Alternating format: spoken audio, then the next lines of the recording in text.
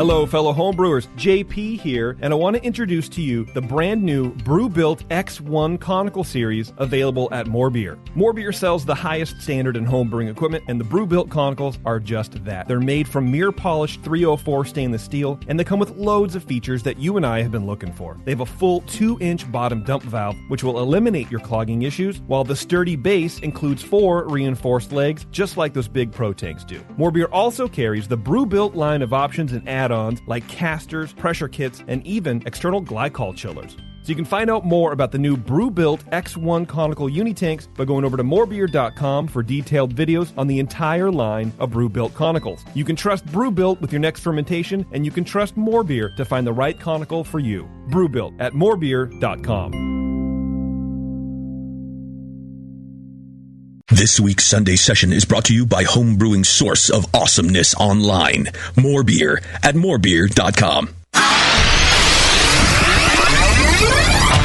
Great beer is about drinkability. Doesn't matter the style. You guys are like walking beer Wikipedia. That's the first time that you've ever accepted me as a person. Or you have a fermentation in your gut. I'm jet propelled at all times. How many guys do you think that you have the privilege to slap? Somebody who's never tasted a commercial example, and this is how you know everything about this beer? Please, you don't. I think that's bullshit. I think it's bullshit too. Wow. Are you guys going to arm wrestle? No. We're going to teabag fight. Yeah. You heard of Junkyard Wars? Can I get another high five, Beavis?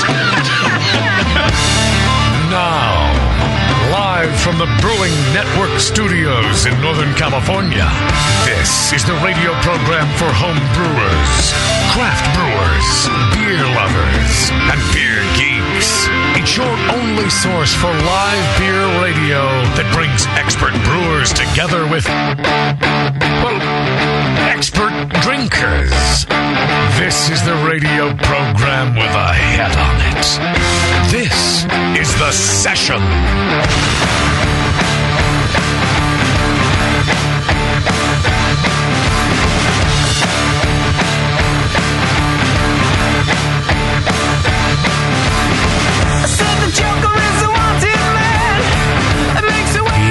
Goodbye, Pacheco. Hello, Martinez. Yeah, it's like saying the same thing, isn't it? Hello, Martinez. This is a nice neighborhood you're in here. This is a nice neighborhood. The one we're in right now? Yeah, in Pacheco? It's not bad. It is nice. And with all the junk out of this house, it feels huge. The house got so much bigger. Yeah. Now we've got a video studio out there and all kinds of room now. Got to be out by Friday. So this is our last official session from the Rat Pad. Yeah. It's there's not a lot of fanfare. Half the crew didn't even show up. No one gives a shit. They're just ready to move on. They didn't get the memo that we weren't already closed. I mean, Doc's supposed to be here, but he's late. Bevo didn't come. Nate's not coming. I was like, Sully, come on, you've been with us since the beginning. Come check it out. I can't. I can't do it. That's too bad, man. Nobody gives a shit about the Rat Pad anymore. Maybe it's just because they feel like you can take the studio out the Rat Pad, but you could never take the Rat Pad out the studio. Right. That's part of why I'm not moving. I don't want to move it to my new house. It's got to be somewhere else because that's just a pad. I don't want the Rat Pad at my new house. I'm done with the Rat Pad. You know. Well, I'm sure Kate's like, okay, really, enough with the Rat Pad. I don't want to live at the Rat Pad for the rest of my life. No, she said Rot Pod. Exactly. Yeah, so last show from here, I don't know. I don't care. Whatever. It's time to move on. If you don't care, it's hard to care. Yeah. Like, I kind of cared. I was like, oh, this would be cool. I brought my camera, and I'm, going to take some pictures. And then, yeah, it's just the same. It's Skeleton Crew. And then you're like, well, whatever. Yeah. I don't give a shit. And I'm like, oh. It's too much work to do is a problem. Yeah. Getting this studio, which I haven't even touched. I move everything else out of the house. It's empty everywhere else, pretty much. Just Brewing Network shit everywhere. And, there's so much of it. And this studio, I'm telling you, there's probably 4 miles of cable underneath me, underneath this desk that has to be taken apart and then rewired at wherever the hell I put this thing. I don't even have a place to put this thing yet. I think we're going to be doing remote broadcast style from my new house for a couple weeks just to keep shows on the air. Yeah. Well, why there? I mean, since we're doing remotes, why don't we pick a few places and... Yeah, because that'll make my life even more difficult right now. You got to do travel. I can't handle it. No, I need to set up one remote studio and leave it there and Do it to my house. Moving sucks. Yeah, put it over in JP's general. bedroom. Do it at JP's house. Closer to my house. Yeah. I could do that. There you go. What, in that back room area? Like that add-on? Yeah, we can do it in the add-on. It's a possibility. I would consider that. Well, you can come check it out. We think about it. I'd move the cat boxes out. I would do that for the BN. That's Nice. how committed I am, bro. Very nice of you. Appreciate that. I can bring the chicken in, like the good one. Can I bring my dog? No. Right. No. Poor JP can't get Deal away. over. My cats would freak out. My cat caught a bird today. Brought it in the house. That's Wesley, the like bird the shitty cat. KTG tells me they do that. She Oh, put yeah. a bell on the cat, and I'm like, "What are you doing to that poor fucking cat?" And she said, "Well, it scares away the animals so that they can't catch him." I'm like, "Let it be a cat. Let it go catch shit." And she goes, "No, you don't want to see it. They like play with it. They tear it apart. They bring it in the house." Is that what? That's what I was sitting in my room, and I thought it was a mouse at first. I was like, "What the fuck?" And then it was like flapping around and chirping. I was like, "Oh, okay." So I had to catch it, threw it outside, threw the cat at the bird. I was like, "Whatever, it's nature. Let the cat do its thing." Yeah. And he's sitting there batting around, things squeaking. Right. I'm like, I feel real bad. I had to go in the house, and then I go and check. Like an hour later, I found a tiny wing bone, a feather. I think it was the heart, and I swear to God, the eyes. Just the eyes. And that's it. And I thought they were little tiny grapes or berries. And I'm like, we don't have any. Oh my God, they're cold dead eyes of That a must bird. be why we don't eat chicken eyes. That's not good. And that's the cat just fucking with you, JP. He's like, "I'm going to leave the eyes to stare at JP." I mean, this is the cat that runs out of the room if anyone sneezes. Like, it's just such a loser. But it'll eat a bird, man. I don't mind. Like, I would like it if they just go for the kill. I feel like go let them. But yeah, once she said that they torture the thing for who knows how long, I thought, well, all right, maybe keep the bell on this stupid Oh, I've thing. had to kill a couple birds where my cats will lose interest. Right. And so you got to take the shovel. I take Chop the shovel, its head put it off. right on its neck, and it's just looking at going, rah, rah, rah. You just got to dry. Yeah, it's not fun. Oh, yeah, I don't want to deal with Yeah, you that. want to use something sharper. I think it's less painful.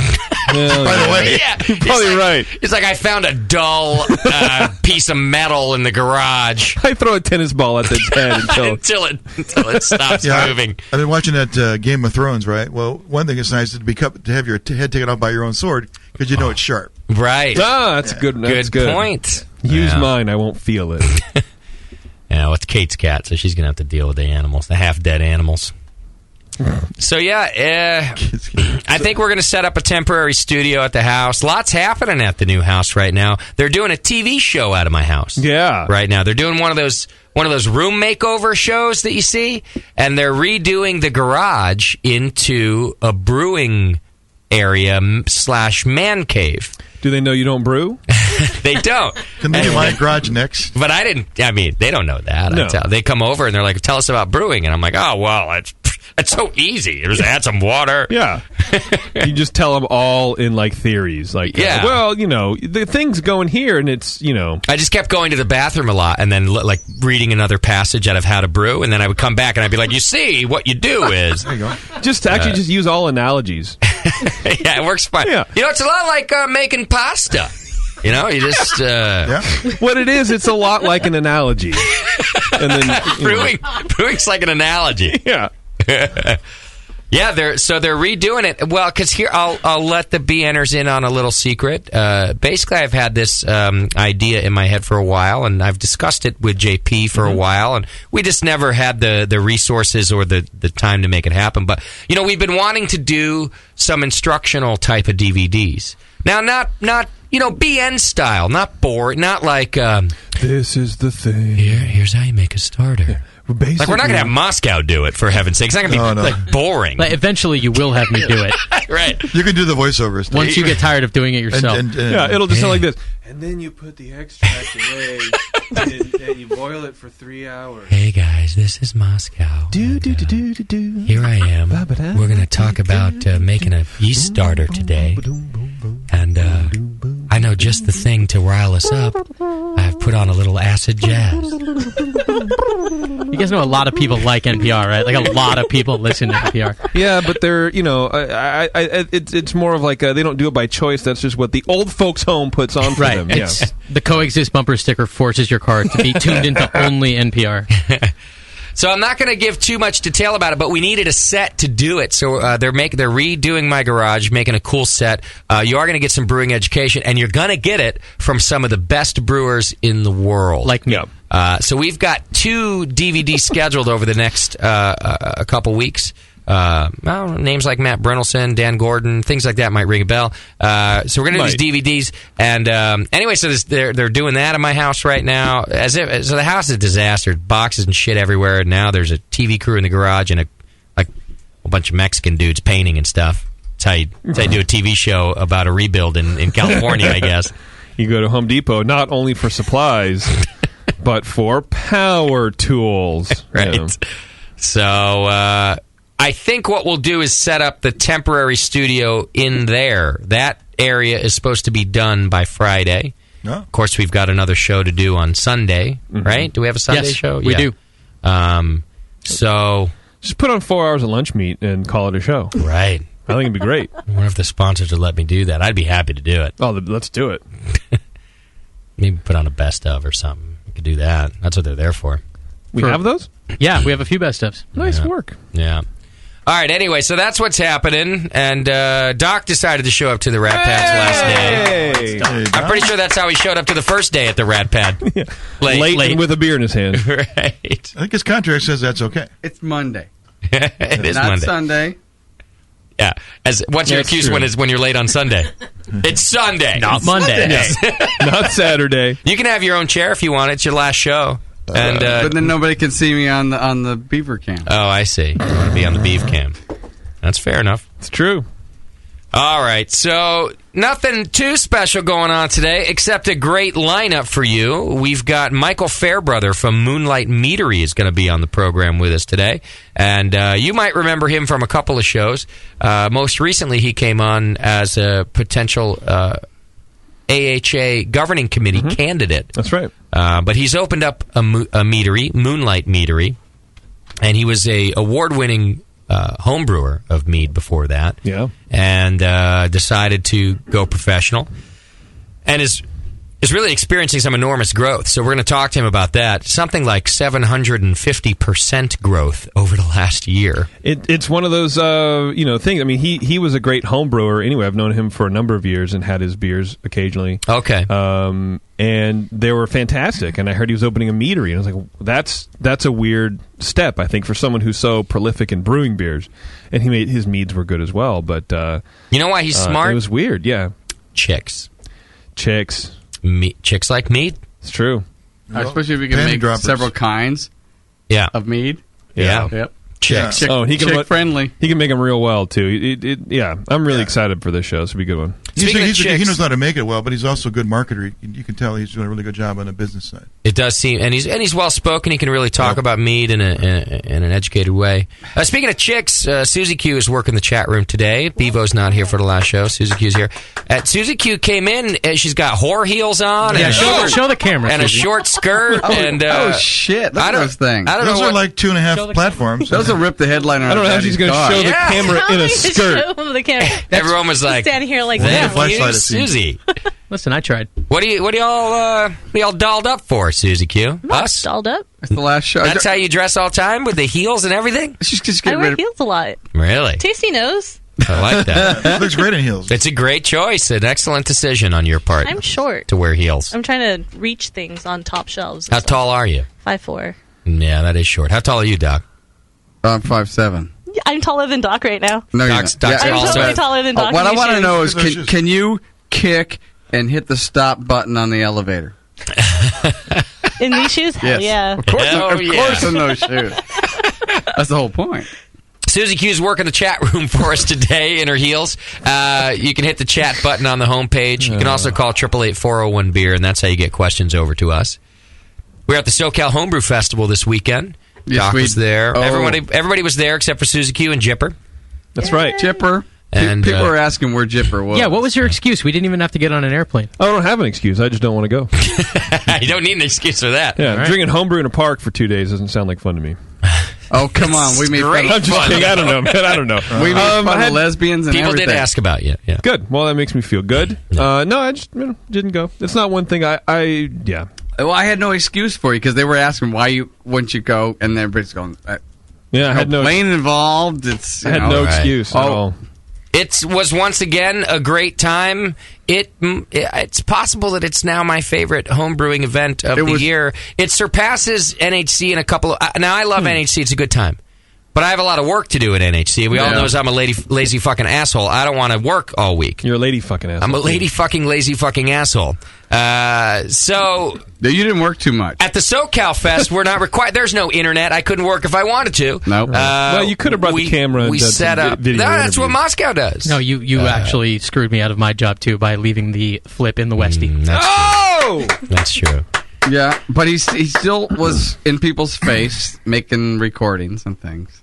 Promoting and having fun, but what I mean is I get to get back. I say this every year. I think after the SoCal Fest, I get to get back to why we started this, which is to hang out with homebrewers, taste beer, talk about beer. Oh man, dudes brought us some good sour beer. Oh man, there was that's some good stuff flowing. And the cool thing, they brought it to us. They brought it over to us. Chris.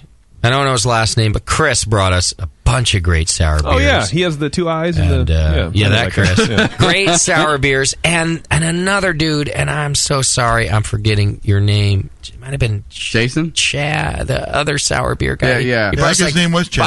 5. I think Chad. The bigger guy. Yeah. Tall guy, and he brought us a bunch of beers, too, and we got sour beers. They were the two that brought us several sour beers. And we hung out in our tent. They brought them right over to our tent. They got me shit-faced just in the hour tasting all these sour beers. Some of them, world-class sour beers. Yes, Really? Yep. Wow. No oxidation in these beers, and they were aged well. So this is a problem I have found in the past with home-brewed sour beers. Shit, even sometimes professionally brewed sour beers. That the cardboard flavor being a problem. Yep. Not these guys. Yeah. They're leaving it alone. They're letting it sit in the corner. They're leaving it the F alone. They're not breaking the pellicle and getting anything in there. There was one sour beer that showed a little oxidation, and we talked about it. I like to be honest about these things, especially because all of his other beers were amazing. So I said, hey, this is the only one I'm tasting the oxidation. And we talked about it. That's the only one he had filtered. He had decided to filter it to get a nice clear, I think a red color out of this one. I'm trying to remember the color of that one. But it was the cherry. And we thought, I just suggested it. I don't know a whole lot about it, but it was the only difference in how he brewed the other ones. And so we got to talk about this kind of stuff and go, I wonder if it was the filtering process. You might have introduced some oxygen there. Yeah. If everything else is the same, this is the one beer I'm tasting that in. So this is what I like about that fest. I'm not rushing off to the next thing I got to go do. I get to hang out. No, you just hung out. It was fun, man.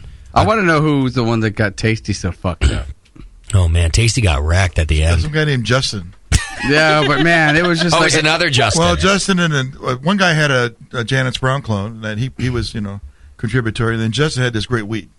Oh, yeah. But the two together, I was like... A wheat beer? Wheat? And then, weed, isn't it? Oh, weed. He had a great weed. People bring their best stuff to these things. Like a dandelion beer, right? Yeah, exactly. Yeah. And it was great. It worked. Because I had one before. It was awful. A weed beer. No, that wasn't weed beer. It was just weed. It was just weed. Oh. But then they signed Sammy to take care of him, be his tard wrangler. Oh, Jesus. Yeah. The blind leading the retardedly blind. How fucked up are you if you get Sam assigned to get you home safely? Well, he is That's a parent. That's pretty much right. I was he's a father now, so he's used to looking after people who have jelly brains. If I shit my pants, he wouldn't change my diaper. No. He had doesn't Bevo do it. Yeah, exactly. But the first thing he did was he brought him over by me.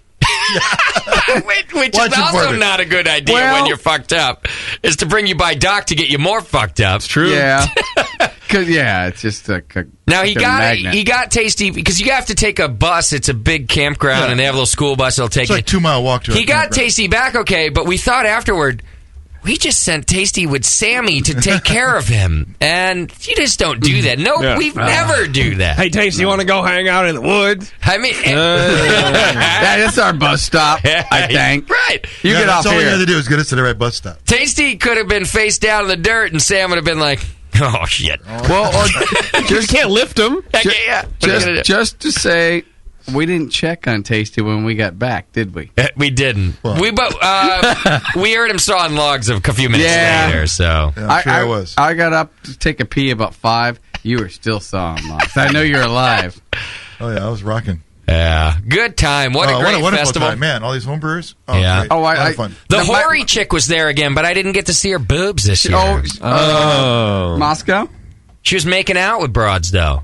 I missed her. Yeah, well, I missed her too. You didn't get to see her. Yeah, the hoary. Tim goes, that's the one. That's the hoary broad. She's gonna wear less when we're done, and she was. And she was. She started out in a skirt and a little tiny tank top, sober, real cute when she's sober too. I realized, and then I didn't get to see any crazy antics later in the day. You might remember from our recap last year that she got busted for banging some dude in the bushes, and then later on there was video of her just flashing everybody. Yeah. And who knows what happened this year? I didn't. Well, there's a lot of tasty young women there. There were a few. That's the other nice thing about giant Jenga with a couple of them. That was really fun. Nice. No, a lot of single, unattached girls there. It was a lot of fun. Yeah. I played those well. Fun festival. So we had a great time down there once again at the Southern California Homebrew Festival. I try not to miss it every year. One of the best ones was I'm serving beers and this guy comes up to me, and obviously my brother's been there the last 3 years, and he convinced some guy that he was me. Oh, yeah. So he comes up to me and goes, "Guy, you look just like him. Are you Doc's brother?" To me. Yeah. And I go, "No, I'm Doc." And he gets this blank look on his face, and I move out of the way, and I go, "That's my brother." And he looks down at my brother sitting there and goes, "That fucker." He had me convinced last year that he was you. Yeah. Tim likes to go down and fuck with people every now and then. He does. Good time. Yeah, we poured some beer there, but that was well received. I didn't see how. We came back with no beer out of our tent. Yep. That's good news. We poured everything, including Moscow's Kolsch. Yeah. Oh, that went down. It was everybody's so happy with that beer. They were amazed. Well received. And I bet I poured it for an hour before I told anybody it was extract. Oh yeah. I got that question a couple times, but for the most part, yeah, nobody knew. Nobody knew, and then I was like, they were just amazed. Yeah, that it was an extract. It was a great style for the day too, like sunny and it's really warm. Perfect style. It wasn't overly hot, but you know what? They just were just pounding that. Yeah. I want Kolsch. I want the Kolsch. I want the Kolsch. Doc brought a Scotty of sour brown. That Holy went cow, is that sour quick. amazing. Really good sour beer there. Sour beer. I will say this, and I think, Doc, Tasty, you might not remember, it was later in the day, but I only poured out one brew all day. Yeah. And I turned to Tasty and I said, this homebrew is coming a long way. Oh, yeah. These guys, everybody there was brewing really good. And I'm not exaggerating. I only poured out one beer all day long. Yeah, a bad beer wasn't even in the mindset at all. And I just thought, it wasn't that long ago that it was the opposite. And these guys have come a long way. They're all brewing really good beer. Now, I didn't try everybody's beer, so I'm sure. But statistically, I bet I had like 30 different beers. Yeah. One of them, what I would say, was like I didn't made. pour anything out. They were all great. You guys know from listening to this show, it used to be 4 out of 5 at these events were dumpers. Yes. Let's be honest At with least ourselves. half, at least 4 out half. of 5 were dumpers. Yeah. And it's gotten less and less each year. And this year at the SoCal Fest, I poured out one beer. Everything I had was really club good. brought it strong. Yeah. Yep. Good One stuff. of my favorite things was Tasty put on the Tap 6 coming soon. Oh, yeah. So I kind of started letting it out. Oh, that was so cute how that went viral. That's the sour. That was so good. We call it the secret sour. People are coming up going, give us the secret. You got secret sour? Yeah, they were literally whispering, "Can we have some of the sour?" And it went viral. Yeah. Fun stuff. Pretty soon, there's like a big line of people. Good. Fun fest. This chick with this huge hat. That's all I'm going to drink here today. I swear to God. Oh, I know her. Yeah. Yeah, there were lots of chicks with huge hats. Yes. Yes. Hey, my own girlfriend pointed out to me at a certain point, she leaned over and whispered, "Have you noticed how many? It's a disproportionate number that have huge chests." My guy's like, I didn't know. Funny you should mention. Hey, Moscow, I said hats. Huh? Not chest. Oh, oops. That's fine. Whatever. But it's okay, because I did Never mind. notice a huge proportion of huge chests, too. Did you say hats? Yes, I did. From now on, they're all hats. They all Right? had tasty buttons on them. I don't know why they asked for 2 buttons. No, you can't have 2 buttons. Did they let you pin them on? Yeah. Yeah, I was a gentleman, though. Yes, they did. I only used the back of my hand. And like I'm like a usual, TSA guy. I won nothing on that killer raffle they had. Killer raffle. Oh, yeah? What were they raffling Did off? you buy a ticket? I bought a lot of tickets. Oh, they ran out of tickets. What were they raffling? A More Beer sculpture. Wow. A lot of things that were just killer, brewing stuff. Brewing stuff, but it was like stuff that like a Therminator and a filter, and like things that would go together. Yeah, right. But not just like one thing, but it was just like kits of things. Yeah, wasn't there like a Siebel class too, or something, or a class at Siebel? Really? Yeah. Wow.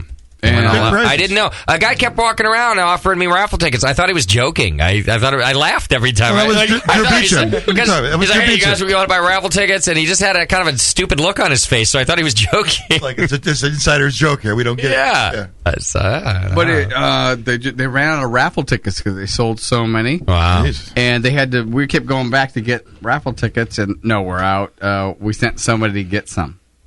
Interesting. So that's how much of a effort they had. It took us over an hour to get back to the fest. Remember when we dropped you guys off? Yeah. Because the bus kept passing us by. It was full. Oh. That shuttle bus. Right. Just when we say, "I'm walking," then you got a bus. Well, no, the girl going the other way finally stopped. I see. Picked us up, and I did notice our 3 bus drivers having a couple of beers about 4 or 5 o'clock. Really? Before they're driving everybody back? Wow. I'm not sure that they were the ones. They were probably maybe off they got shift off work by then. Yes. I think they split because they were driving everybody all day, and they were so happy and so nice. And beforehand, they were just, oh, sure. And they're all these drunk people, and they were just so cool. Yeah, they're so cool. Well, the whole thing is cool. They were off work, and because when I was driving back, I didn't see the same bus drivers. So it must have been the split shift kind of thing. Got to do that at a beer fest. We do the same thing. How was the weather? Hot and nice. Yeah. No, it was only about 75 or something. Great. Hey, more importantly, shitty and raining. It's a good thing you weren't there.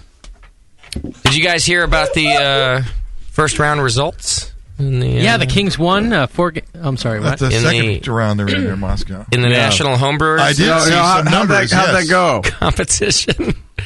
Tasty, did you do a tally?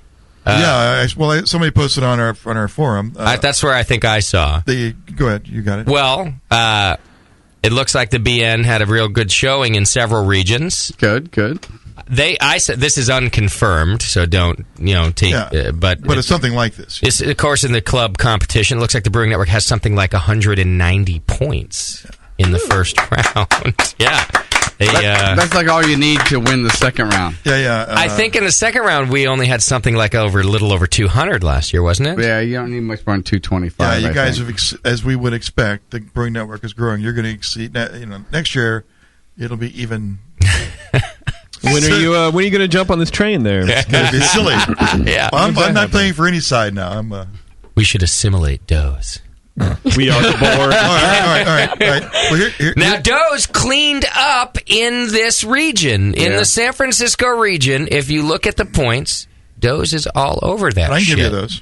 But so's our boy from Reno, Jason Green, who entered onto the Brewing Network. He also almost. There's a couple guys from Reno. I did send somebody, but he almost single-handedly cleaned up for the Brewing Network in this region. Aside from the couple of guys from Reno, maybe one or two others. Please don't let me sell you short if you're on there. Doe's had almost everything in this region. We got Doe's got 30 medals in that region. Wow! Out of the 81. Now, round of applause for that, because that is amazingly impressive. Last year they got like 41. Is that right? Oh, failure! I'm just kidding. For a small club, and they have 140 points. Right. And so those are golds.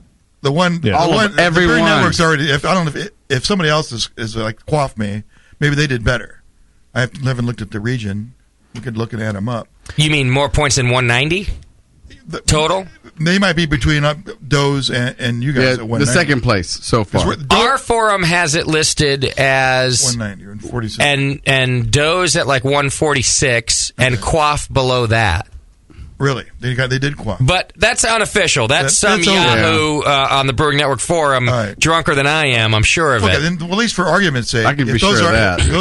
If those are the numbers, it's over. It's hard to make it up in the second round. Well, anything could happen. You know. What do you think That's game over. the backlash is going to be when we get up to accept, again, the trophy for Homebrew Club of the Year? And not only the backlash, but what if we go 5, 6 years? We just continue to grow. Will they have like a term limit? You can only win 3 times in a row. Well, certainly rules will change. If we were to win again this year, I do anticipate a unruly reception. Yeah. And I couldn't be more excited to see it. You know what we should do? Couldn't be happier. Just hope they don't have any tomatoes on the tables. We should hire some Yahoos to dress up in riot gear. Let's bring some. And so when they announce line it, up front of the stage, just with the It's a good shields idea. and everything, that'd be great. just come marching in. Oh, well, that's one. Well, we could bring somebody with the olive branch. all we need the Dalai Lama sticks up for us. All we need is Brewing Network would forgive people him the to figure? dress up in riot gear. Yes. Everybody just come up in riot gear. There's got to be something where maybe you can't have an online club or to keep it fair, but there's no fair way to do it. It's just we brew It's better fair beer. now. Yeah.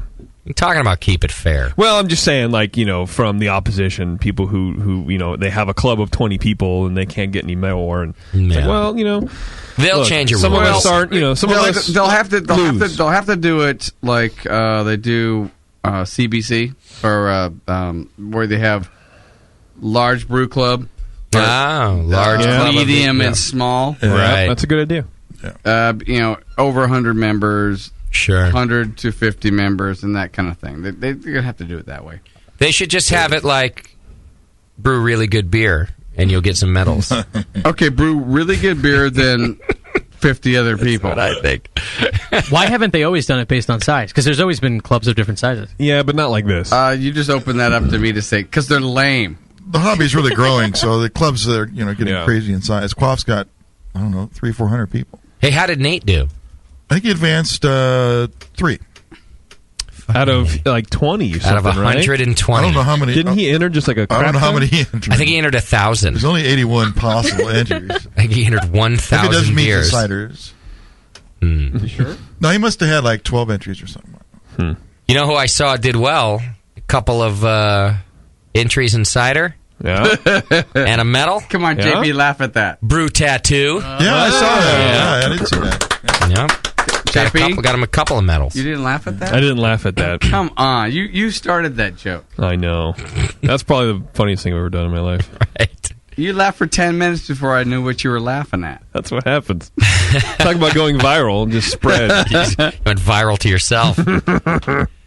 Yeah, good turnout. I like to see it. Yeah, turnout. I also noticed, I think that the way the Brewing Network won a bunch of points is the same way any of the winners have won Club of the Year in recent years, and that's that a couple of people do really well. Yes. We just have a couple of people in a lot of regions. But, for example, the BNers that did well in this region, it was mostly Jason, and then there was another guy in there did a couple of them too. Icky had a beer advance. But there were another couple regions like that.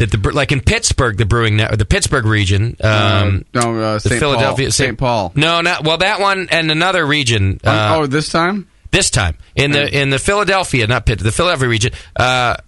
We also did well. But again, it was like one guy doing most of it, and then another person. Which is why I always say, don't discount these brewers. That if one guy's getting a ton of medals, he's brewing some amazing beer. Do the judges know whose beer it is when they're No. So if the same guy is winning a lot, really the judging is accurate, right? Because if they don't know and they're giving it to the same guy that judging is right. The judges is not accurate. Judging is not accurate in general, but that's a little secret. Well, but if it's the same person all the time and they're saying this is the best without knowing who brewed it, it's not the same person all the time, and people have different abilities in terms of judging. No, but he means if it's the same person winning a ton of medals. Yeah. No, that's the guy that put in Clearly- 27 beers. 27 and he good got beers. Yes. Yeah. We all put in Yes. good beers. Doc put in good No, beers. you didn't. No, you didn't all put in good beers. Maybe you put in good beers, Doc. Okay, all right. But But let's be honest here. Not everybody who entered put in good beers. It has to do with a lot of things. There's a lot of... Well, here it comes. A lot of- You're already backpedaling. That's real talk. Well, right this here, is Doug. relevant. A lot of people had the results this week. So Yeah, but there's a lot of where in the flight you were, where in region a lot of things, and like those 1.5 things he just said. But going on what you're talking about is like there's one guy that carries the club. Yeah.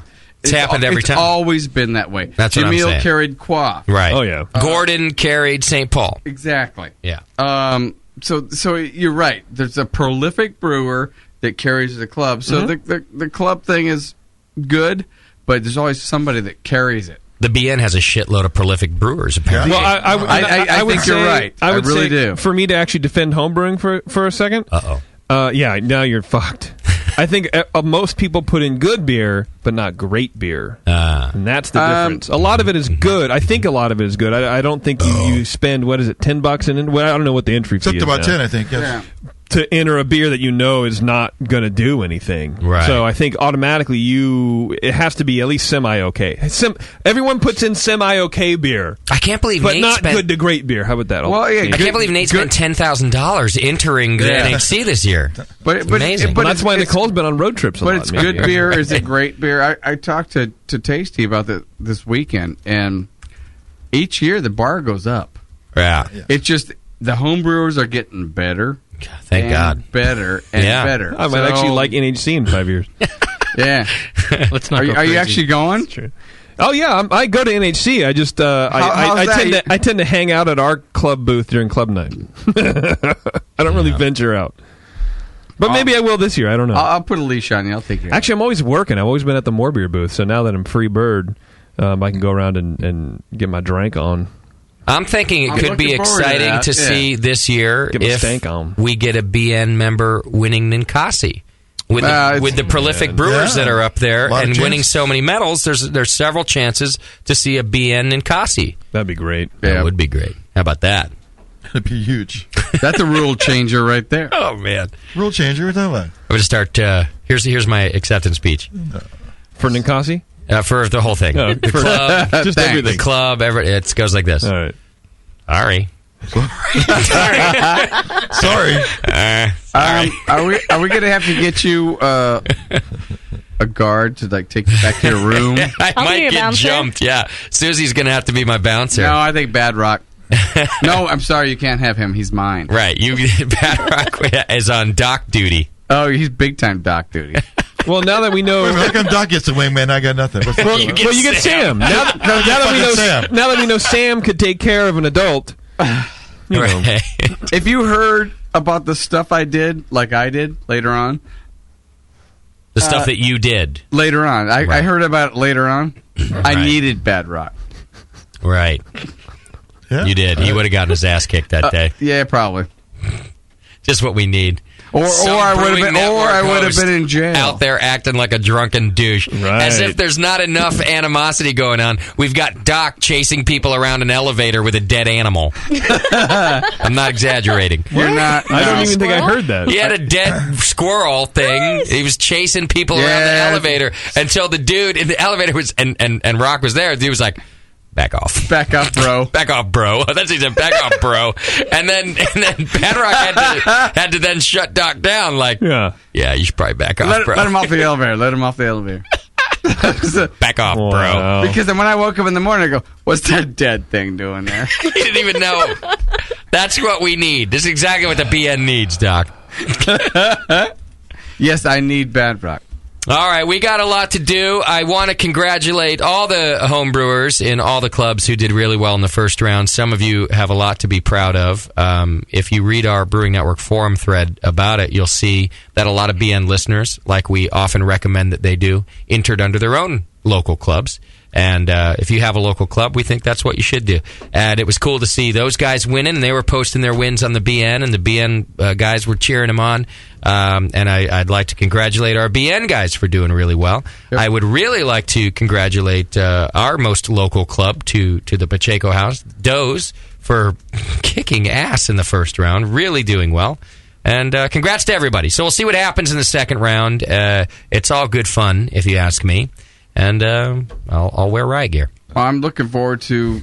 I think we should. At least a flak jacket. Trying out some of those BN beers in June. What's that? I'm looking forward to trying out some of those BN beers, those winning beers in June. Absolutely. Yeah. Hopefully, I saw. Oh, by the way, I saw that Beardy got a medal. Oh, he did in one of the regions. Nice. Beardy's back in it. Nice So work. Beardy back in. Beardy did well for us last year too, and he's been brewing a lot of ciders and braggots and shit like that. And I think that's pretty what tasty. he. No, actually, I think he won with a beer. I got to look again. I just browsed through it today, and did he get an entry in cider? I don't know. He didn't. No, he's married. He didn't. Brewtat got all the entries in cider. Yeah, inside him. What? And he's a ginger. All right, so congrats to everybody. Thanks to the SoCal Homebrewers Festival for hosting us down there and letting us have a good time putting on another great event.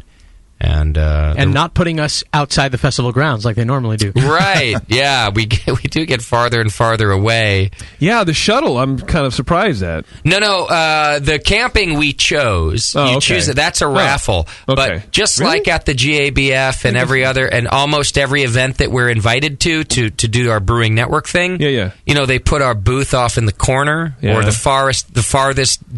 So on Friday night when we got there, we thought that they had moved us yet again even farther. No, really. But when we got there Saturday, it turns out they had stacked up other booths, so we weren't cool. really on the end. Yeah, you were a little broken up about that. Well, I actually expect it. Moscow, when he gets there every time, he can't believe he's like, we promote all these festivals so much. Why is it that every festival shoves us off in some random corner, usually by a fucking outhouse or the exit? He's just waiting for the time that he shows up at one of these events, and we're just outside the entrance.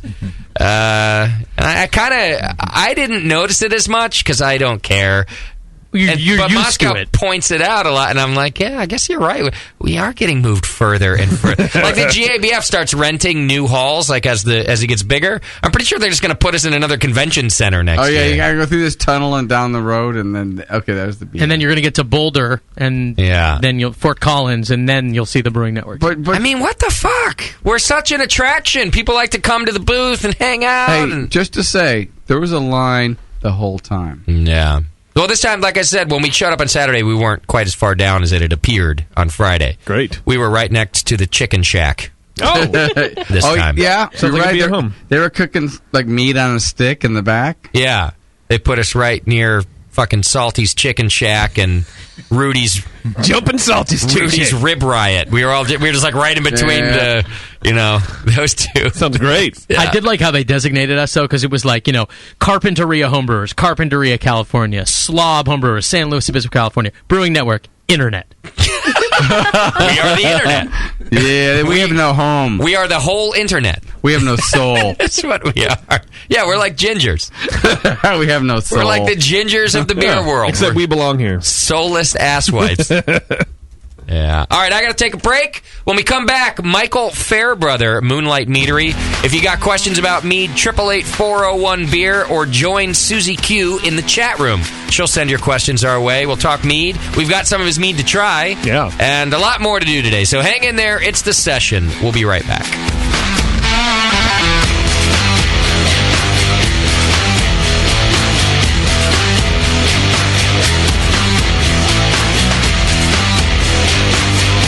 You're listening to the Brewcasters.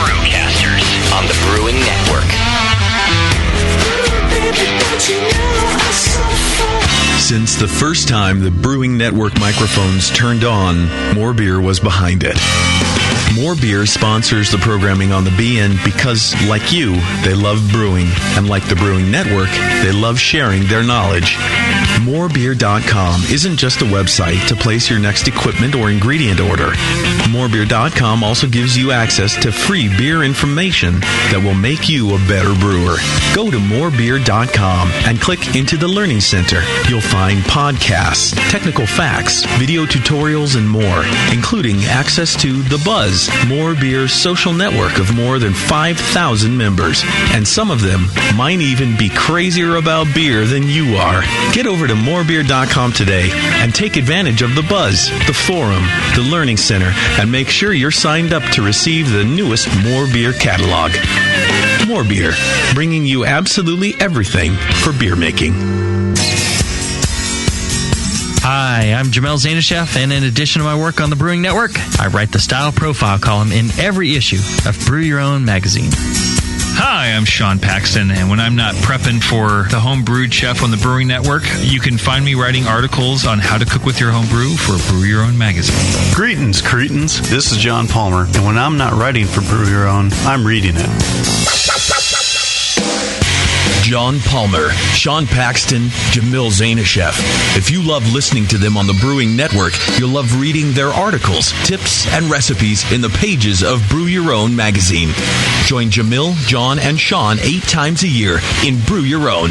And when you subscribe to BYO on the Brewing Network website, half of your subscription price goes right back to the BN to support great beer and food programming. So sign up for Brew Your Own magazine through the BN website today so you can listen and read your way to better homebrew. Nico, listen, our lawyers said that we had to do this for 1 hour, and after this, we don't have to talk to each other for 3 more months to the next meeting. Kids, come on, let's get out of here. I'm supposed to have more lines. I'm the professional. Hey, it's Sully. And I'm Nico. And we opened the 21st Amendment 9 years ago at 563 2nd Street in San Francisco, just 2 blocks from Giants Park, to make great beer and have a great time doing it. That's right, because to us, the 21st Amendment is more than just the right to make beer. It's the right to experiment, to be innovative, and just do things differently. And so now, we're putting our craft beer in cans. That's right, cans. You can find our world-famous Hell or High Watermelon Wheat Beer and Brew Free or Die IPA throughout California and Alaska. And now it's also available on draft at select accounts in the Bay Area. So next time you're at your local neighborhood pub or good beer store, be sure to ask for 21st Amendment in cans. Because everyone likes it in the can. Tasty crack cans. Tasty crack can. Williams Brewing is your online resource for prompt delivery of quality home brewing supplies. Since 1979, Williams Brewing has offered the finest equipment and freshest ingredients and the best customer service in the business. Cut hours off your brewing sessions by using one of our 11 varieties of famous Williams malt extract. Our Williams Belgian Pale Extract is mashed with pure Belgian 2-row malt and a small percentage of Belgian wheat malt for an authentic Belgian character you just can't get from other extracts. Or check out our unique fermenters, 2.5-gallon kegs, paintball tank-based draft beer equipment, bottling aids, and much more. We even have our own line of precision hydrometers. Go to williamsbrewing.com to browse our vast selection. That's williamsbrewing.com. Orders placed by 3:30 p.m. Pacific Time ship the same day. Brewing is easy. The Williams way.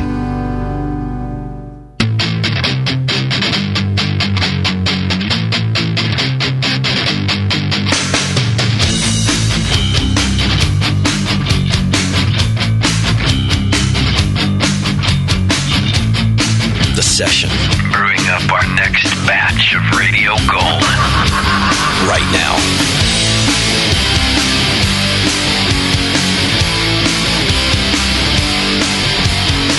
Welcome back to the program. Thanks for sticking with us.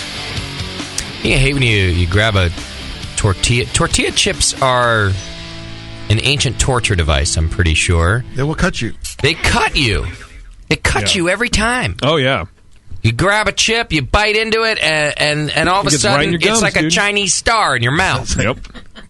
Is it worse than like Captain Crunch? It is worse because Captain Crunch slowly works away the material. It's like the chip goes right for the stab, right in between the gum and the tooth. Oh, that one's the worst. Well, Captain Crunch gives you crunch roof, right? but I see people like, what's that? I don't know if it's cancer or you took a chip hard. Right. Well, just so you know, Doc, I took a chip hard just now. It's not cancer. Yeah, you know what? In a couple of days, it's going to look suspicious. Right. And then you're like, wow, that's good salsa. A little irony. You know, it's kind of a weird iron flavor to this one. Yeah. Yeah. That's the blood.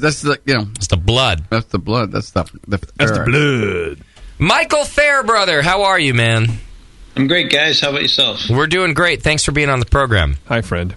My pleasure. Hey, JP. Michael, of course, is from Moonlight Meadery, and they're out of Londonderry, New Hampshire. And we've had Michael on the show a couple of times. Yeah. And I don't know if this is an insult or not, but he's an old friend of JP's. Well, being on the East Coast, we're as friendly as people who don't really know each other. All Right. well Or are. friends that would fly to see each other. Right. So if we're neighbors, he'd probably hate my guts. But when you used to like homebrew, you Yeah. would have Michael's homebrew, and you guys would talk about it. His was a standout. And it was good. I will say that. How about that? Michael, how long have you been homebrewing? Since 1995. Okay. You've been doing it for a little while. Yeah. And how about the mead making? Is that since the beginning also? I started homebrewing in May of 95, started making mead in July of 95. Okay. It's funny because, there are homebrewers. This is my opinion. Uh-oh. And then there are mead... An editorial. And then there are mead makers. And you know what I'm talking about. At the Homebrew Festival, not everybody does both. In fact, very few people do both. They don't usually mix. And the guys who do the mead, exclusively, they're a little creepy. Crazy. Yeah, more like it's wine. They're like winemakers. But Michael's not that way. Michael's not the creepy mead maker guy. No. He's like homebrewer, but he makes good mead. But that's what I'm saying is that's rare. Definitely. He has a winemaker's passion, I think, for it, but like a homebrewer's sensibility about Right. it.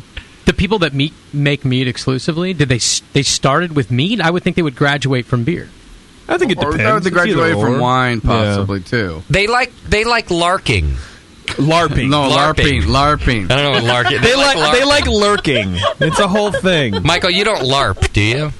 Not that I'm aware of. Okay. Right. He's like, whatever that is, I'm pretty sure I'm not doing it. I might be. One more thing. Are you a furry? Right. Am I a furry? Yeah. No, I don't think so. Okay, good. Google it. Get back to us. And Google images. Not just don't just Google images. Do You not guys do have that. seen my haircut, right? I don't think there's anything furry about me. That's true. That's true. You look, Michael looks, I don't know why we're fucking with him, because he's a tough-looking guy. You know what? That looks like the guy that He's a sat sweetheart. next to me in the shuttle bus on Friday night.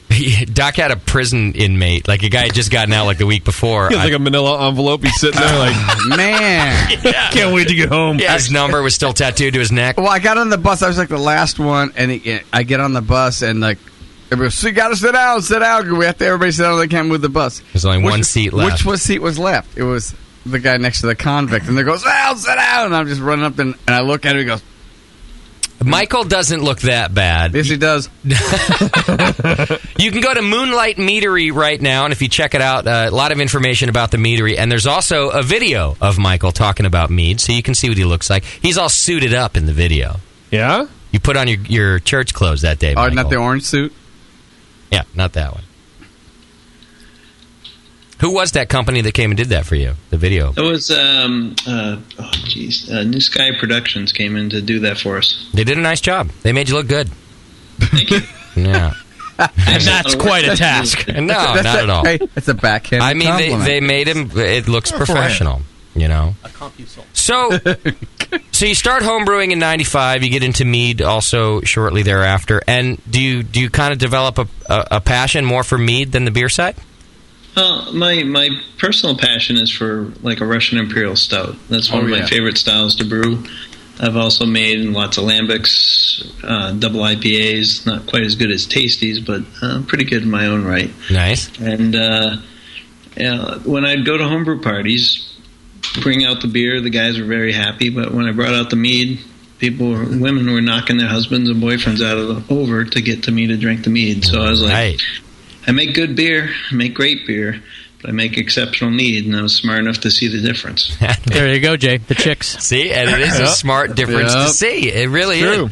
At the home, you'll see at club night or any of the homebrew festivals, you break out the mead, you'll see the broads. That's right. That's what happens. Hey, Michael, we're going to get into our feminine side and open one of your meads. Which one should we start with? Which ones do you guys have in front of you? I don't even remember. Desire and Utopian. Go with Desire to start with. Even the marketing is it's pretty sexy. Oh, yeah. Desire. Oh, you want the Now, I flip mean the that cam off I'm there? kind of joking about that, Michael. But do you consider your product to be marketed more towards women also? Oh, absolutely. You do. Okay. So when I was doing my business plan, my friends from Maine Mead Works shared with me a report from the Canadian government that talked about export potential for meads from Canada worldwide. And one of the statements in the report said that those meaderies that target product towards women have exponential growth path. We started with 5-gallon fermenters. We have over 500-gallon fermenters now, and we're about to go to 100-barrel fermenter. Wow. So things aren't going so well. Things are going great. 5-gallon to 100-barrel. Well, what do you mean targeted to women specifically? I mean, are you taking out ads? Are you doing actual advert, or are you just kind of having like ladies' nights, the or what? names of the meads that I have, like Smitten, Tease, Flirt, Mischief, Desire, Blissful, Paramore. Like hooker names. Yeah. It's true, because like if my buddy's going to the liquor store, I'm never going to go, pick up a bottle of Desire. Can you make sure you grab me that Desire? Oh, and a little Flirt, too. Yeah. Because I feel flirty. Tasty just had a good... Name them all after strippers. Yeah, Dakota, Wyoming. Chantel. I think he did. I thought he did, yeah. That's true. Is this one of those free gifts they can't mention? A little bit of mead, it should be. It is. I mean, especially for this color mead, it's very, very red. Ruby red, almost blood red. Yeah. And Like this one's a black currant, name. blueberry black cherry, and it won best to show at the 4th New England Regional Homebrew Competition, which had 353 entries from all over the United States and Canada. Wonderful. So your homebrew recipes have really crossed over to now being a professional mead maker. Absolutely. And what I've done is take the passion that I saw that brewers were taking to making beer and taking it to making mead. We've created over 55 different recipes in the last 2 years. Oh, wow. That nose is amazing. Yes, it is. Fruity, and the honey and the floral comes right through, and then you get a little alcohol at the end. And Fruity yet mischievous. It's great. Guess how much alcohol's in that, JP? Just smelling it, I would guess... Is it first date or second 14. date alcohol? 14, he says. Now taste it and tell me what you think. Good question. We had somebody do this to me at the Homebrew Fest this weekend. I guessed something like a 7, and it was a 14% sour beer. I'm going 11. I would say 11 or 12. I would say 10. I would even go 10. Yeah, now somebody read the side of the bottle. Did Moscow leave with it? I think Moscow took the bottle to the guy that can have read. sex with it.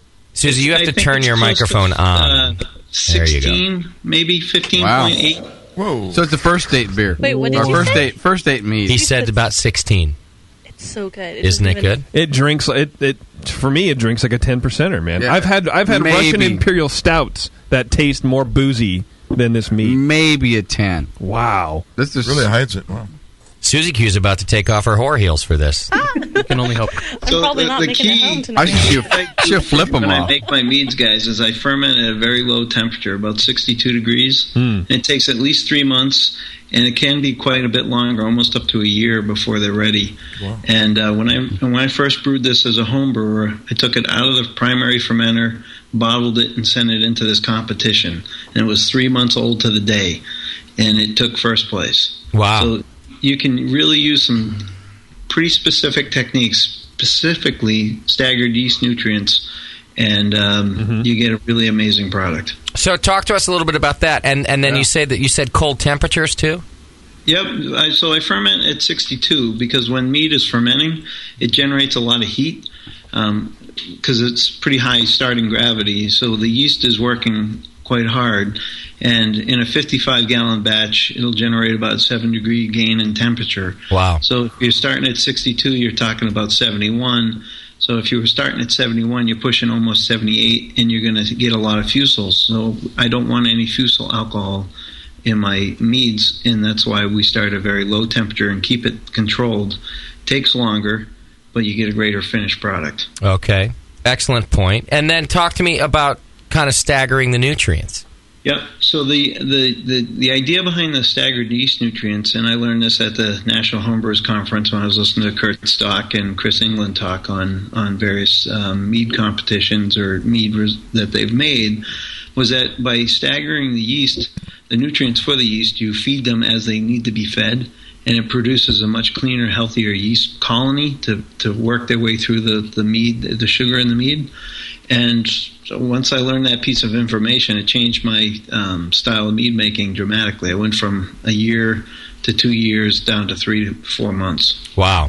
That's kind of like Americans. Like if you feed them as they want to be fed, they're all unhealthy and fat. But if you feed them as they need to be fed, they turn out much better. It's what they need. Your meat is that way. Kinda, yeah. He's like, I guess. Whatever you say, postman. Don't call it a day. You're getting faster ferments, and then since the yeast are under less stress because they're getting all they need, you probably have cleaner ferments as well. Well, then you have faster turnover because you're trying to make money on this. It's not about impressing your friends. It's sure. Yeah, when you get that 100-barrel fermenter filled, you want to get it empty too. Yeah, you want to turn it over. Yeah, what do you predict is your turnover going to be when you're putting it into a 100-barrel fermenter? That's a darn good question. We're on average a 3-month turnaround time from start to finish. The more eclectic meads that I make, like my black currant and rhubarb, takes about a year to ferment. Okay. Wow. So when you start a meadery, do you spend, because of this kind of long turnaround, how long were you working on this company before you sold your first drop of mead? So I technically registered the company in 2007 with the state of New Hampshire. Okay. Now, at the time, I was a vice president of software engineering and didn't really quite see how I could ever leave my day job to start this company. So my idea was I was going to do this part-time, thus moonlighting. And by 2009, April, I still hadn't really gotten off the ground. Still was talking about it, still doing a lot of research at home. But I was at the Craft Brewers Conference in Boston. My friends from Boston Beer Company got me in under their name tag. And I was talking to Omar from Surly Brewing Company. I wanted to say thank you for letting me get a keg of beer back to my New Beer's Eve party for the previous January. And I told him I was going to do this part-time, and he changed my life. And with a simple sentence, he said to me, how can you possibly think you can do something you love part-time? And that sentence, which I heard, just caused me to reevaluate and think of where I wanted to go with my life. And by that following September, Desire won first place in this competition of 353 entries. And I said this was time to do it. Yeah. And we went in front of the zoning board, got my garage converted to the Meadery. My neighbors had absolute meltdowns that how dare you make alcohol in the neighborhood, and although I've been living here for 13 years and making truckloads of beer. Really? They basically told the town, what is he going to do with all the spent grain from this honey? Spent bees. And I don't know what kind of honey you're eating, but certainly don't use spent grain from honey.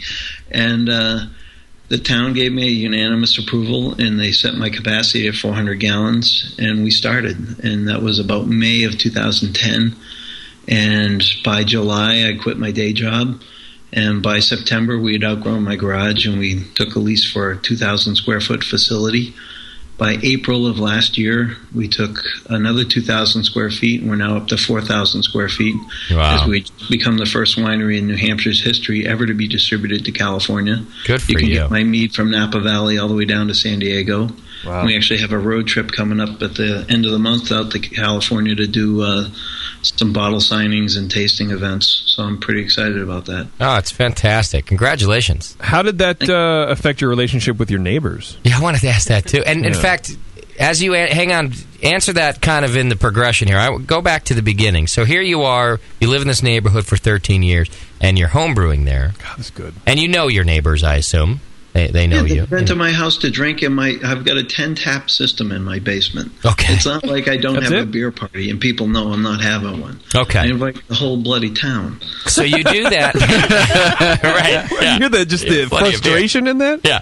So you do that, and then you decide, look, I really want to give this a go, but I don't need to go rent a building. I can do it in my garage. I can do the quantity I need to do sell. Yeah, it's easy. So how do you get it zoned? You go to the city and you ask them to go ahead and zone your garage for this? Yeah, so the area I live in is zoned as agricultural/residential, which means there's a lot of trees around. And a winemaking or beer brewing is an agricultural business. And so by asking the town for permission, basically they couldn't turn me down because it was known as agricultural zone variance for the space. Considering my garage is not a livable space, there was nothing anybody could say that would preclude it. And my neighbors literally were concerned about the noise of the airlocks. You can hear an airlock from a good 2 feet away. Wow. Not 2,000 feet away, which is the closest neighbor I have to my house. Okay. So, it was extremely personal to me, and it really, well, the first lady walked through the door at the town hall meeting, and she said, "It's not personal." And I'm like, how can you come to my house, look me in the face, tell me you have no objections, and then show up at the town hall meeting and say, "Here's a list of my objections," and the first one being the spent grain from the malt, or from the honey. Well, and the fact that they didn't even approach you at first and go, "Hey, tell me about this. What can we expect?" That sounds like there's a lot of stuff going on. I'm concerned. Or did they?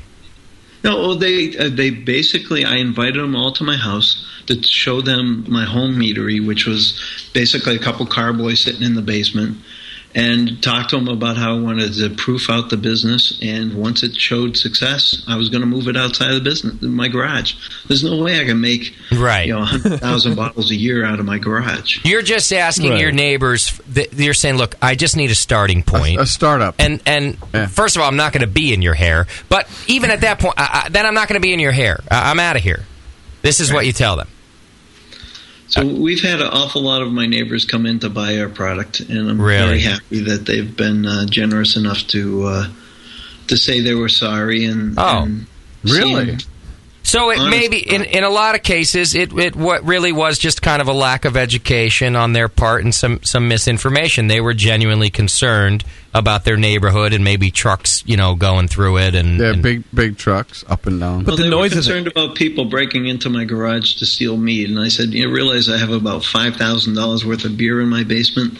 I said, "I doubt somebody's going to steal the mead that I'm making." Right? Yeah. They're like, "What is this?" Yeah. Oh, this one says desire. I think we need that. Wow. Well, I guess I'm glad that it's worked out. And now back to JP's question. I know you said that several have come in and sort of apologized and bought some mead.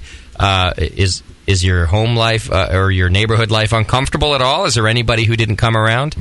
No, it's been we were only here for 3 months, so they really didn't have a lot to get too worked up about. And we've been on the local TV channel, the local national public radio station. We're growing so fast at this point, it's ridiculous. Our first year over year, we grew 760%. And then this first quarter over last quarter of last year was 270% growth. Wow. We're on track to do over 100,000 bottles this year, and we're in negotiations with 2 different companies to take us to potentially all 50 states when we're ready. And I've got a meeting tomorrow with a company that wants to take our products to China. What an amazing story. Yeah. That's fair. Now, in terms of competition, there's really only a handful of meaderies, if that, right, in the U.S.?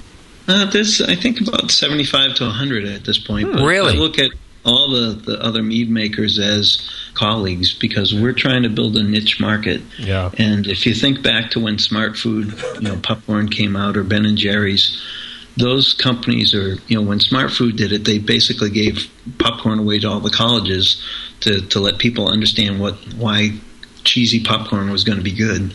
And before Smart Food, it was pretty horrible popcorn. Yeah. But when you give people a choice of something that tastes amazing, they're willing to pay for amazing flavors. Mm-hmm. And beer brewers have been doing this for 25 years now. And in my opinion, nobody had been doing it the way I thought that it should be done in the mead aspect. And so what I basically did was study what Sam Adams, Ben & Jerry's, Smart Food, and every other company that has done, which is those that can define the niche, rule the market, and can go wherever they want to go and write their own rules. And while I make great beer, there's a lot of really, really, really, really good breweries out there, and I didn't want to have to follow somebody else's footprint. I wanted to define my own. Tough market to define now, the craft beer market. So I think you made a good choice. Well, you think there's people out there who aren't educated on craft beer. Imagine the level of education on mead. Oh, yeah. What's the biggest meadery that currently exists? Like, is there a clear industry leader? Oh, that's a really good question. I would have Moonlight. to say Chaucer's in California is probably the biggest by volume, but I'm not even sure if that's correct. What's the one in Colorado? Redstone. Redstone. They're big, right? Ish. Well, actually, I think their footprint for the size of the batches and the square footprint of their operating procedure, their facility is about a quarter of what we have. I see. So we just did almost $100,000 in sales in 1 month. So we're seeing some really steady, consistent growth. That's fantastic. Month over month, and I got a call today from one of the Brewing Nation fans that said, we want to carry you in Texas. So, it's, oh wow, it's pretty amazing to see. One of our fans called you? I'm sorry? One of our fans called you? Is that what you said? Yes, nice. That's right. That's awesome. That is awesome. So, Michael, are you still looking up at VP of software wages, or is that right? Are you looking down at that? Well, right now I've put my entire life savings on the line, and some days are good, and some days are terrible. Oh yeah. But I see nothing but amazing growth potential. We've built a business value from everything I had to our first year was valued at about $1 million, and now we're valued about a little over $500,000. So I can't complain about that in 2 years worth of work. Yeah. Oh, great job. Well, and you're just, you can hear it in your description of things that you're really smart about it. You've thought about every step of it. And I think that the things that's going to make you stand out and good for Mead, because it's a great product. So I'm glad you're doing it. You're marketing it to the right people and marketing it the right way. And when I was when I used to do concert promotion, just like local bands and shit, there was a rule that said, if you're an up and coming band, if the women like you, the men will come also. You don't really have to work on that angle. Just work on the women angle. And it's not just an angle for you, Michael, I understand. But my point is, you're going to get us all drinking your mead just by bringing in the market you're already marketing to and what you're going for. It's just kind of a natural progression. If there's a party that's a bunch of dudes, you stop going to those parties. If there's a concert that has a bunch of women, well, you become a fan of that band. Well, and dudes don't force their chicks to go to parties, but women do force their men to go to concerts. And by bringing, even if the women are the ones that you're marketing to and buying this product, I'll tell you what, if Kate the Great brings home a bottle of this to my house, I'll probably start picking up bottles of it too. Well, that's it's really good stuff. Number one, it's 15-16%, and so it goes a long way. Sure. But it's made really, really well. This first one, the Desire is good. There's fantastic. Not a lot of off flavor. I mean, there's none. It's smooth and fruit forward, and with that sweet honey backup. But and it's very friendly. It's made really, really well. Yeah, it's very, very friendly. Very friendly to drink, and so you just because women like it, that's fine. But it has to be obviously drinkable. Well, sure. That goes without saying. But the men will pick up on that too. I don't like beer. The guys are all going to drink beer, and you say, "Oh, boy, I got this. What's meat? What's meat?" And try then that. Next thing, this thing, and you introduce this. It's an awesome product. Yeah. And with 55 different types, we span the entire spectrum from bone dry to semi-sweet to sweet to coffee meads, chili pepper meads, you name it. Coffee it's out mead. there. Yeah, interesting. How many do that? Hang on. I got to take a quick break, Michael. And then I want to come back and talk about all these different meads, because I see in my notes here, and I think you even talked about how many different recipes you have, how many different meads you've done. A coffee mead. That sounds amazing. Yeah. So, can you hang in there with us for a few minutes? Sure thing. All right, let's take a quick break, and when we come back, we'll talk more about the meads. We've talked about the Desire already. We've got another one here to try, and we'll do some more from Michael Fairbrother, Moonlight Meadery. You can go to moonlightmeadery.com right now and check it out and find out where he's got upcoming events and where you can buy the mead. Hang in there. It's The Session. We'll be right back.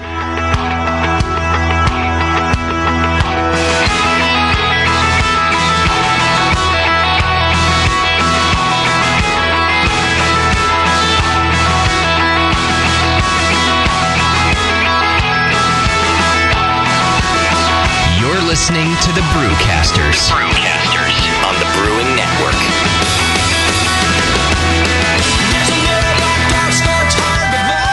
7 short minutes off California State Route 101. Their lives is a secret oasis for all craft beer lovers. It's Relax Grillin' and Chillin', bro! Relax Grillin' and Chillin' in Hollister, California is a craft beer lover's dream come true. Not like a creepy JP dream, like a normal craft beer lover's dream. 30 taps pouring your favorite craft beer. Visit Relax Grillin' and Chillin' on Facebook to see the most up-to-date beers and what's on the grill. And let us grill so you can chill. Angus burgers, filet mignon and ribeye steaks, dogs and sandwiches, and more. Great food, great beer in a place where you can kick back and relax. Tuesdays are brewery nights. Come in to celebrate. And you're not limited to enjoying your favorite brew at the restaurant. Relax Grillin' and Chillin' has beer to go. Relax Grillin' and Chillin'. Let them grill so you can chill.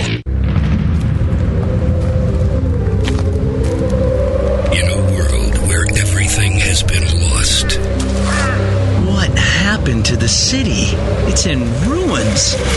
Only one man has the ancient knowledge to restore civilization. I need a drink.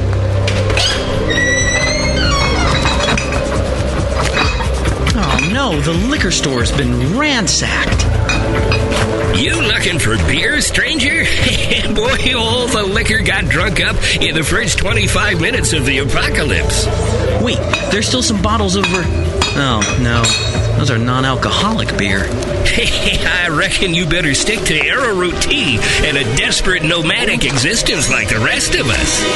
People, I'm a home brewer. I know how to make alcohol. It can't be done. Come with me if you want the beer. Okay,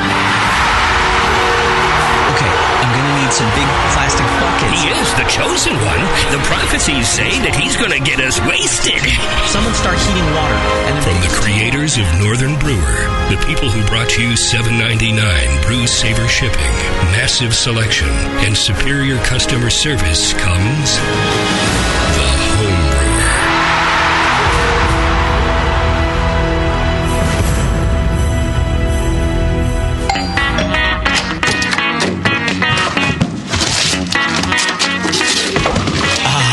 What'd you get? More brewing ingredients? Yep. You know what I love about Brewmaster's Warehouse? The $6.99 shipping. Well, yeah, but... Oh, the in-store classes for beginning brewers. Yeah, that's cool, but... Oh, the Brew Builder. Creating and saving your recipes online is awesome! No, yes, but... The cheese-making supplies. No. Oh, the wine-making supplies. Oh, the distilling equipment and liquor flavorings. All that stuff is awesome, yes, but what I really love is that the guy who runs it is totally hot. And that Brew Builder software is awesome. Oh, yeah. Brewmaster's Warehouse brings you flat rate shipping on great equipment and ingredients to make beer, wine, cheese, and spirits at brewmasterswarehouse.com. And if you're in Georgia, stop by Brewmaster's Warehouse Monday through Saturday from 10 to 6. Visit brewmasterswarehouse.com today because it's totally hot. Oh, yeah. What's funny is brewers will say, yeah, I don't brew to style. I'm brewing my own beer. And it's like a German Pilsner, but it's black. Yeah, it's a sports beer. You know? The home of live beer radio. TheBrewingNetwork.com. Because like beer, radio shouldn't suck. You're listening to The Session.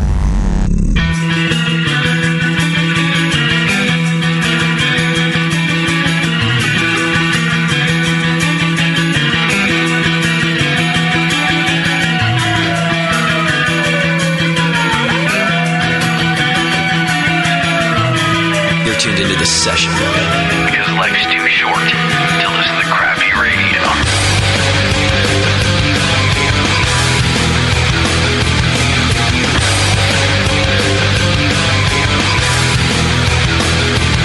Thanks for sticking with us. It's The Session. We're on with Michael Fairbrother from Moonlight Meadery out of Londonderry.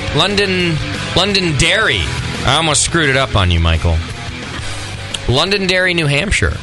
But you can find him almost everywhere already, and he's working on getting it to all 50 states, which is pretty impressive. The one thing I'm really sure about, yeah, we don't have enough mead samples. We don't have enough samples. That's for sure. Nope. But we all have to drive home. What did you say, 56 different varieties?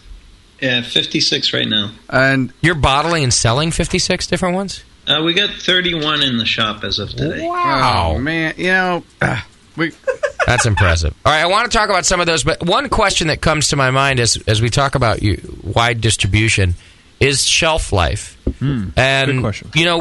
With brewers, when we talk to them a lot of times they'll say, "Well, look, we are working on more distribution, but we have to do it at our own pace, not just for production, but for shelf life. They don't want to send beer out somewhere that it's going to taste terrible because it took a long time to get there. It's been sitting in the heat. You know the routine. You're a home brewer too. So, does mead fall more under the wine category where it has a really stable shelf life? Yes, it has incredible shelf life. I've had my own up to 15 years old. I've had other meads up to 60 years old. Wow. And it's amazing. 60-year-old mead. That sounds good. What does that taste like? It was breathtaking. Really? So, oxygen and oxidation is not an issue? No, we get almost a 2-week shelf life after you even open a bottle. Really? So it doesn't go bad like a grape wine will. What's the difference? I would say the honey. I see. Well, that kind of makes sense. Honey itself has an incredible shelf life, doesn't it? It doesn't go bad. Yeah, so that's incredible. So add a little alcohol to that honey, and wow, you might have a better shelf life than wine itself, regular grape wine. So I would think so. And the mead you guys are drinking right now, or it looks like you're starting to partake in, is called Utopian, which is my mead that I make in the Sam Adams Utopias barrels. Oh, nice. Now, you have to understand, I have some really good friends at Boston Beer Company. I used to run their homebrew competition for 4 years, the Long Shot and Patriot here in Boston. Okay. And back in January of 2010, I contacted Jennifer, who's a brewery manager in Boston. I said, Jennifer, any chance I can get a barrel? I want to make a special project. She said, Michael, the dock is full. Help yourself. Wow. And we got a number of those barrels. And then I knew that I should contact Katie, who's a brand manager. And I said, Katie, what do we have to do to talk about it being from your barrels? And can I put something on the label? She said, talking about it's easy. Labels, we need to talk to the lawyers. And we spent approximately 3 hours on the phone with the attorneys. Ouch. They basically stripped the label down to pretty much bare bones, and but they let me call it Utopian. I see, it is pretty much bare bones. We sold that out in California, our first batch, at $72 a bottle, and we sold out in 2 weeks. Wow. Whoa. This one we sell at my shop at over $50 a bottle, and we sold over 50 cases in 3 months. Really? Wow. Well, first of all, let me thank you for sending it to us to be able to try and talk to you about. I really do appreciate that. And congratulations on those kind of sales numbers. They really, I'm looking at your label, and they really did strip it down to nothing. What was the point of that? I don't... Well, I couldn't mention them on the label because there was concern of people being confused that they might be making mead, and I can appreciate the confusion. And I was a nobody, or still am a nobody, compared to the giant like a Boston Beer Company. Yeah, so I could understand that. Who was confused? The lawyers? Yeah, I think so. Right. Let me ask you about this, Michael. It says Utopian. It's a white label. It says Utopian in gold. We showed it up on the cameras, I think. Mm-hmm. Yeah. And then underneath that it says, other than standard honey wine from oak federal casks. Government in play. So the federal government will not let us call a mead that's over 14% a mead. You have to call it other than standard. I kind of like it. Which makes super sense. It makes total sense. To me, I wouldn't have. It doesn't. I wouldn't have. It might confuse people because to me, it's almost like a cool marketing thing. Yeah. Like instead of saying extraordinary beverage, like people come up with these very obvious marketing campaigns. Yeah. And I thought that Michael was sitting there and he's like, I'm going to call it other than standard. What's another way to say fantastic? Yeah. Well, but I think it works to your advantage. I think it would have to be better than standard, because other than standard could also be substandard, or just say or super standard. Right. Yeah. Let's put it this way: after creating 55 different or 56 different labels, right? I've gotten to be a pro at trying to figure out how to work with the TTB. I bet. We don't want to offend anybody. Well, are you getting any traction in restaurants where you're, where they can pour this instead of wine or in addition to, red wine or a white wine, because there is no oxidation Like you go to these fancy wine bars and you get a wine by the glass. Well, you don't know if that bottle's been open for 3 days or 5 days, and it tastes like a raisin. Yeah. And you're not getting what you're paying for. Whereas mead, it sounds like you don't have that kind of oxidative issue going on. Yeah, we're seeing some really amazing growth rates on our accounts. A year ago, we had 30 accounts selling our products. As of this February, we had close to 400.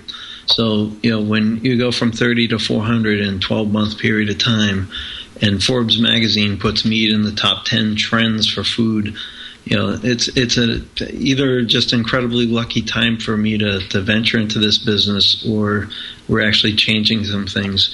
At the Boston Spring Wine Festival this couple of weeks ago, they did an exit poll of people asking which wines they thought were the best at the event, and there were a couple hundred wines at the event, and one of my meads came in the top 7. Wow. Amazing. I think it's both. I think you're educating people, and it's the right time for it. Yeah, definitely. It's getting in on the bottom end of the market and actually making the market too. Yeah. You're making the market. You've got 56 different varieties. Come on. I mean, it is. I mean, and I'm not blowing smoke here, Michael, because I know you, but it's the best commercial mead. I'd even say best homebrew mead that I've ever had. It's really good. The flavors are there, and they're complex and just well rounded. They're gorgeous. Utopian's been reviewed by Mutineer Magazine, Draft Magazine, and we just got recently a plug in Yankee Magazine, which is more of a traditional New England type of magazine. Sounds like But the fact that it's 16.9% alcohol. Wow. It's made in these barrels. It's almost like a cognac type of finish. You get a little toasted coconut, a little vanilla from the oak. Hint of the Buffalo Trace bourbon is still in the barrel. Oh, yeah, that caramel...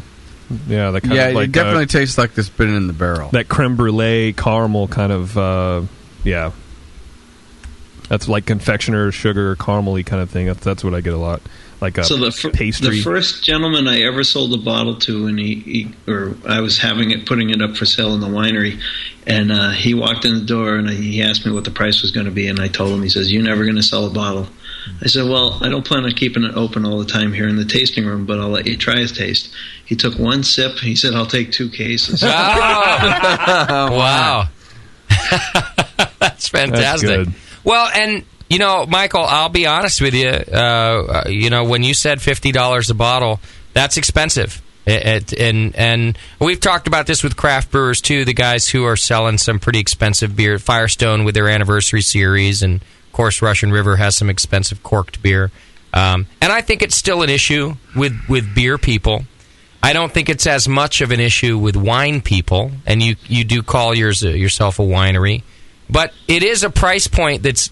Are you finding it's any difficulty with kind of, for lack of a better term, regular drinkers? Do they come in and say, "Well, I really like it too, but I can't spend $50 He's asking, a bottle"? can you sleep at night? The delivery guy bought a bottle.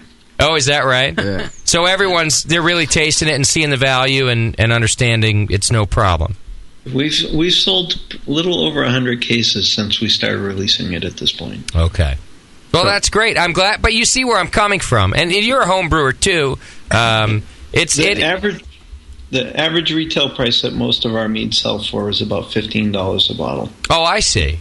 So that's a good price point. Honey is the most expensive sugar source, so it's a fairly expensive product to begin with, and we put it in a smaller bottle because of the alcohol content.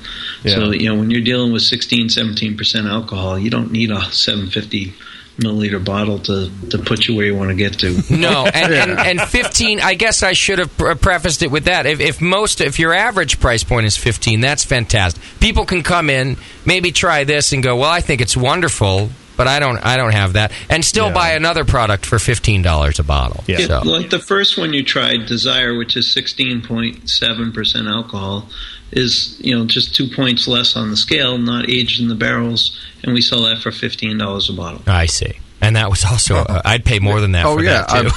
By the way, that's a great first date kind of bottle. Right. 2 of those and you're Rounding second for sure. That's why they call it desire. It's a great first hour. Yes, my vice president of marketing likes to tell people that we're not responsible for aphrodisiacal qualities. Yeah, right. Yeah, I mean, at this point, you should really sell it with an EPT test or something because. I don't know that the first one, 2 bottles of that, and I'm happy to head home by myself. I'll have a good time. Still, last thing on your mind. It's high alcohol, tastes great. Oh, yeah. One thing I didn't add in my notes is that Michael used to deal Rohypnol before he got into the mead business. Right. Same marketing campaign, different product. This is really good stuff, and this one has a little bit of heat. Yep. The first one, not as much. But the Utopian has a little bit of heat, which I like. I don't mind it. I think cognac was a good description that Michael gave us, that it kind of sips like that. Well, it's interesting, the differences. I mean, talk about a range of meads where the first one, the Desire, is very light and very fruity, and this one's kind of aggressive. Yeah. Still balanced really well. Still, everything is gorgeous in it, but it's more of an aggressive flavor, and it's not one that I would really thought that mead could have in a tailored way like that. You know what I mean? Like you go from this light fruity, thing to this oaky, like caramel vanilla thing. They're very, very different. Yep. You have to see why wine drinkers would be kind of interested in this, right? Because it's at the alcohol levels that they like. Plus the varieties. I mean, it's not like reds and whites. You can have jalapeno or coconut, whatever. Sure. Lots of variety. Michael, when you do mead tasting, are you supposed to spit it out? We don't offer spit buckets at our shop. Attaboy. Good job. Do you have a deal with a local cab company, though? Right. Well, the laws in New Hampshire are such that we cannot overpour ever, so it's very tightly regulated. Well, that's good with this 17%. Now, we haven't talked much about the main ingredient in honey wine.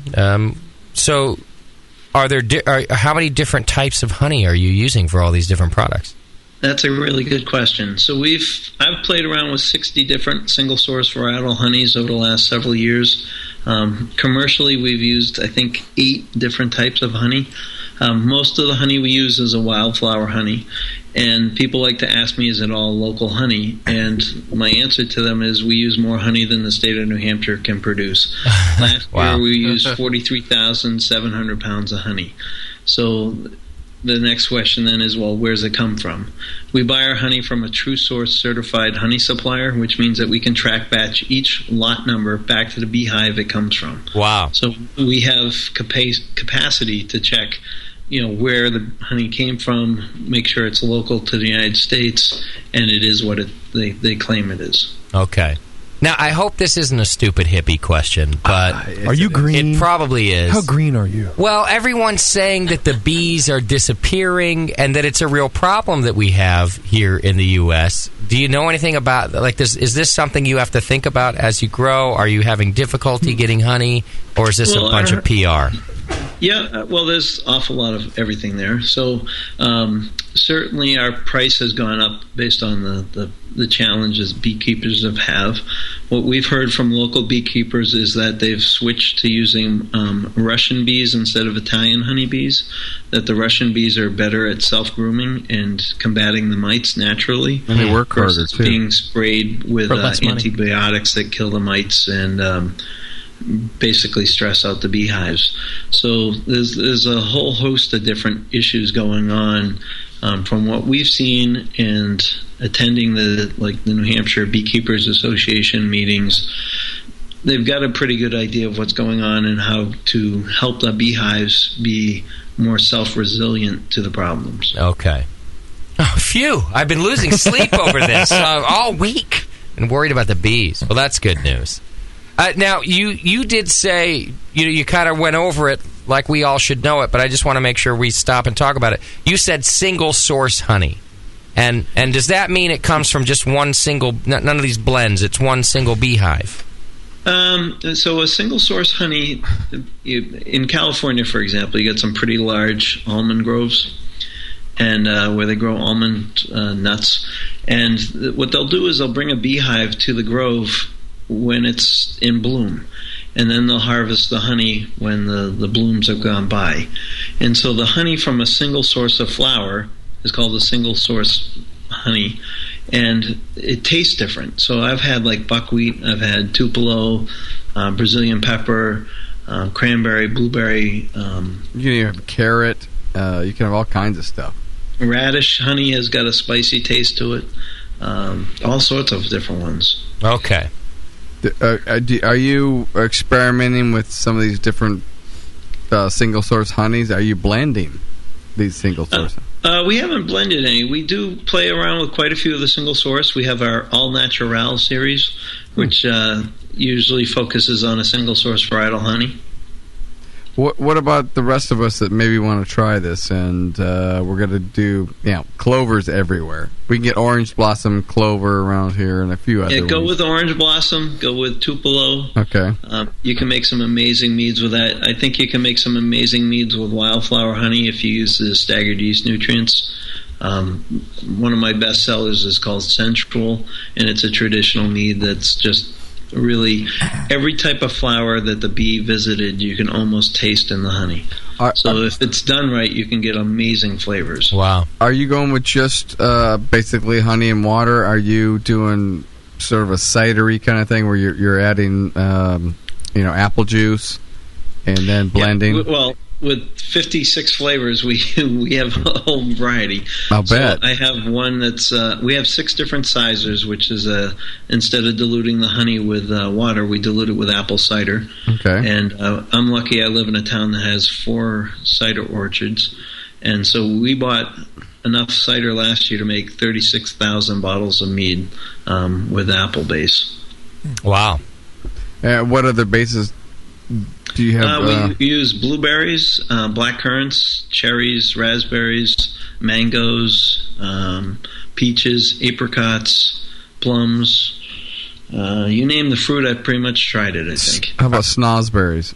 Not yet. How about coffee? Tell us about this coffee. Yeah. So we make 2 different meads with coffee. One's called Coffee in Bed. That was a mead style. I think I originated back in 2009. I was at the Craft Brewers Conference in Boston. I was given some coffee extract. Didn't know what to do with it, so I figured I'd try to make a mead with it. By July, I tasted it, and I said, well, maybe I'm going to blend this in with a Russian Imperial Stout. It tastes horrible. And then by September, I brought it to a Brew for Your Die club meeting, and there was a Grandmaster judge there, and he tasted it. He said, this is absolutely incredible. And I took another sip, and I'm like, yeah, you know what? You got a point there. And right.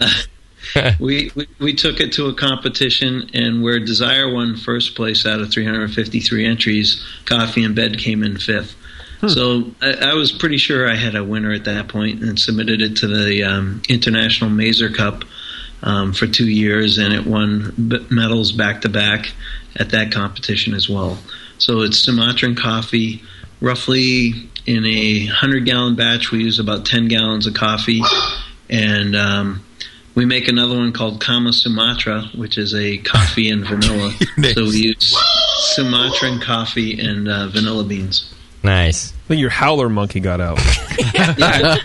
Put your monkey away. They must have come in with the coffee beans. All right. The weird sounding dog you got, Michael. Sorry about that. It's all right. You got weird sounding meads too, but they're all good. So don't worry about it. That's fine. We make 3 or 4 different ones with either chili peppers, habaneros, or a combination of chili and chocolate, or different flavors. I think some of the habaneros and chili peppers would be great to go against a sweet flavored mead. You know, put a little honey and then add some spice to it like that, some heat. That sounds fantastic. I have a couple questions. Go ahead. Our California distributor picked up the most of our chili pepper mead that I ever expected to ever sell in a lifetime. Oh, really? So when he called up and put the order in, I said, well, it's going to take a couple months. Sure. Enough Scorn, which is our red chili pepper mead, to satisfy the Californian appetite. Are the distributors the same as the beer distributors, or it's different?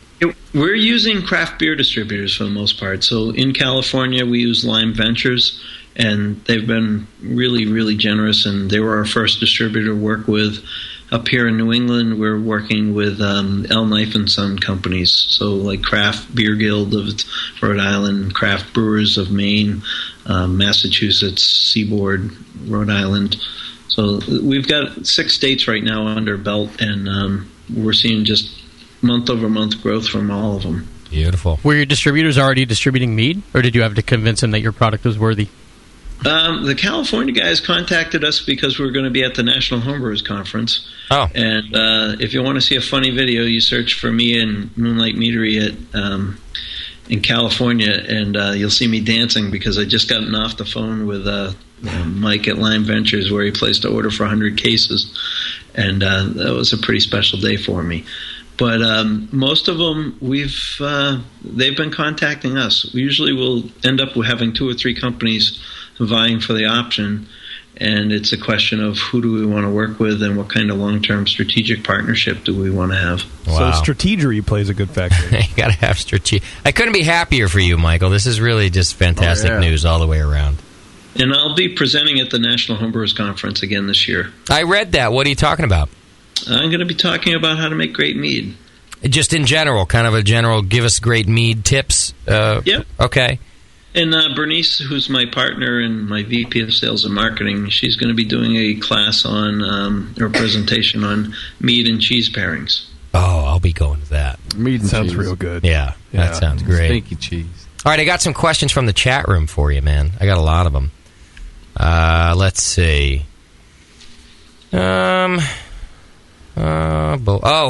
Fast Dog Brewing, who I met at the SoCal Fest this weekend. Yeah? Shout out to Fast Dog real quick. His dogs got, ironically enough... Michael, listen to this. Ironically enough, this guy's dogs got... his name's Mike, and his dogs got attacked by bees the day of the SoCal Festival. 3 little Jack Russell Terriers. Because of the bad neighbor. Attacked by an entire swarm of bees. When he showed up at the festival, they were all in like critical condition. He was pretty distraught. He had all the club's beer and the club's bar and everything in the back of his truck, so he had to go. So his wife stayed behind, take care of the dog, said, go, I'll keep you updated. When we saw him on the Friday night, he was in bad shape, and he's like, look, all 3 of them are there. One of them, they're saying, is pretty much gone. The other 2 are in critical condition. By the next morning, the 2 critical conditions were kind of out of the woods. They were going to be okay. And the one that was almost gone, not out of the woods, but doing better. I don't know how they're doing now, but I just wanted to shout out. Susie, do you know? Is he in there? 2 of them are home already, but one, the Whippet, like the 2 Jack Russell Terriers are home. And the Whippet's still... And the Whippet's still at the vets right now, so... But not dead? Not yet. That's good. Does the Whippet have ringing in its ears? Come on. Whoa. Anyway. This is a man's dog. What if it was your cat? But the strange thing is, it was all about bees. And now we're talking were about... they bees or wasps? I don't know. No. The next door neighbors we're trying to get rid of some nest, and some mistake happened, and they all went into his house. Yeah, they instead of doing it the right way, like, oh, there's a nest there, we better call in the right people. They just hit it with whatever, and it went nuts. He goes downstairs. These dogs, they're banging up against his screen, like his glass door. They're going nuts. So he goes out there. He gets stung a bunch just getting them off him. But we have little dogs like that. Yeah, that's a big deal. I think he said they were wasps. Did he? I'm pretty sure. Yeah. Okay. Yeah, but whatever it was bad. And point is, shout out to my friend Mike there, and I hope the dogs go well. Yeah. I really do. I feel for you. I saw your face, and it looked a lot like my face when I knew my dog was sick, so I hope all goes well. And by the way, Doc, he said he wanted Doc and Tasty. He said, thanks to Doc, Tasty, and Justin for the support they gave me on Saturday talking about it. But to you, Michael, he writes in, and he just wanted to know when you're going to make more Utopian, because he's only got 1 bottle left, and he wants more. Only 1 bottle. Yeah. We have plenty at the Meadery. We've got a little over 20 barrels worth. So that's roughly 20,000 bottles coming down the pipeline. It's only 3,000 miles away. As the Utopian gets out here, California distributor, we'd love to sell them some Utopian. And while we're talking about that, can we just go to your site and see where we can buy the mead? Yeah, we have a map on our website that shows every location that we've been told about. Not every distributor lets us know when they get new accounts, so as I hear about them, I add them. But All right, so moonlightmeadery.com, folks. You can go check it out there. And, of course, as he said, as they know, it'll be up. I thought I heard a boot, but... All right, here's Fierce Beard's question. He writes in and says, if I'm too broke to buy good honey, can I make decent mead out of the grocery store teddy bear-looking honeys that I can buy on the shelf? He qualifies it with, as long as my process is clean and precise. I think it's a serious question, Is that kind of honey make good mead? Yeah, you can make a pretty decent mead. I would say you make a better mead with a local beekeeper's honey than you will from a commercially store-bought source of honey. But look at the honey supplier, ask the questions, is it True Source certified? Can you figure out if it's from China or not? And is it all corn syrup? Okay. Honey or corn syrup. I got a question. These are very clean-looking meads. These are just crystal clear. Very pretty. Mm-hmm. Are you filtering, and what micron, actually? So we do filter, but we do let them age and drop to clarity first. Okay. Before we run it through a filter. And we filter down to, depends on the size of the filter. We've got two different ones.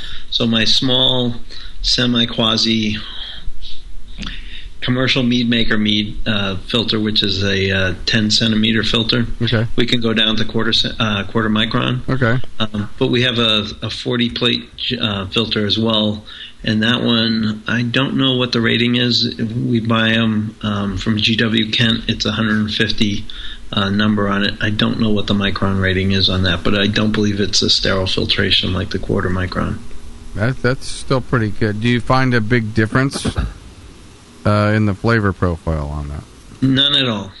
The only reason we primarily filter is to guarantee we don't have a bee wing or anything else that goes to Yeah. That's a good point. That's kind of a deal. You're just about to seal the deal. You bought this great mead. You're on your first date. You celebrate it. There's a bee head somewhere in the glass. She's going... Frankly, that's one of the reasons I filter my beers. Really? Because it could be just the random dog hair that made it in. And everything so far. Sure. Gives me one more chance. Yeah. Well, because there's no dog hair in your beer, right? No, there wouldn't be. No, would be there. That should be Michael. That should be your new expansion name, is the B-Wing. I guess what I'm getting at is we shouldn't be afraid to filter this. Yeah, I don't see the oxidation issues that people talk about with like beer with mead. So we basically use a vacuum filler today. We're about to move up to a 6-spout filler, which will be gravity fed. So we get a fair amount of the wine splashing around or mead splashing around as it goes into a bottle now. So running it through the filter, I really want to avoid any kind of yeast sediment or pectin that may end up in the bottle and settle out to the bottom. These are brilliantly clear and a pleasure to drink. Yeah. They're just... Yeah. What is that? It's cloudy. I don't want to drink it. No it's way. Cloudy. Clear. This thing is... They're beautiful to look at also. All right. And that was handled delicately by UPS to get to you. I'll bet. Right. They were very careful. UPS is one of our best customers because as we get orders and then we ship them out and they break them, they buy them and we ship them again. Oh, yeah. Who knows that they broke them? Great customer. Did they really break them? All right, Blobberglop from Canada wants to know why he can't get your mead in Quebec, Canada. Are you guys not out there yet? No, we're working on that. We're talking with the New Hampshire Department of Economic Development Resource, whatever they're called, and they've got an export program for to Canada, and we would love to be able to get our meads to Canada. So Blobber, just Google map it and drive. Drive it. Blubber's way up there in Canada, though. Yeah, but it's close enough. All right, Reaver writes in. He says, I'm East Coast, so I want to know if Moonlight is open for tours or visitors. Not like Brewing Network tours, but like a real tour. Yeah, we're open 7 days a week. Our hours are posted on our website. I haven't had a day off since January 9th of this year, and I love what I'm doing. And come on by. Which day are you in a good mood? The days when I'm not paying taxes. Every other day. That's every other day. Justin's just now realizing that. And seriously, Michael, be careful with that work every day thing, man. It'll turn around real quick. So keep loving it. Don't stay there just because you love it every single day. You'll stop loving it at some point. Well, he's moved out of the garage, like you're doing. Just be careful. Take a day off. I'm with you. It's basically right now, I look at it as there's no other fallback. I've got 6 full-time employees, 5 or 6 part-time employees now. Right. And as of January 1st this year, I offered all my full-time employees health care and dental care benefits. Wow. And I'm doing whatever I can to make sure I have a great... I'm sorry, you were cutting out there, Michael. We didn't hear anything. I didn't hear anything after dental. They're all volunteers, I think. Yeah, all I heard... Oh, he said volunteers? They're all He said, oh, good. Wow, that sounds fantastic, Michael. I just heard dental care, and that was good. Yeah, right. Oh, that's really great. Good for you. Good for them, and good for you. Good for me. Here's a question from Spider Wrangler in our chat room. He says, a question for the mead man. The first thing people ask when looking for a mead is whether it's sweet or dry. Style and flavors, he says, seem to be secondary. So what's your take on this? Is it something that you embrace or something that you would change in terms of what customers ask? No, he's dead on. I mean, most customers come through the door and say, oh, these are all going to be sweet. And so I tee them up to try either Embrace or Temerity. And both of those are my driest ones that I make. Temerity being aged in the Utopias barrels and Embrace not being. And they're dry and very tart, almost like a Sour Patch Kid. And nobody asked me about the style of the mead, whether it's a Melomel or a Methaglen. And that's, they're coming from the wine world, and that's how they've been taught. Most people come in and say, well, I only like red wine. I don't like white wine, or I like white wine. I don't like red wine. And I'm like, well, that's great, but it's irrelevant. It doesn't matter here. Right. Okay. Couple of questions about states that you're distributing in. Of course, you can go to moonlightmeadery.com and check it out there. You mentioned at the beginning of the show, how many states are you in now? 6. 6 states, okay. And already talking to distributors about all 50. So. Yeah, we have 2 in both very respectable, and I'd be honored to have either one of them take our business. So we're just trying to work through the last piece of negotiations with one of them. Okay. Brew Tattoo's in the chat room, and he wants to know if acid additions are necessary.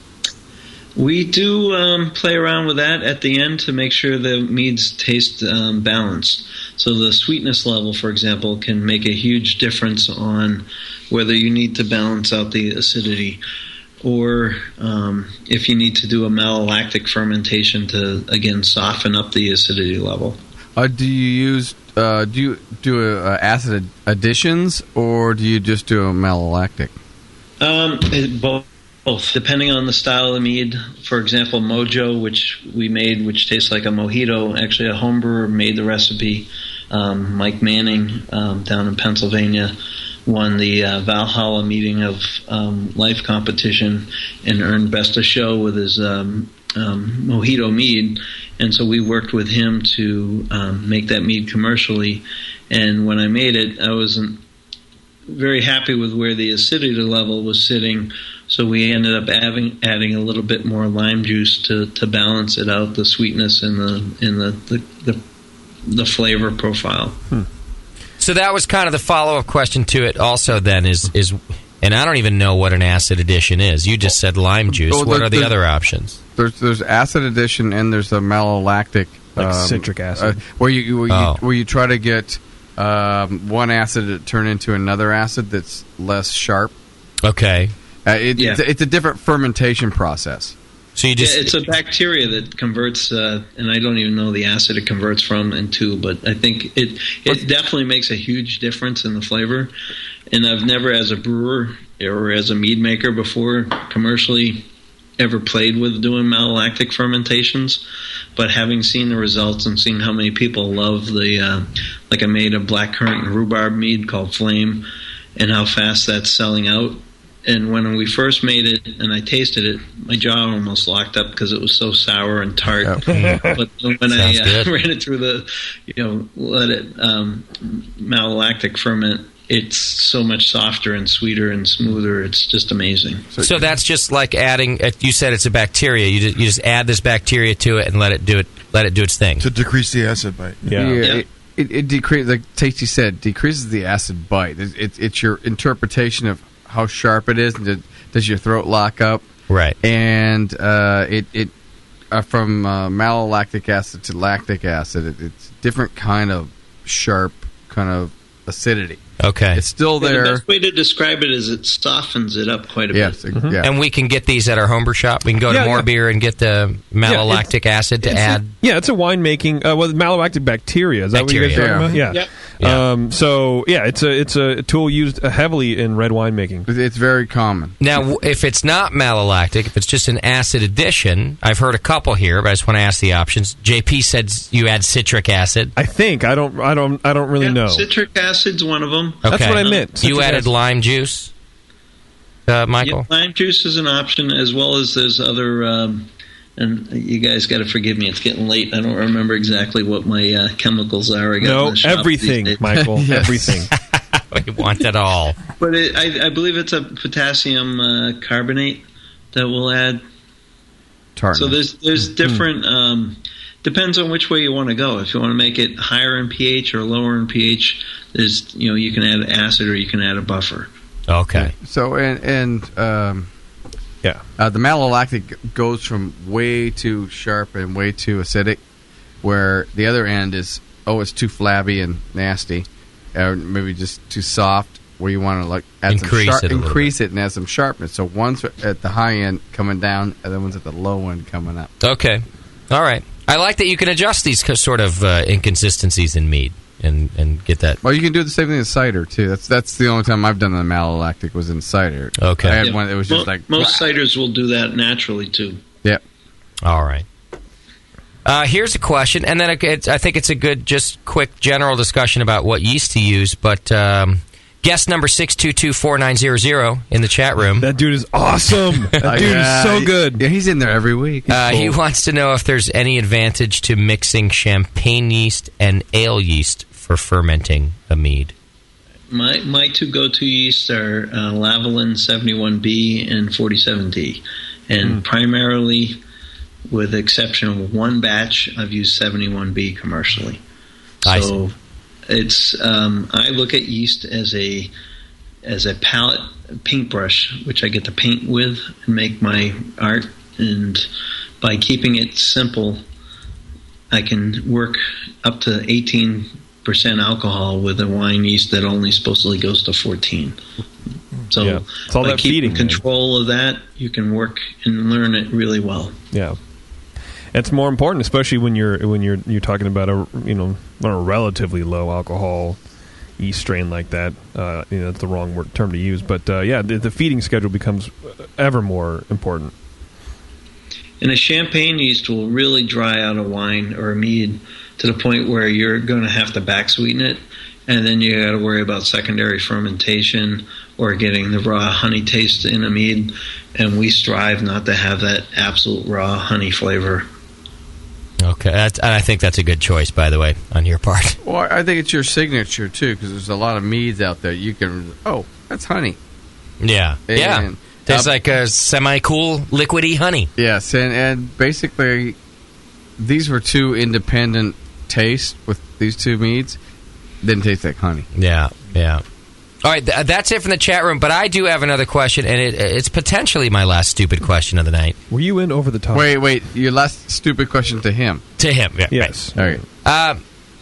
I don't think I've ever had a mead with carbonation. I know it's a wine. Really? It's a honey wine. But I'm just asking, has anybody ever, carbonated a mead? Is there a specific reason that we don't carbonate mead at all? Even like, some sour beers have a real low carbonation. So, Michael, is there any reason we don't carbonate mead? No, we're actually going to, Bernice and I are getting married on August 31st, and we're going to make we're releasing a carbonated champagne style mead. So cool. We're going to bottle them in, actually I saw the North Coast Russian Imperial Stout bottles, called them up the other day. They told me where they bought the bottles from, so I'm in touch with the bottle manufacturer to see if I can get my hands on a couple thousand of those bottles. So have you homebrewed then a carbonated mead? Many. You have, and what does it fit well? I'm wondering why I haven't had it more. It's amazing. Oh. Why you haven't had it commercially is because of taxes. So we pay 19 cents a gallon right now to the feds for still mead. Okay. When you make a carbonated mead, it's $1.29. So it goes up by a factor of 6. What's the reasoning behind that? It's lighter. Now that's a stupid question. Yeah, well, you know.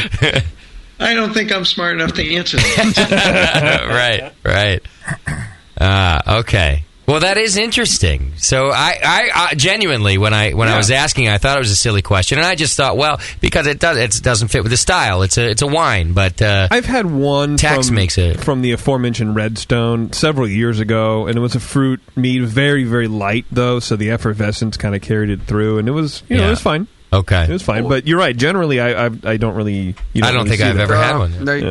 What's the guy in San Jose? Rabbit's Foot. Yeah, Rabbit's Foot. But those I thought were braggots. Braggots. Yeah. No, he does the tart cherry one. Oh, and that's carbonated. It's very light. Oh, I guess I'm just forgetting it then. Okay, yeah. So they're out there. Okay, but most so of you them. Want to hear crazy, guys? A winery, like we had a choice to either become a brewery or a winery under the federal license, and we chose a winery because it gives us a little more flexibility, but it precludes me from ever making a braggot. We can't even have malt on the premise. Wow. But you could have done virtually what you're doing now under a brewery license. Yes, except for in New Hampshire, the state law does not allow you to make a beer above certain alcohol percentage. So you would never have gotten any of my 16.7 or Oh, well then, good choice to go with the winery. Yeah, and braggots really aren't, whatever, dude. You should get that, just get that secondary license. Well, it's funny. You can tape off a section of the winery and call it another premise. Yes. With a piece of tape.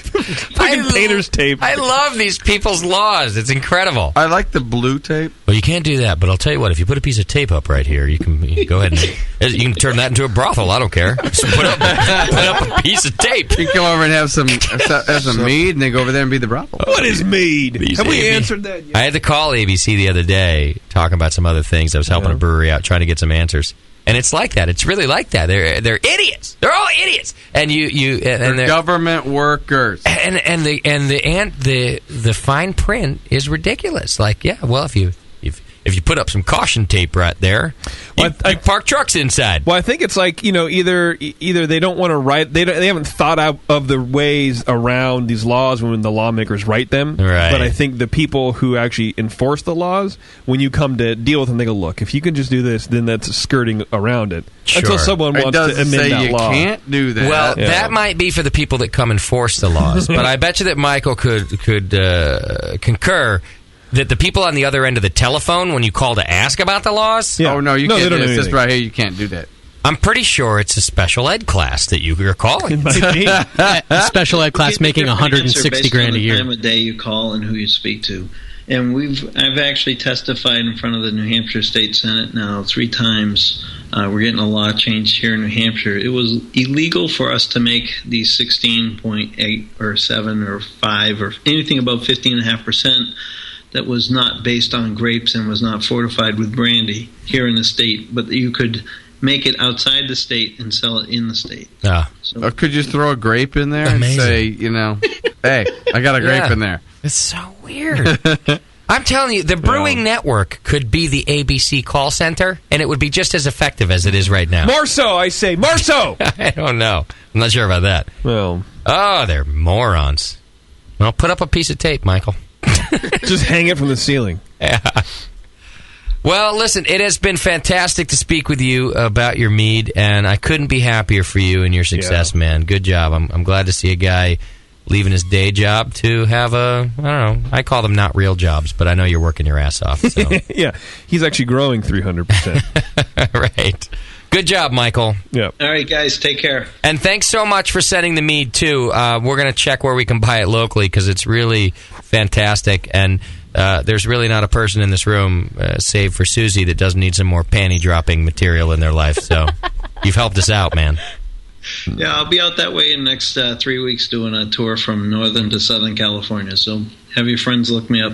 We will. And give us a call if we're not transitioning studios. Love to just even see your face. Come in for a couple minutes to say hello. Okay, cool. All right, brother. Thanks for being on the program. I appreciate it. Cheers. You're welcome. Take care. Thanks. All right. There you go, Michael Fairbrother. He's from Moonlight Meadery. You can go to moonlightmeadery.com right now and check it out. And you can look up, you can sign up for their newsletter, and you can look up where they're at. They actually have an online store. I'm not sure if they're allowed to distribute mead through that. Let me click on it right here.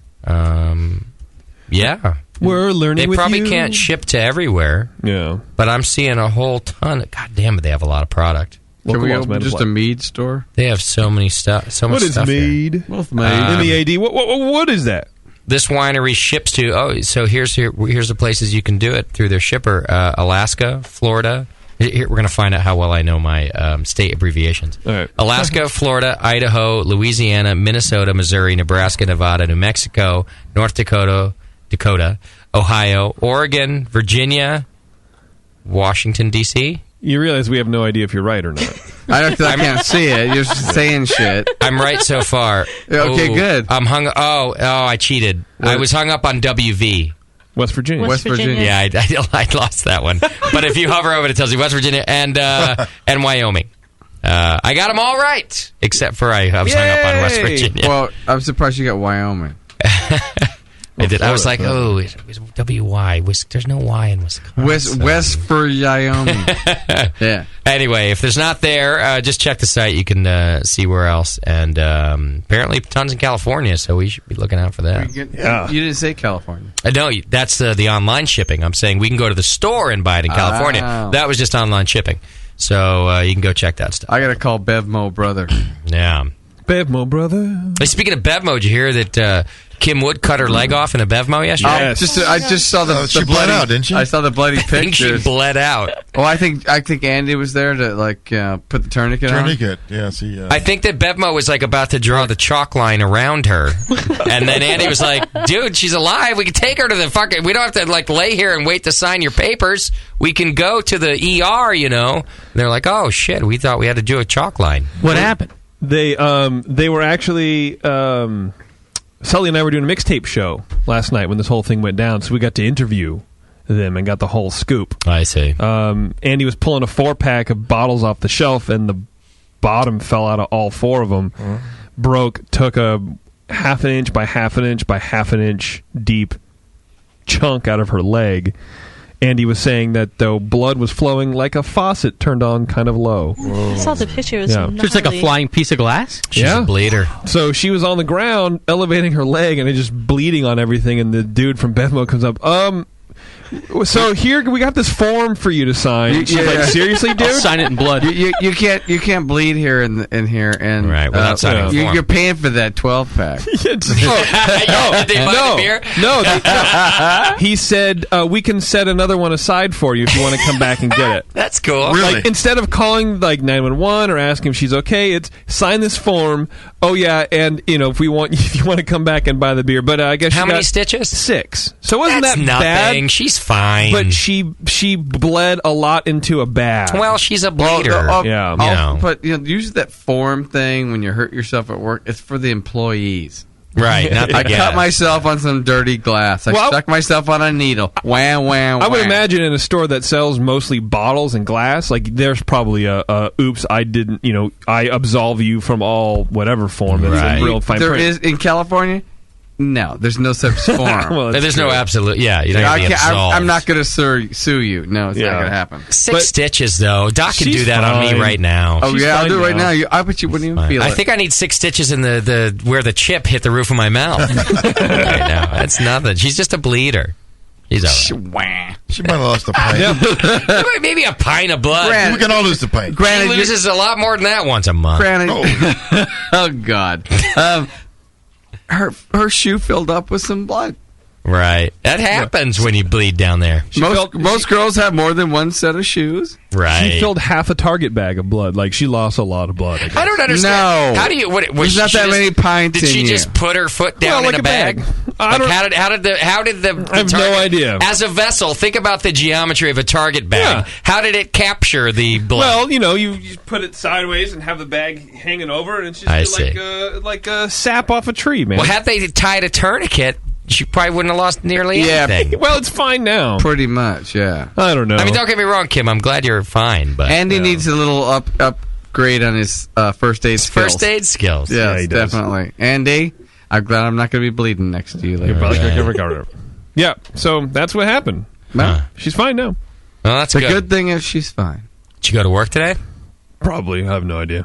Better not. That pussy. Go to work, sissy. Couple of stitches. Come on, you're not bleeding now. 6 stitches. You get that in your vagina after having a baby. Is that true, Bevo? How many stitches do you get? 6? Am I exactly right? Bevo just came in to hang out. Am I exactly? Is this no? Bevo's looking kind of gangster, like with the hair. It's a lot. Just a little. It was a lot of stitches. Well, it was a lot more than 6. The husband has to beg for one more. 6 cubed. She got the baby. And Abigail.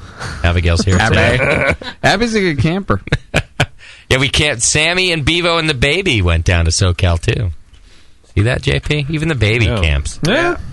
Baby doesn't know better yet. Little Jackson was with us. Yeah. Oh, my buddy. Awesome camper, man. Oh, man. See, I would have gone if he was there. I don't know which one was making noise in the morning, but one of those stupid babies. That's me. Probably Terrence. Every morning. That's me. No. Yeah, that's Doc crying like a baby. He does that. Where's my bacon? Just bacon it. I have a hangover. Yeah. I have to catch a flight. Actually, when you crawled out of Everyone that listen to me. Westie, you were looking pretty rough. Oh, yeah. I do every time. I was less rough this year than I have been in several years. I was amazed. I should have felt tons worse. It was a good time. Well, I'm glad that Bevo cares enough about this show and this house to show up for the final episode from the Rat Pad. The fact that you may never see this house again. I was feeling very disrespected in the beginning of the Unless program. you and Sammy want to rent it. Okay, good. Yeah. I'm good, thanks. You don't want to rent the Rat Pad? No. Does Flabigail? Flavia doesn't know shit. Look at her. She only knows the taste of a gordita. That is a happy fat baby. I don't know what you do to that thing, but Stay puffed. I've never seen a happier baby in my life. Well, you suck. It's got to be boobs those. all day. It's got to be those boobs, Bevo. Probably. That only took me 10 minutes. Okay, Sam being a creep back there. Gotta start timing me, Moscow. Like 4 minutes. I think it was a lot less than 10 minutes. You take naps, suck boobs. But so do all babies. Yeah. Must be something about Bevo's naps and boobs in particular that make that baby. Because we know it's not Sam. Now, Sam, how was your adventure with Tasty? Getting him back safely. It was amazing. Come use a microphone, Sam. Yeah, it's radio. It was quite amazing. Yeah. Yeah, he actually Were you never really did any help at all? He never No. did. No, he was right there. I was watching. He was no more than. Did you stay with him? 10 feet away. He with me, yeah. He told me this is our, He kept one eye This on is him our all the stop. time. Oh, he did tell you. Did you sit next to him? no, he couldn't. It was bus. He got him off the bus in the right stop. Yeah, we got the right stop. Did you keep him awake on the bus? You'd nudge him? Yeah. Oh, the guy next to Threw me, he was stuff like the loudest guy on the bus. Oh, really? That's why it was like the only seat left. Right. Make sure he's breathing. Even Bevo agreed. How fucked up are you if we give you Sam to take care of you? For sure. Hey, In fact, I did a Tasty, great job. In the history of the BN, it's never happened. Yeah, I know. That's how fucked up. We're like, well, Sam can do it. Yeah. I got this, guys. I think He Bevo was no said. help at all. He's always like 20 feet away. I think Bevo said, Sam, where are you? "Holy shit!" That was I what think I she said. did, actually. Yeah. Holy In the shit. history of my Sam has never taken care of me. In the history of our relationship. You guys don't trust me enough. I brought you a barrette to hold your hair back. It's true. We don't have enough faith in our Sammy. I gotta go play duck hunt. I think Tasty now will vouch for Sam. It's like the blind leading the deaf and blind. Scale of 1 to 10. It's like the blind leading the nearly dead. They both made it back. That's true. In fact, Tasty made it back safe, comfortable. He was asleep before we knew it. Yep. Before he knew it. No, we knew it. Well, good job, Sam. Maybe we'll start to give you some more responsibilities. I don't know. Don't get crazy. Let's not push it. I'm not giving up Bad Rock. We're not going to do the old swap out? No, I need Bad Rock. No, Doc and Sam feed off of one another. I That know. would be like the retarded leading the Yes, mentally we- handicapped. Oh my God, It's yes, actually we the do. same thing. That is the problem, is that the more effed up Doc started acting. Why did I just watch my language? Because the baby's here. That fucking baby doesn't know what I'm saying. The more effed up that Doc acts, the more Sam will laugh. He'll go, yeah, chase him around with the dead animal. That's funny. When we got there at 2 a.m. dinner, the only ones awake was Sam, Paul Davis, and Doc. It's like, why is it always you three? They were the same ones that tried to wake me up by playing jump outside of my window when I was 6 months You're pregnant. welcome. That was fun. But you greeted us with. If I had a knife, I would have I cut noticed you. this. I would have greeted you with a point. But you opened the door and you said, "Not hi, how are you?" It was like, "What the fuck are you doing?" That's actually exactly what I said. Yeah. Did it sound I this didn't good? have my room key. Yes, No. Had to have sounded better. I think it I did. think it sounded pretty good. It was just really unfortunate because everybody else around us had the cushion of having drank a lot of alcohol, so they weren't really that annoyed because they were able to sleep through it. Right. 6 months pregnant. He was stone sober. I didn't see Terrence even move. Sam's. I bet that this is Flabbergal's favorite song based on that evening. You know what? I think you opened the door just to see us dancing on the front porch. I hate you so much, Doc. Get ready for next year's NHC because we decided the song is going to be Maneater by Hall & Oates. Yes. Yeah. Oh, and Sam can really rock that on the Casio, too. I don't know if you've ever heard it, but... They recorded it originally using my Casio. Right. They handed it down to Sam. Well, no, they gave it to him to throw out. Right. Yeah. He throws it out and he's like, this is the Maneater Casio. That's real good. Yeah. Sam can do the bass line on it. Oh, yeah. Just the 6 AA batteries. All done on the keytard. Oh. What a stupid song. Yes, but we all know these stupid words. I love it. I love all the Hall & Oates songs, and I hate every one of them at the same time. You're such but they a are. gay. It's a good rhythm, man. They're all so good. Well, even on Family Guy, they made fun of it. Yeah. Yeah. A lot of hits, Hall & Oates. And Who's gonna Sam's play just the going to... saxophone? Sam's just going to bring that back. Yeah, anytime you get the sax. What is that, Sam? What's that thing? That's the keyboard. Yeah, that is. You have to blend a few So different unnatural. Yeah, that's Oates that can barely play the keyboard. Fucking Oates. That's Oates right there. It's great when you don't have a first name anymore and your last name's Oates. Hey, which one are you, Hall or Oates? Even if Oates was the best one, it doesn't matter. No one would like you. I won't be back. You're Oates. I won't be back for Oates. Everyone's like, who's your favorite? Fucking Hall. Oates. Yeah. I've always liked Yeah. All right, we got to take a break. We got a lot to do when we come back. I got feedback in front of us. Hey, JP, what's our Twitter game? Do we need to do that? We do. Our Twitter game is, since this is the last show in the Rat Pad. Yeah. Oh, I want to know what everyone sad. thinks that of the future of the Rat Pad. What happens to the Rat Pad now that we left? Will it be bronzed? Will a landowner fill the room with bronze? Will they? Wow. In 10 years, will they be taking tours of this place? What will happen to the Rat Pad now that it's gone? Tell me all about Think it. we'll ever You could make shoot it? porn in here. It's pretty cool. It's a good studio. I mean, I've done all the work for you. Do we think we'll ever make it big enough that they do tours of the house in Pacheco? Oh, this will become the Justin Library. Yeah, at the city limits, it'll be like home of Justin Crosley. I think more it'll be like one of those serial killer tours. Right. Where because in London you can walk the path of the Jack the Ripper and all that kind of nonsense. Yeah. It'll be like, here was a man who killed himself. Exploited the hell out of all his friends. Right. And then killed blew his brains. Look, I killed Jason. and then drugged them one by one. And himself. Yeah. Invited them over for one last shindig and killed them all. He dragged it on for 5 years, but he didn't actually kill them.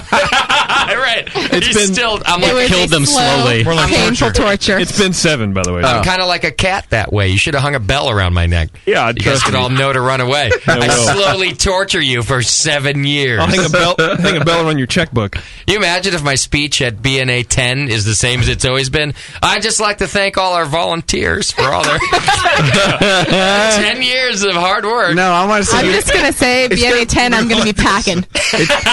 Some guy in a tux goes, "Sir, we have to leave." It's going to be you in your wheelchair thinking it's a BNA 50. Right. One of you's got to tell me eventually, like, dude, it's a hobby. Abby will actually All right. have moved into You now becoming the have call to get screener. a job. Yeah, oh yeah. If it's like this for this long, it's Definitely. a hobby. All right. Let's take a quick break. When we come back, we'll do more of this. I've also got some feedback to do. Drunk of the Week, 888-401-BEER. If you want to say goodbye to the Rat Pad, do it in your own special way. Plus, I have a new JP song. We'll be right back. Hey, wait. Don't egg the house, though. You're listening to the Brewcasters on the Brewing Network.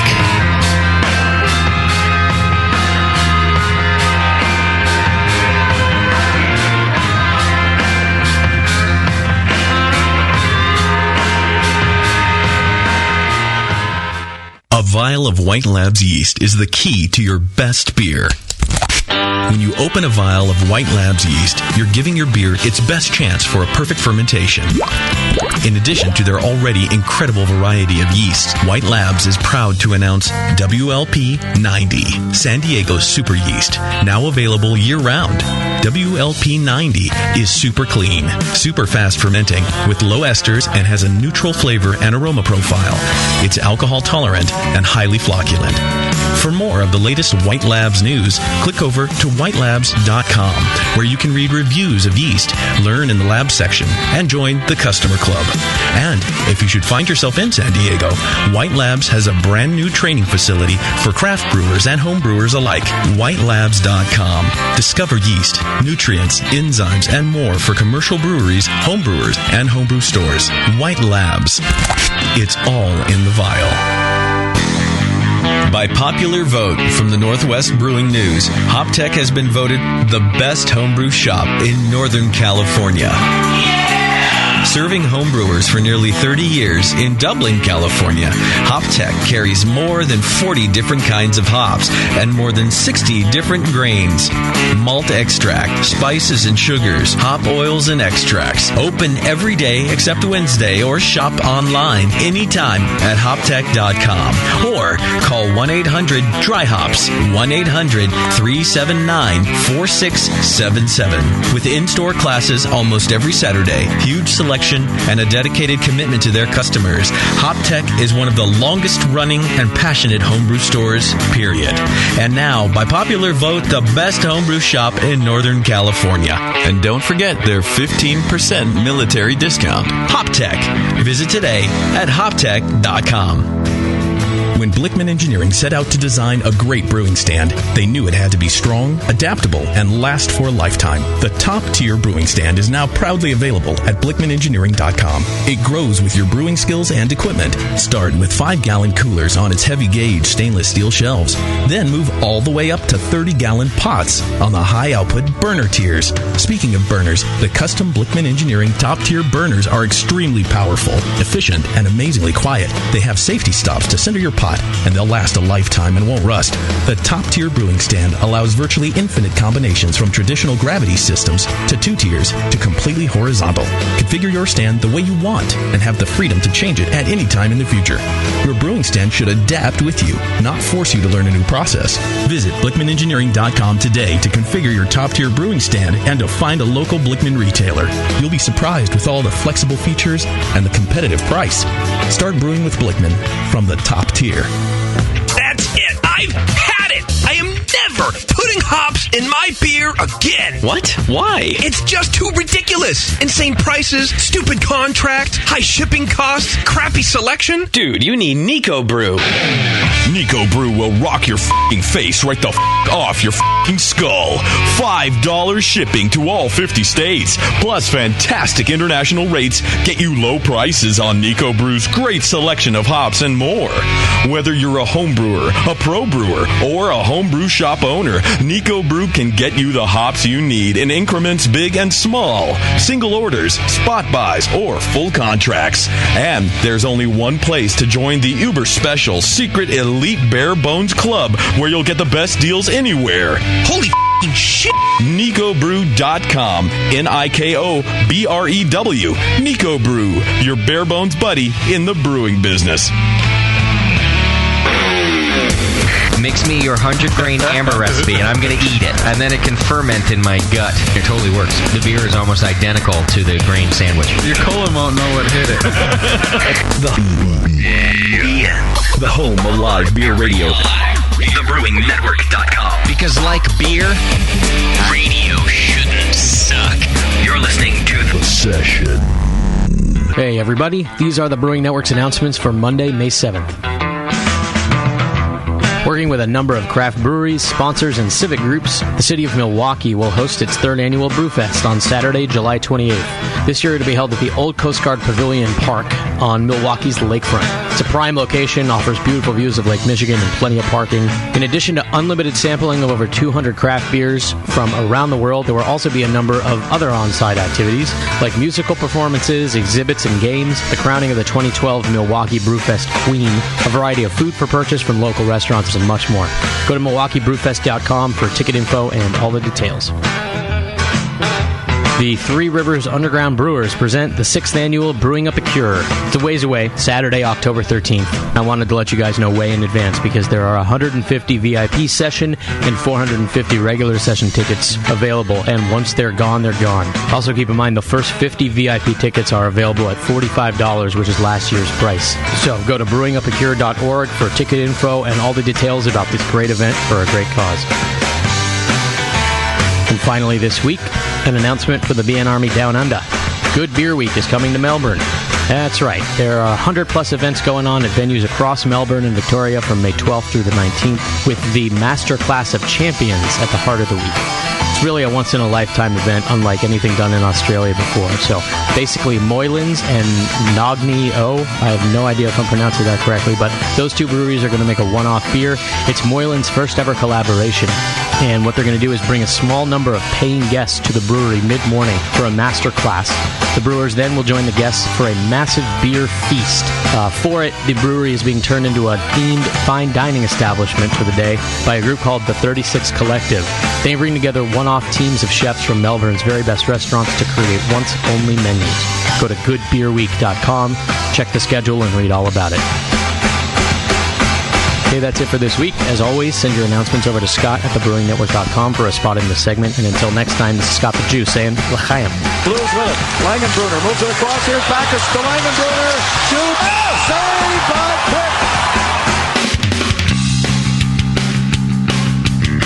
Hey, my brewing brothers and sisters. This is Jamel Zainashev, and I want to tell you about Heretic Evil Twin. You might be familiar with my homebrew recipe, which uses massive late hopping to create a balance between the malty sweet and the hoppy bitter, along with an outrageous malt and hop character. I wanted a beer with the same bold hop and malt character, so we played around with the homebrew recipe until we were able to make a great commercial version too. We've created a beer rich in malt character, full of caramel, toast, biscuit, and an ever so subtle roast note. On top of that, we piled in an insane amount of Citra and Columbus hops at the end of the boil, as well as in dry hopping. This damn-the-cost approach to hopping gives Heretic's Evil Twin a great blast of citrus and tropical fruit that can't be matched by any other hop. The result is a bold, malty, hoppy, but easy-drinking beer. This is our top seller, our flagship beer, and I couldn't be prouder of it. Cheers. To find Heretic beers near you, click on Find Some at hereticbrewing.com. Did you know the Brewing Network's very own Code Writin' Fool's son, Ryan Wolf, has opened a beer mecca in Missouri? The Wolfbrow House of Beer has hundreds of beers from all over the world and is conveniently close to I-70 in St. Peter's. Free tastings, Saturdays 4 to 6 p.m., featuring special guests from local breweries. The best build-your-own six-pack around, with every style represented. And kegged craft beer available for your kegerator, too. There's always something new at the Wolfbrow House of Beer. beer. New and hard-to-find beer every week. No two visits are the same, just like passing out at the Rat Pad. Hi, this is Ryan from Wolfbrow House of Beer. Mention the Brewing Network when you stop in for some cool free stuff. Mention JP for a swift kick in the ass. The Wolfbrow House of Beer. Beer with personal service from a member of the BN Army. This is Code. Visit my son's shop or I'll yank the BN website down. www.wolfbrow.com. Here's a bite for beer lovers. Soft caramel made with real craft brew and coated in chocolate. And hop drops, hard candies made with real hop oil. Introducing Beer Candy from beercandy.com. Beer Candy's amazing caramels come in 4 mouth-watering flavors. IPA, bitter gold, wrapped in smooth white chocolate. Lager, made with a familiar beer from Boston and coated in milk chocolate. Lambic, soury Belgian goodness full of fresh raspberry and dipped in dark chocolate. And Stout, roasty cocoa chocolate insanity. Hop drops are made with Fuggles or Cascade hops and are known as the candy that bites you back. Choose from sampler and full sizes of both and make your mouth jump to life. All at beercandy.com. Hop drops and beer caramels. Satisfy your sweet tooth as only a beer lover could with Beer Candy. Visit beercandy.com today. You know, when Israel had sinned and God was trying to decide who he gonna send down to save the earth, they was around. Somebody had suggested that he sent Abraham. He told Pharaoh that Sarah was his sister, not his wife. Then said, no, you can't send Noah. Said, strictly illegal. Noah was a little wino. I had a fellow live next door to me who brewed homebrew in the bathtub. The beer we selling now not good enough. But it was strictly illegal. I don't think you want to do this to your children, do you? Man, you gonna make everybody up there wino. I don't think you want to do this to your children, do you? Man, you gonna make everybody up there wino. You know, we have people that live on the street that'll go into your local Dollar General store and buy shaving lotion for a high. Chevy's Regal is stamped and approved by the government agency that said this is healthy. Strictly illegal. Bathtub. You don't want your child at a party. Our children already getting a hold to enough alcohol. Brewed homebrew in the bathtub. I can just see my bootlegger now. I can just see my bootlegger now. Bam. I got all I want for free. I got all I want for free. How you gonna make it in your home if you don't have the facilities to make sure it's healthy? In the bathtub. Noah was a little wino. Free. What gonna keep these folks from making moonshine in their house? Noah was a wino. What is MEAD need? What is that? You know, the thing about this deal that really scares me the most. Noah was a wino. You got to be scientifically trained. I don't think you want to do this to your children, do you? To determine that. Noah was a little wino. Chevy's Regal is stamped and approved by the government agency that said this is healthy. Chevy's Regal is stamped and approved. Strictly illegal.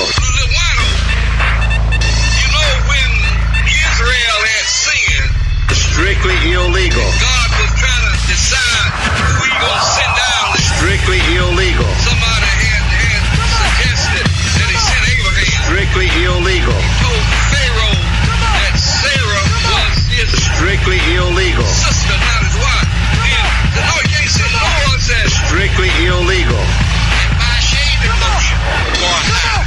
Strictly illegal.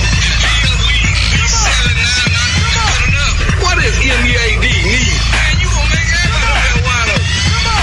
Strictly illegal. Man, you gonna make everybody up there wino. Strictly illegal. You got to be scientific. Man, you gonna make everybody up there wino. Live. Beer Radio. The Brewing Network. Brewcasters. If you're just starting, don't be discouraged by all this stuff. It's so easy. Just throw it together. Put some sugar and some water and some yeast in there. Yeah. Beer. Network.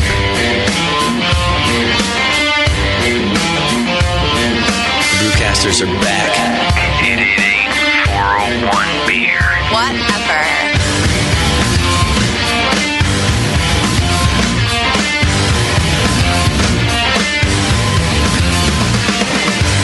Welcome back to the program. Thanks for sticking it to us. Sticking with us. Sticking on us.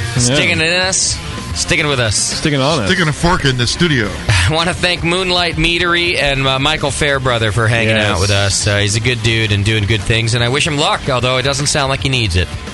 Check out their beer, their mead, rather, by going to moonlightmeadery.com right now. You can find out where it's sold.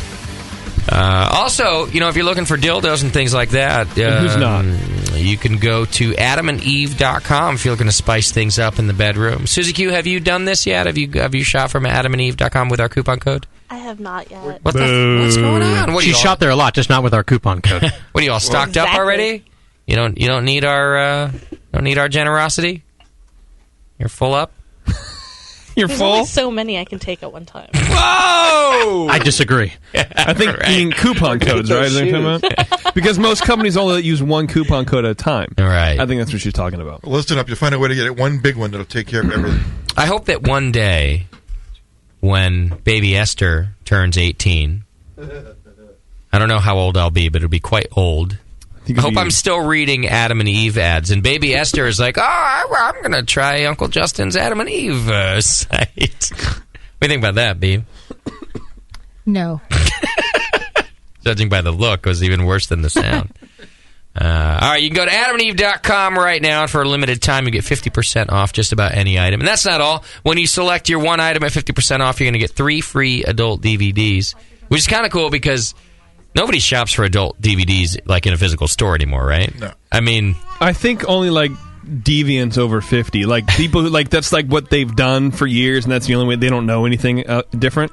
I've done it like once before years ago. It's very uncomfortable. Really, everyone has to do it once because it's bizarre. I mean, there's something about buying pigtailed dudes that makes you feel uncomfortable. When you have to buy the DVD Pigtailed dudes? Yeah. I mean, shut that thing up! Jesus. Sorry. I like how her first motherling instinct was to cover its mouth with her hand. I like how I'm trying to do an adult DVD ad, and there's a baby crying in the background. Talk about spoiling the mood! Hey, look. Some people want to have that adult thing going on just to have the baby. Right, I guess you're right. So this is a new kind of ad for This has got to be something illegal. It takes it takes the mechanics out of it. It also takes the love and sex. Thank God we don't have a liquor license. There's something illegal is happening right now. I'm certain of it. It's mixing too many vices together here. Is that it? Can you cover Abigail's ears for me? No, she needs to... I can't read the ad with her hearing it. It doesn't feel right. Just stop. You've been talking the whole time. Just go with it. Just do it. You're such a terrible parent. Whatever. All right, what'd I say? 3 DVDs, an extra gift so sensual I can't mention it in front of Abigail. It's orthotricycline, just so you know. And then to top it all off, you get free shipping. Go to adamandeve.com right now. Use coupon code BNARMY, B-N-A-R-M-Y, BNARMY, and you get all those things. And I don't know if you want one, a baby, I guess. Or buy condoms while you're there. They sell them. Please buy condoms. Oh, they do? Yep. Otherwise, you got to listen to the baby.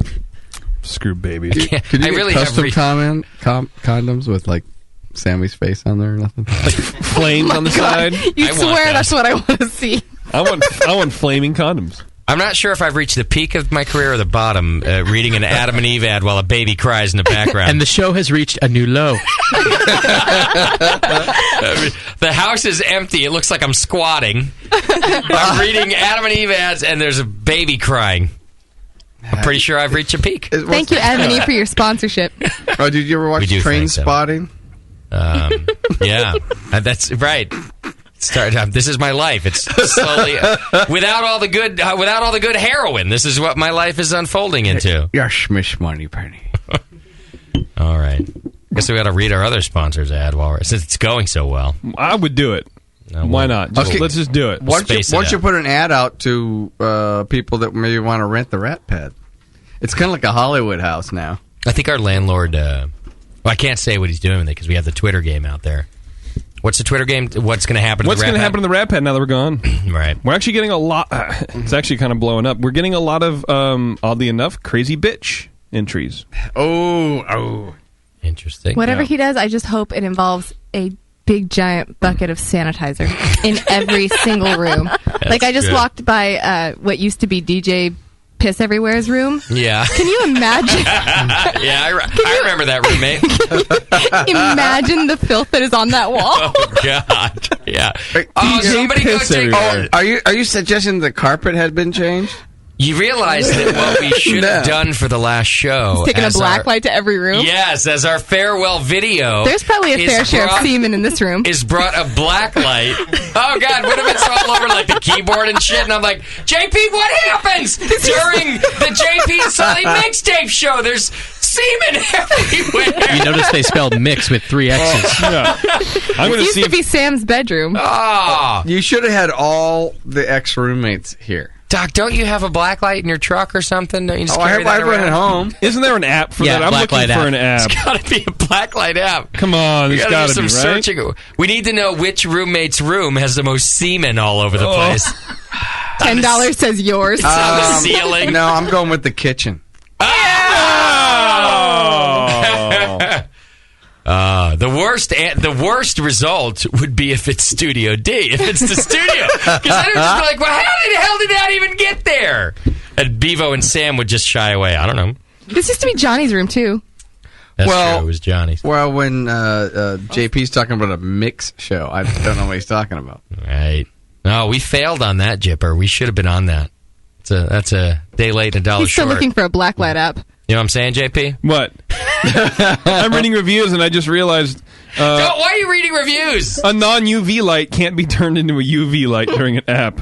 That's a good point. And this guy goes, giving this a 5-star just to spite you all. You're all idiots. I don't know. Right. I'm stupid.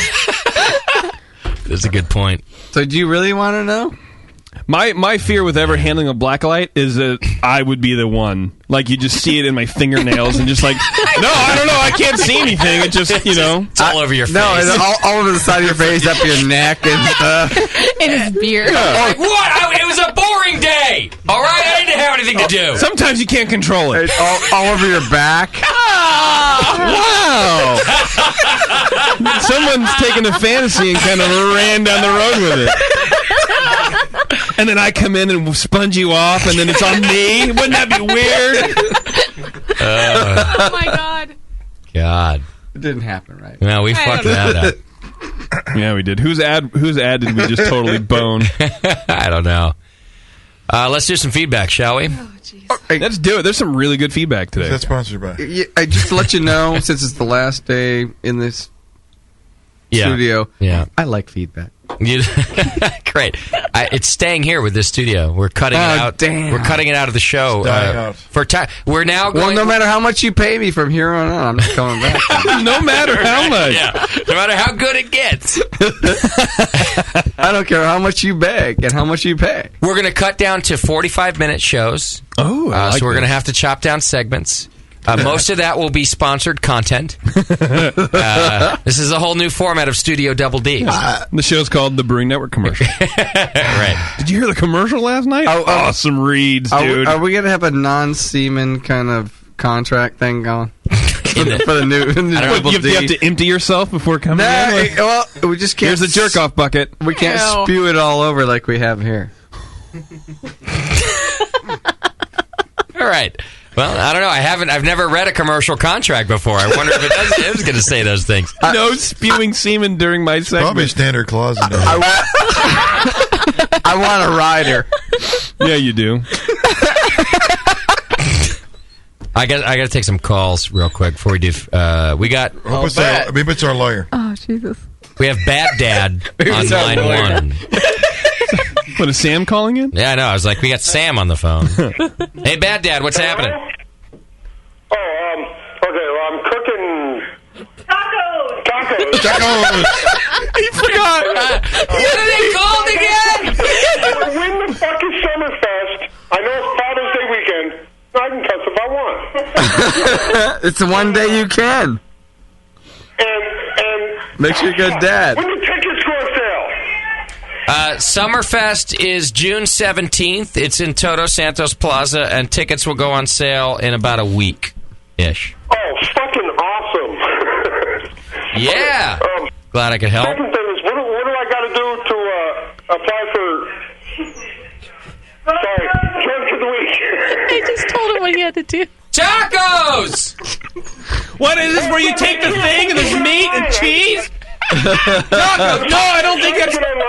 It's a hot dog! Run around, and it pissed me off, so I decided, fuck it, I'm just going to call. Tacos. I think Tom's giving him shit. Let me turn my phone down. Thanks, buddy. Turn your phone down? No, you hung up. Oh, he hung up. Let me turn you down. Well, Click. I was listening on my phone, and I was talking on the phone, and You're making tacos, too, I take What have you been drinking? Tacos. Let's see here. I've had 4 Anchor Brewing Liberty Ales.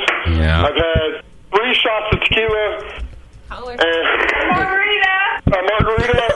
And, What is that? Sour cream! 2 IPAs at 6.5%. Margarita, IPAs. Okay, and where are you from, by the way? I'm still trying to celebrate Cinco de Mayo, too, so. Where are you from, Bad Dad? Reno, Nevada. Are you really a bad dad? It depends. You could ask my kids, they'd probably tell you, yeah. Tonight they're like, no, Daddy's a lot of fun tonight. Yeah. He doesn't know what the fuck a taco is, but he's a good dude. Well, I can't pronounce the word either, so. What are we having, tutus? Takeoffs. Tacos. Tacos, yes. Tacos. All right, Bad Dad, you're in the running for Drunk of the Week, man. All right, thank you much. Thank you, sir. Next week, you said? Tickets? Yeah, next week-ish. A week or so. Yeah. Yeah. Why don't you relax a little bit? Don't worry. I'm going to remember that tomorrow, right? It's not gonna sell out. Don't worry. It won't sell out. Don't burn your falafels. Right. Tacos. I just want something to do on Father's Day because, I'm a bad dad, so I'm going to take off. Well, and you need to get the fuck out of Reno, That's what we're dude. counting on. Yeah. I never understood that about Dad Day anyway. I hear this all the time. Well, it's Father's Day. I got to go home. It's fucking Father's Day. You do whatever you want to do. Right. But no, that's not how the family sees it. No, you do what you're supposed to do. Fuck that. Then why have Father's Day? I would boycott Father's Day. I would say, fine, if I have to be with you on Father's Day, then when do I get me fucking day? Yeah, it's a me day. Well, it's supposed to be your birthday, but you're supposed to find that with the family, too. Fuck it, I'll do what I want to. Attaboy, Bad Dad. I like it. Do what you want to do. Make some tacos. Right. All right, thanks, guys. Cheers, brother. Hey, have a good night. Tacos! Tacos. She was so... Tacos! All right, then we got Keith on, too. Hey, Keith, what's happening, man? Hello? Keith, where are you from? From Bristol. Bishop. Oh, shit. Bishop, California? Oh, my God. No. Bristol, Connecticut. Oh, Bristol. That's a lot better than Bishop, California. I was going to pronounce you dead. Oh, Jesus. I was like, wow. Bristol, Connecticut. All right. A little Connecticut boy. What's happening, man? Not much. Just running for Drunk of the Week. Spending a nice Monday night at home, are you? Well, I work alternating schedule, and I'm usually working when you guys are doing live broadcasts, so I figured tonight will be the night. Oh, hell yeah, I will. You know what? I think it is. Well, you either got a mouthful of cotton or you're good and drunk. Well, you might have a mouthful of cock, but I don't. Not cock, cotton. Can I just ask somebody to Now that you cut mention that it. clip and save it? Repeat it at some point in the future of the BN. He might have a touch of CP. You never know. Right. No. All right. Well, what have you been drinking tonight, Keith? I've been drinking some homebrew of Lagunitas IPA clone and some Racer 5 clone, and I've had some Hop Stupid IPA from Lagunitas. I've been drinking a lot. It sounds like a lot. I'm pretty sure Keith kind of also sounds like a hitman. Have you ever killed anybody, Keith? Not yet. but it's always open for interpretation. Depends on how drunk I get. What do you think death really means? All right. You think a hitman would tell you if he had, by the way? How many people have he killed? 7. Sounds like Keith's a little down on himself. You know what I'm trying to say?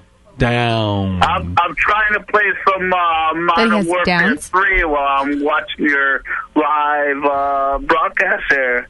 You like to play Infected? My son does. He kicks my ass all the time, man. Mine too. He's 6 years old. Infected? Daddy, is this infected? I don't know. Swab it like that? If you play Modern Warfare 3, you know what Infected is. Or All or Nothing. A lot of people play those things. I don't know. They're $60 a game, dude. I can't afford that shit. You pay monthly No, for I your other canceled it. shit. I canceled it. But you have paid more than $60 a game if you count it. Well, but it's more rich content. But then he's on a quest. I see. I got to get the family membership for $99.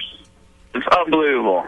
Wow, you're unbelievable. Because everybody plays on. My kid kicks my ass, but I gotta play when he's sleeping to try to practice.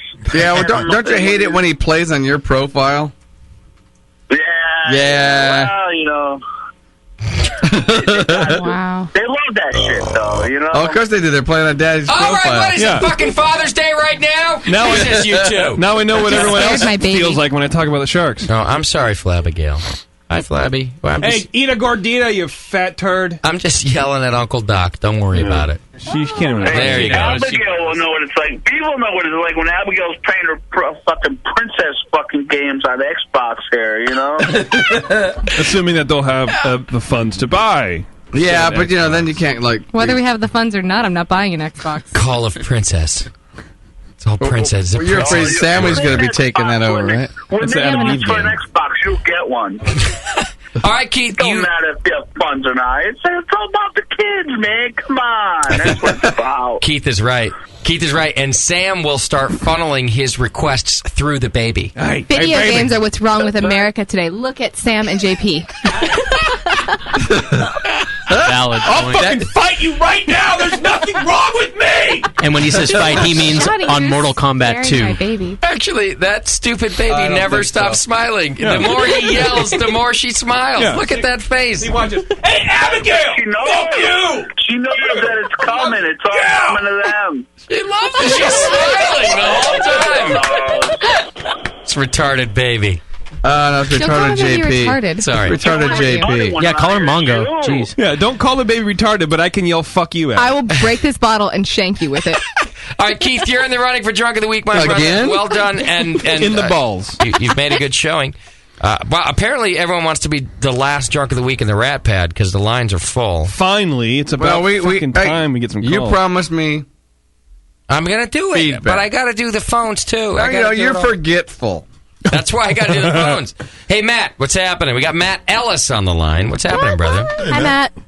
Just hanging out, drinking. Yeah, doing a little Monday night Drunk of the Week call? I ain't got a job anymore. Oh, did you quit? He's drinking too much. He's on permanent I got laid off about 2 weeks ago. Oh. They got like a no ginger policy or something? Boss finally figured out he doesn't have a soul. No soul. I'm sorry to hear that, Matt. That's all right. What are you going to do now? Just hang out drinking? Play video games.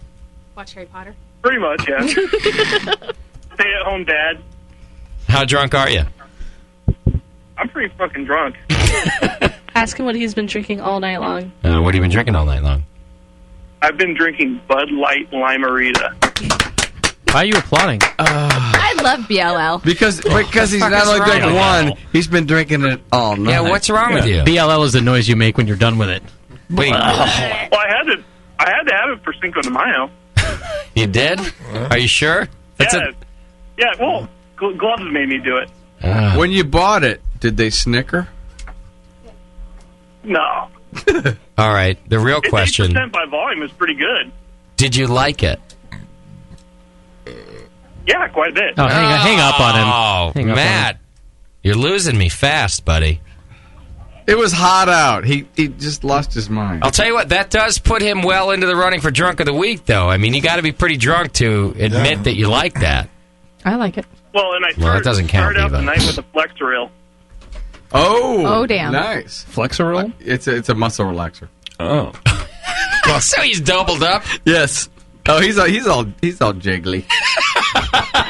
I'll guarantee he's all jiggly. He can't even hold a pencil right now. That's my kind of drunk of the week. All right, Matt, you're in the running. Thank you, brother. All right, cheers, man. Sorry to hear about the job, though. It kind of blows. Yeah, it does. We got Fast Dog on the line, too. Not fast enough, dog. Fast Dog.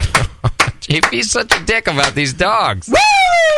Why would you do that to this poor guy's dogs? Because if he has a sense, he has a sense of humor. He's listening to the show. He's a cat person. That's He'll be why. fine. He'll be all right. What if it was your cats? I would laugh because No, you I would would have not a sense of laugh. humor. No, you would. They're fine. Everything will be fine. He'll be fine. He'll enjoy the joke. It's hilarious.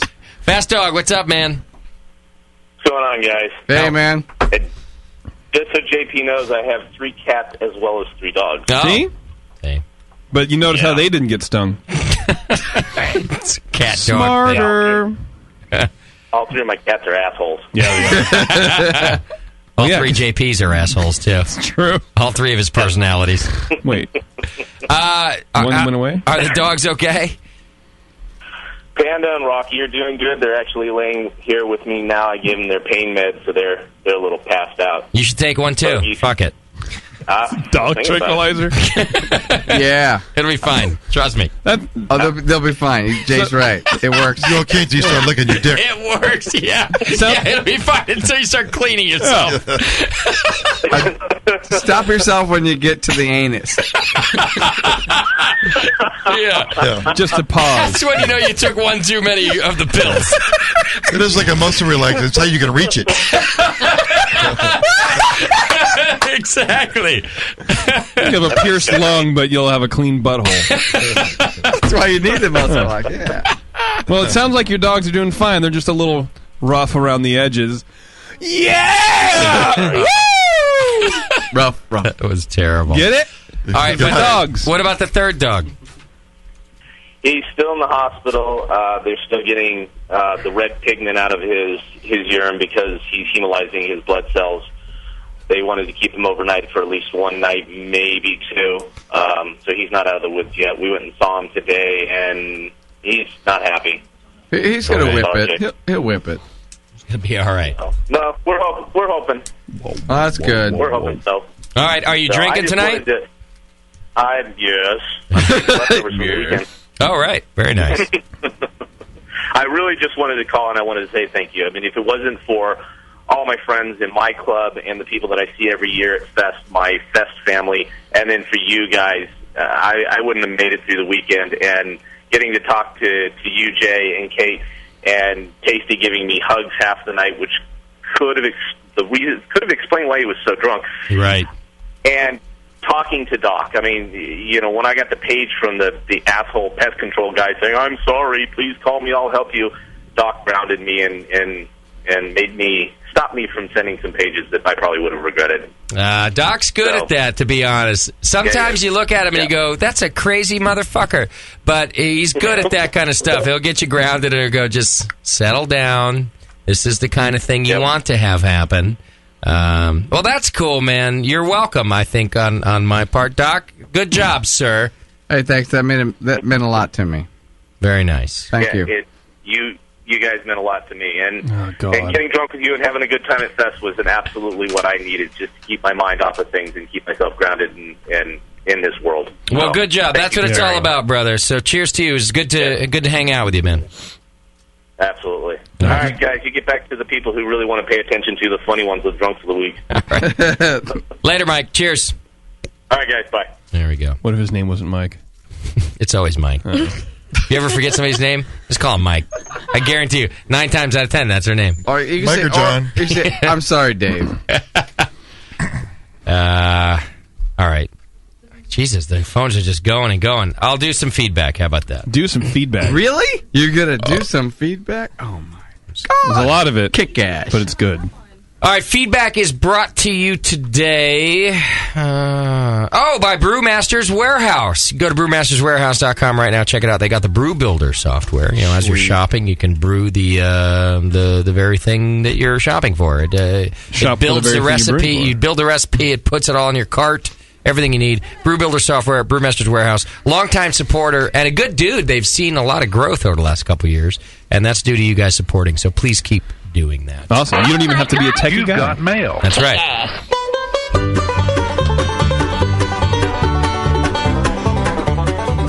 All right, let's see what we got here.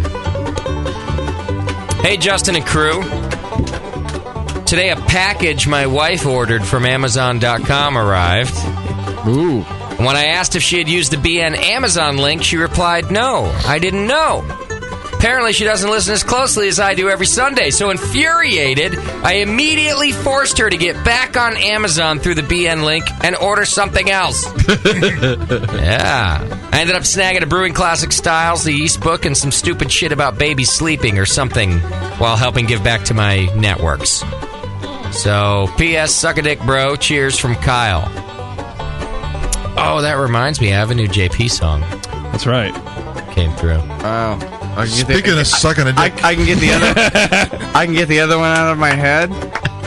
Got a new one. It was weird because this weekend, as I'm just trying to get to sleep at 5 a.m., that song was going in my head. Ah, yeah. Thinking about me, huh? Yeah. All right. Hey, thanks for made a new verse to it. Thanks for supporting us through Amazon, brother. I appreciate it. All right, Marty writes in, hey, Jay, if there were a Grammy for beer show producing, Moscow would win it hands down. Yes! Oh, the guests keep getting better, show after show. I found the discussion with Chad from Crooked Stave fascinating. The guy was obviously very intelligent. So that's for Marty. Yeah, Chad was awesome. Moscow keeps doing a good job, but don't tell him too often. And then you have to pay him. John writes in, hey, Brewcasters. Ever since the server problems a month ago, I haven't been able to get my podcast from the BN. Feel like I've fallen off the BN bandwagon. I'm trying to get back on, but I can't, and I'm kind of freaking out. If there's nothing you can do about it, I guess I'll just fucking go AWOL.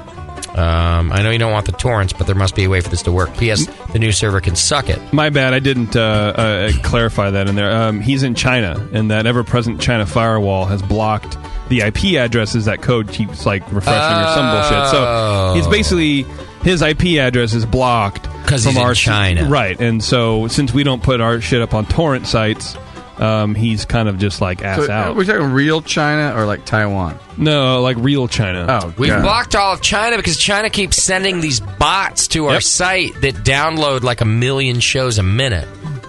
Yeah, so maybe you have a friend in the States and they can Dropbox you a show every once in a while or something like that. Ooh. Let me talk to Code, see if we can get you a workaround. Send me an email, John, and maybe we can find you a direct link. Code can do... Or you can just move out of China real easy. Oh, no, you can't do that. Move real to easy. Siberia.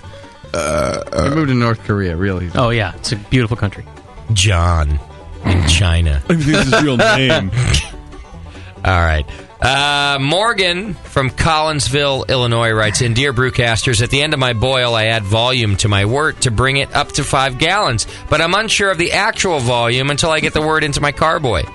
My lovely wife suggested that I pour my extra water through my funnel with a filter, which has caught all the hop matter.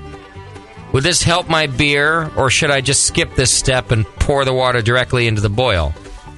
Thanks to you all, and sorry about the Sharks, JP. Go Blues. Yeah, how'd that work out for you? P.S. Just finished the Moon River Meltdown show. Hilarious. So is he just asking, do I add it to the carboy once I've transferred, or do I add it in the boil, is what he's asking. Right? Yeah. Am I getting that right? Well, and I think he's also asking if he should filter out the hop material in the funnel when he's adding his wort into his carboy. As long as it's cold, that's cool. Because it'll oxygenate, but don't do it when it's hot. Okay. So if he's pouring hot wort through the funnel, no bueno. Yeah. If he's pouring cold wort through the funnel, it's okay. Okay. But I don't know what he's trying to do. I don't know what he's trying to do either. Why does he have to... No, I'm sorry. He wants to pour, his wife said, pour my extra water through the funnel, which has already caught all of the hop matter. So at that point, no, I wouldn't do that. No, take all the hop matter out and just add your cool water as normal. Yeah, but make sure before you pour things and splash it, cool it first. Yeah.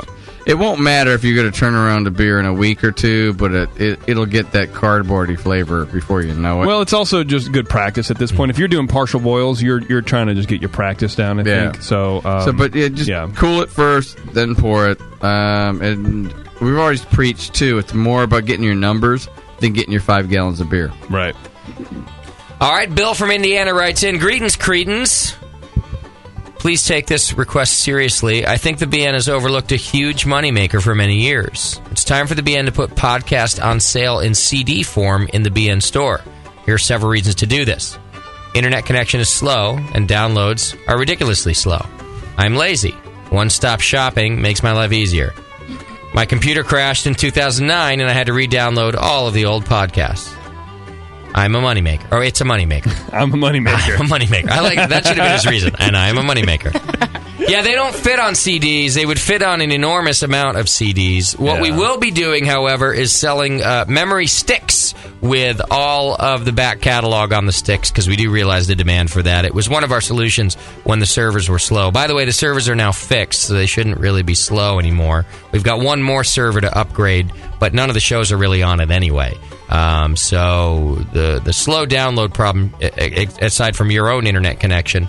That being said, I did try to go the route of even putting shows on DVDs before, because they hold more data, but still not enough data to get through very many shows, and you would have had to buy more than several DVDs to buy the back catalog. But finally, memory sticks that you can buy at our scale, which is rather small, are coming down in price. So we will be offering memory sticks with that on. Great idea, thank you. Just don't put them under the black light. That's right. Or anything else that comes out of the Rat Pad. The stick. But it'll only be coming out of the Rat Pad for another 5 days. So if you like that sort of thing, you have to order in the next 5 days. Which we don't have. Oh, so we're calling pre-Rat Pad and post-Rat Pad sticks. That's right. Yeah. All right, Richard writes in, Dear winner, we the management of Facebook wish to congratulate you and inform you they have won the sum of $1.5 million. Excellent. Through the Facebook User Performance Lottery. Yes! This notification email should be your confidential property. Oh, don't tell anybody. You will be furnished with payment detail as soon as you acknowledge your receipt of this notification. Well, and I just put that in there because the User Performance Lottery. I'm doing such a good job that we won the fucking lottery. So don't worry about it. I sent all of our information in. Oh, great. And he'll get back to us later. Does that mean we all get paid or just JP? Well, we'll see. We'll see. And whose bank account information did you send in? Yours. Yeah. Great. Yeah. This is going to go well, I can tell already. So just a little quick pat on the back for old JP. Oh, that's awesome. Yeah. Great. Thanks, you're just helping out somebody in South Africa. It's cool. Oh, he's in London. Oh, yeah, through South Africa. I like the sign-off. He's from Nigeria, though. Richard Edsall, Coordinator, Facebook User Lottery. That's like the titles I give out around here. They mean what do you nothing. do? Well, I'm really doing the Facebook User Lottery. Yeah. Done. You just wrote your own title, bro. Awesome. All right, Scott writes in, What's Up Networks? Just want to send a thanks to the whole crew. I was burglarized. I thought I said burglarized. I did. Okay. I was burglarized on Wednesday and spent the entire day cleaning up the house today. You guys made it easy to get through. The last show was hilarious. JP and Moscow were on fire. I found myself fiending for another episode. Thankfully, the dildo that robbed me had no interest in craft beer or homebrewing paraphernalia. Cheers from Scott. Dildo. P.S. JP rocks your fucking face. Whoa. Man, I'm sorry to hear that. I was thinking about getting burglarized. Fuck off. Burglarized. I'm just fucking off myself. Fuck you. Fuck me. Fuck you, mouth that can't say things. You know, like you can, like when you get a house, like every salesman in the neighborhood, they start knocking on your door, and you get the alarm sales guys, the ADT. Yeah. And I'm just thinking, like, I don't think it's going to do any good, this home alarm situation. Like, the alarm goes off, and these guys are professionals, man. They get in there and get out quick. This whole... Yeah. And so what I thought was, I don't know anybody who's ever been burglarized. Do I really? I'm jinxing myself right now. Yeah. But do you really need who gets burglarized? This guy, I guess. They're high school kids. Well, the people that burglarize homes aren't very dangerous. Like, I've seen the ADD commercials, and the burglars are all middle-aged white guys, semi-good-looking white guys. And they run as soon as you have a phone in your hand. Exactly. You don't even clutch your wallet when you pass them on the street. No. They're not. They're harmless. Actually, they come to your window and, like... Oh, they do that? They look. They're like... Right. So you get plenty of warning. Right, and you see them show coming them and your tits, and they'll leave. Oh my God! I'm calling my my alarm company, who should have known that he was in the yard anyway. Right. Several years ago, when More Beer were installing their alarm system, they gave out a bunch of stickers. Right. So I just took like 8 or 9 of those and went around to every point and put the stickers on. And then I read on the internet a couple days later that company is no longer around. They got bought out by another company. I'm hoping that like these... So that was like an invite. Right. But I'm hoping that they kind of don't know. And then right, when I get these alarm company salesmen, they come up and I know they look at the sticker and they go, oh.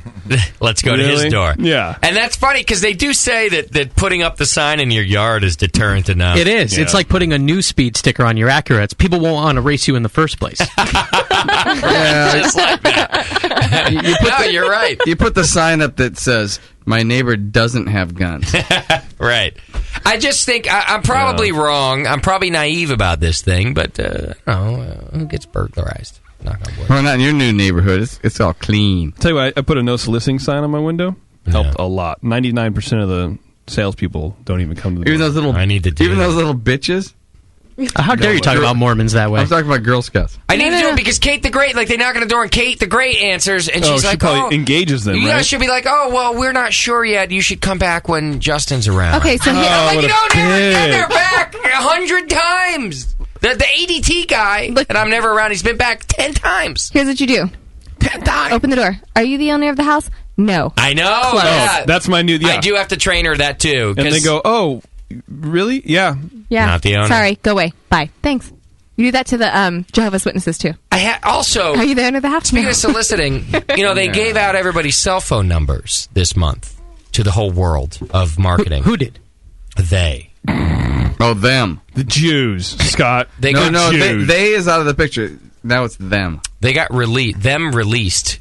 My phone number and everybody else's phone number. And I'm getting all these fucking telemarketers on my phone. One of these telemarketers called me 9 times in a day. And you can times. an 800 number. By the way, they're stupid. Stop calling me from an 800 number if you're going to do this. But anyway, 9 times in a day. And then they called again today.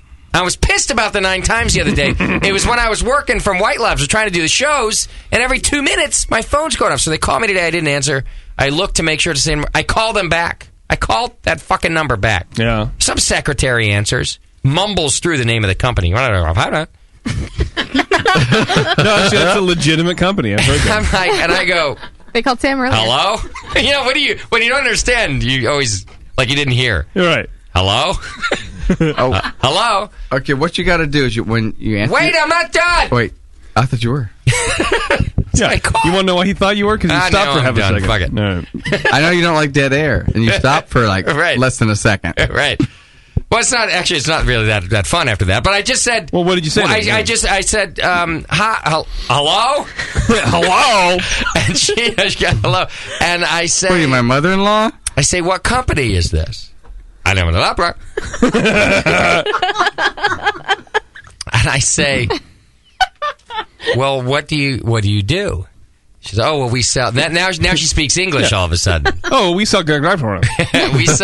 we sell custom tubs.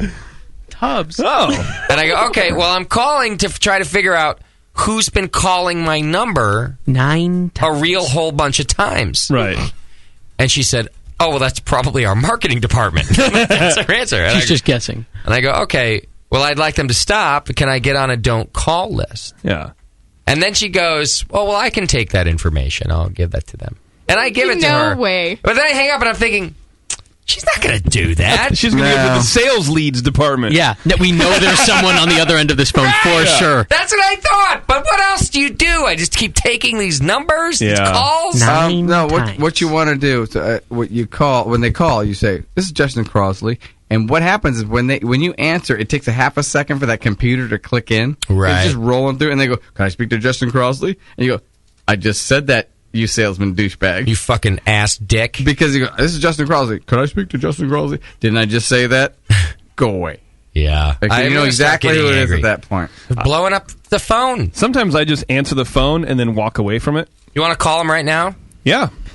Clear one of those lines for me. So I got a call from an 800 number today. This is a new low that my life has hit. And I called it back because I was like, who's calling me? All my bills are paid. Talk about marketing? It was Kmart calling me to remind me to make That a you had payment something- on my layaway. Yeah, that's what I was going to say. It was a layaway call. Bevo, you white trash. I'm black. What are you talking about?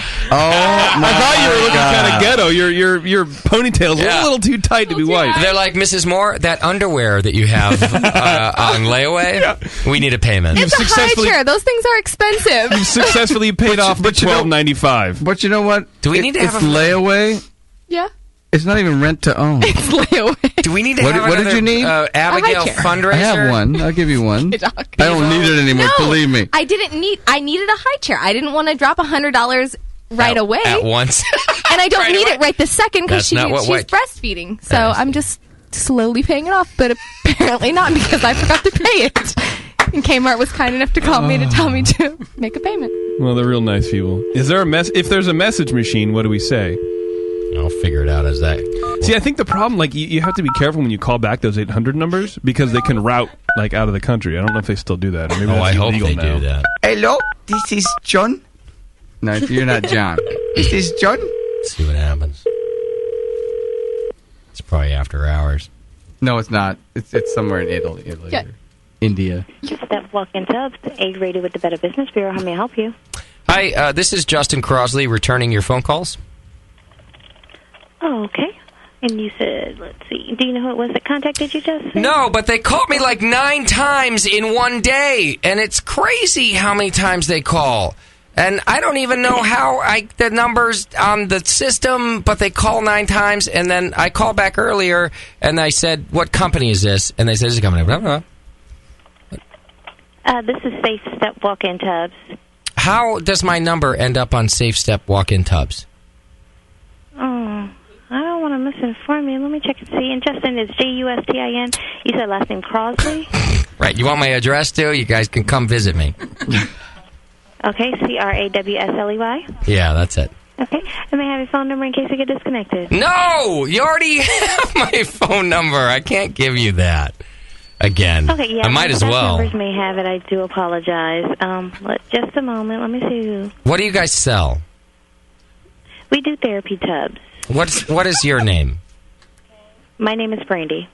Brandy, how does one end up on the therapy tubs hotline?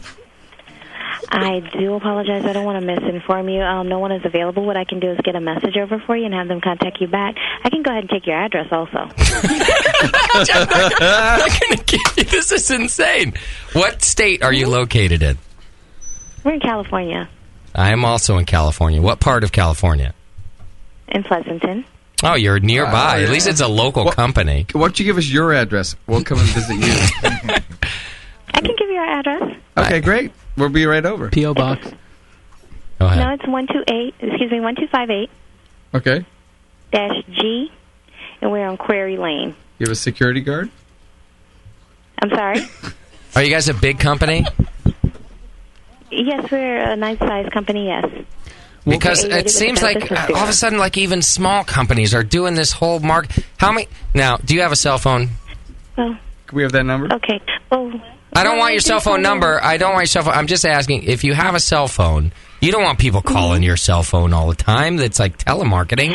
Well, I do apologize. I'm not too clear on who it was that contacted you, but I'll be happy to get a message over, let them know that you called so they can get back with you, and I'll let them know that you weren't calling with the company or anything, but, whoever contacted you should be able to contact you when they get back in this tomorrow. Well, how about this? Instead of that, wait. Instead of that, I don't want them to contact me. Can I get put on the do not call ever again forever? No matter what list? Unless, of course, maybe one day I need a walk-in tub, and then I'll call you back. When you're 75 and have a hip Calling replaced. Safe Step Tubs. You have a great day. You also have a great day. Wow. See? This is, fuck you. Let's call back. Okay, so I've seen the infomercial for Safe Step Tubs. It's like a tub, but it has a door that you walk into if you're too geriatric to get in. It's actually kind of odd. Sorry, Tasty. Tasty has one, but right. It's great. But how long does it take to drain before you can open that goddamn door again? Right. Ask her if she wants to sponsor our show. I'm old. I'm cold. Safe Step walk-in tubs, A-rated with the Better Business Bureau. How may I help you? Hi, what's your name? My name is Janelle. Hi, Janelle. This is Justin. Hi. And I'm just calling your company back because you called me like 9 times in about 12 minutes the other day. And I just called you also like 5 minutes ago, and then I hung up, but now I'm calling back again. Okay, well, I do apologize. I'm not the one who took your call earlier. Now, Mr. Justin, what is your last name?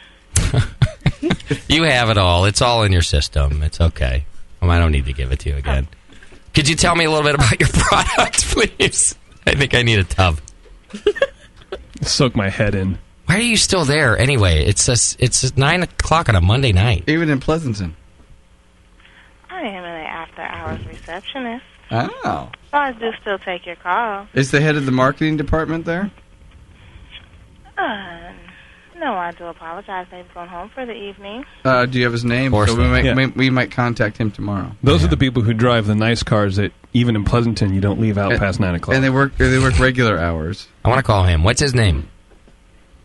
I do apologize. I'm not authorized to release that information to you. Well, you are authorized to get my information and call me 100 times. Oh, well, I am not the one who called you, so I do apologize. All right. I'm going to hang up and call you back, though. That's not a problem, and thank you for calling. Thank you. Stay safe, and have a good evening. You too. You notice she had the same cadence as the chick from Office Space? Corporate accounts payable, Nina speaking. Just a moment. Exactly the same cadence for every sentence. Yeah, but I do apologize. I do apologize. Could I take all your information and your credit card number? Let me get your address. I tell you what, they must be doing a fucking bang-up business because the after-hours receptionist... Right. For hot tub, for walk-in tub? More than one of them. Are you telling Not me? even in India. Are you telling me there's nobody in marketing right now calling people on their cell phone? Well, that's 9 o'clock. They won't get a sale that way. Yeah. Oh, they're calling someplace else. I have to step in. I used to be a receptionist. You need to stop harassing these women before I cut you. Their people harass me. You know what?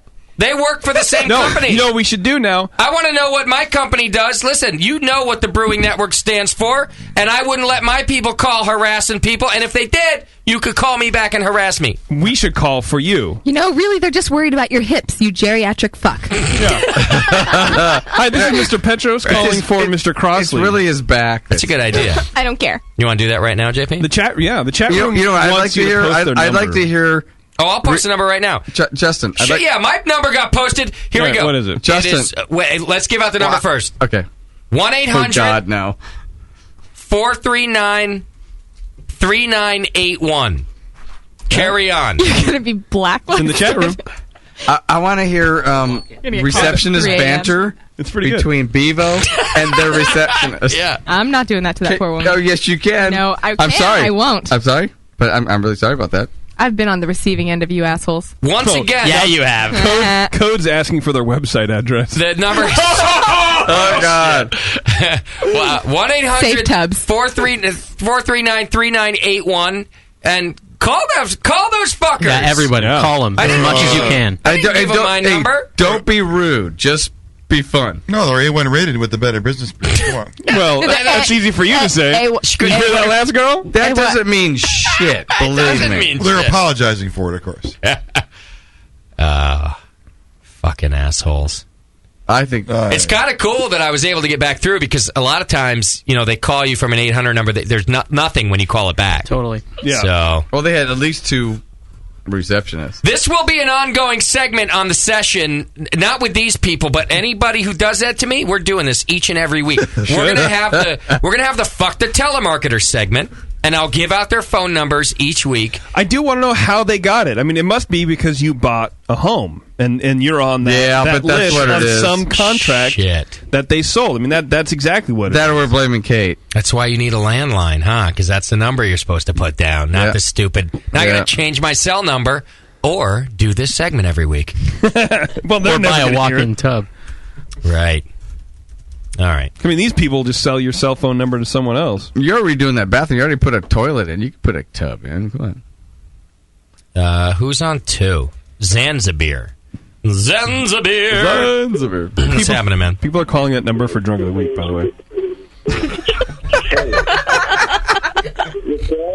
Did you hear that? Call the 800 number and record your Drunk of the Week call for me, and that's our Drunk of the Week competition. If for you tonight. if you record it for our next show, we'll play it. I will send you a prize pack for the There best you go. one. I would like recordings of calling Hub. Zanzibar, you there, buddy? It's busy. I'm here. What's I'm happening? here. Hey, turn down the computer. I'm muted. Cool. What's happening, brother? I wanted you to turn it down. Like that. Not mute it. Yeah. Oh, I'll mute because I'm talking to you guys now, so I don't really need it anymore. There you go. You Drunk of the Week? Hell yes. You jerking off right now? What's going on over there? Oh, hell yes.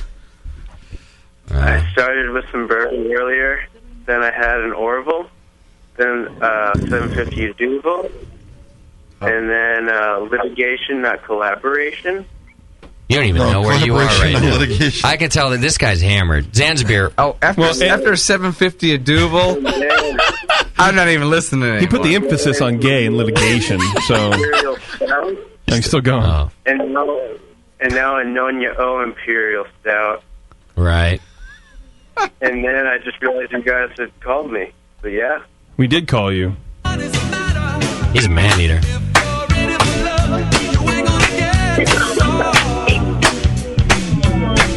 I love the pictures of Hall & Oates. I love the... Sounds like a Wesley Willis song every time. All right, Zanzibar, you're drunk, dude. Ish. Yes. I like to hear it. Good job, man. Yes. Are you married? Not anymore. No. Stay single, brother. Yeah, you don't want to get married. She might end up being a man-eater. Wow. You have friends? Some. Not so much. They're all brewers, though, so I guess it kind of counts. That does count, yeah. I have friends. I'm drinking them all, though. I meet them and say, oh, hey, and then we talk about homebrew, so Right. it's like, they're my friends, but we're really just friends in brewing. So you don't get to talk about your hopes and dreams. What are those? I wonder if dudes that know this guy are going, really? I thought we were fucking friends. What a dick. Right. What a complete asshole. Like that. Zanzibar's my favorite. He's my best friend. But he said he's got no hopes and dreams, so he was married before. Are you divorced, Zanzibar? No. No. All right. Just checking. Do you know the touch of a woman? Do you go on Quest? Have you ever known the touch of a woman? What is the most quest you've ever turned in? I had a girlfriend a while ago, but then I was like, wait, what the fuck is this about? It's all wet down there. I ain't going there. That shit is not right. Where's your dick? The good things all wet. The rest of the time I was like, fuck. I see. Well, listen, I'm going to say right now, Zanzibar's in the lead. Fuck yeah. I kind of was going to be mean to him. I'm like, No, he's in the actually, lead. no, that's, kind of, he's all right. Sort of defining drunk, actually. Kid's drunk, and he knows it. A little addition too. This is the last time I'll be able to call in for Drunk of the Week for quite some time. Why? Well, let's put it this way: I got your PSA a week too late. Uh-oh. I'm just going last in the lead. It's your fault. Little rehab and Yeah, like, what do you mean, though? You're not going to jail, are you? No, I averted that. How drunk were you when they pulled you over? I don't know, because I want to make sure my probation officer isn't listening. Yeah, let's leave that alone. So you gotta stay sober. I do. But see, the thing that sucks is I can't brew either. Wait, but you can't. Why are they related? Yeah, what do you mean? You can't have alcohol. I mean, come on. You know that every time you brew, you got to sit there and drink and brew. You know. Wait, so you can't drink at home. So you don't want to tell us how drunk you were because your PR might be your PO might be listening, but you're calling in for drunk of the week. Yes, that's correct. That's why you got a DUI, stupid. Well, there's still a certain amount of randomness in the equation there. On top of it, nobody's going to know who Zanzibar is. Zanzibar. No, his name is Zanzibar Jones. Whatever. You can drink at home, you know. You just can't be out drinking in public. Well, then why can't he brew? He can. I mean, unless there's things you're not telling me. Like you got some cool ankle thing you got to blow in. Yeah. And I raped a school bus. Okay, I'm not proud of it. I'm also not allowed within 250 yards of the school either, but we're not going to talk about that. Maybe he doesn't have a home. All right, Zanzibar, you're in the run. I can't take it. You're drunk. Shouldn't have been driving. But I do hope you've learned your lesson, and you're in the lead for drunk of the week. That's a win. Let's finish feedback. All right. Let's see. Thanks a lot. Writes in. Hey guys. Thanks for the terrific podcast. Congrats to JC for starting a brewery in the ultimate hood, Pittsburgh. Yeah. All right. John writes in. Wow. Hey guys, I just want to say thanks for the Twitter games. Even though the Twitter games are all half retarded, they're still fun, and they give me a way to participate in the live shows when I can't be online. Thanks from John. Oh, there you go. Good job, JP. Thanks. The Black 77 from Birmingham, Alabama. Alabama. That's interesting. He says, he writes in, first off... That's interesting? My brewing is so much better because of you. Blah, blah, blah, blah, blah. Holy shit, just finished the Brews line. Is it Anyway 1.5 or whatever it's called on my commute to work? And felt like going postal on people. Like I did. Like Jay did. With Road Rage listening to the train wreck. That game was awesome as it was. Don't let Moscow fuck with the original format. And don't can it. I don't know what that means. I'm going to get rid of it or something. Yeah, don't get rid of it. I can't believe he's the only guy to write in and back me up on that piece of shit. Anyway. Are you gonna bring it back the way it used to be? We'll see. I think you should just think of something even more awful than that was, and we'll do that next time. Cruise Line 3.0, everybody. Get ready. Yeah, every other word is said. All right, and I'm just trying to be fresh with the content, man. What was the Jew thinking? Dear Brewcasters, a big hello from New Zealand. Boy. Just wanted to write in and extend my appreciation for what you guys do. I've seen big improvements in my brewing process and beer quality. Decided to become a private in the BN Army a couple months ago. Thank you. Best $250 New Zealand per month I've ever spent. Keep doing what you're doing. Top-notch filth. Cheers to Jay, JP, Tacey, Doc, Bevo, Moscow, Nicole, Nate, Chad, and any others I've forgotten. Brew Strong from Kelly. And finally, hey, Brewcasters, I'm a podcast listener. I think you're all hilarious and informative, blah. I've decided to stop freeloading and join the BN. I'm now PFC. Yeah. Hey. Very nice. I wish there was a rank between private and corporal. What's corporal? I have no idea. $5. Yeah, so he wants like $3.50. $3. Yeah, We could be a double corporal. That's interesting. Yeah, do corporal twice. Yeah. 2 email addresses. There's your tweener right there. The double corp. All right, it's time to go. Is it? we need drunk of the week. We need to do Twitter game. Come on, we got a lot of bullshit, dude. I'm sure you got a live read or two. All right, what's the Twitter? Let's do the Twitter game. Let's finish that. Hang on a second. Twitter game. Okay, so the Twitter game was what happens to the rat pad now that we've left. Like I said, we got a lot of crazy bitch. We had ever-present Spider Wrangler said the family that moves in will experience the return of Shat's crazy bitch, much to the delight of their 14-year-old son. That's true. Bert's Boys Brewing says crazy bitch moves in and turns it into a Chad shrine. Insert crazy bitch, I love you soundtrack. Seabane666 Devils says it turns into a refuge for hobos. Its walls covered in shit, hobo cum, and blood. It's already that. JP is their king, Moscow their jester. Okay. Coates says a new tenant takes residence but doesn't know the necessity of keeping Chad's former window locked. 80s sitcom ensues. Anomaly Brewing, or a Hunger Games type death arena for homebrew geeks to settle their differences over. JRE's 551 says Justin leaves all the rights for feedback segment to Doc.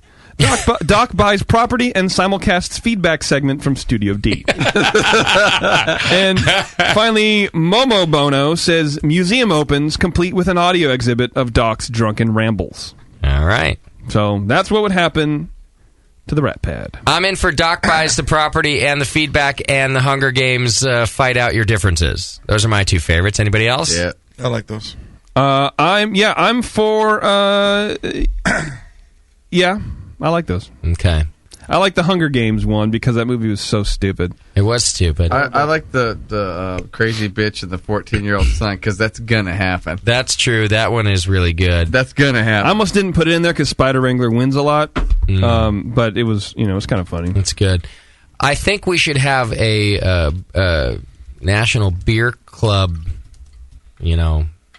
cage match, death match in the house after NHC this year. Depending on what happens, we can maybe come back and rent the property for a night and have a representative from every beer club in America, including a representative from the Brewing Network. Ours will be Bad Rock, and we'll have a death match to decide the real winner. I think that's what's going to happen to the property.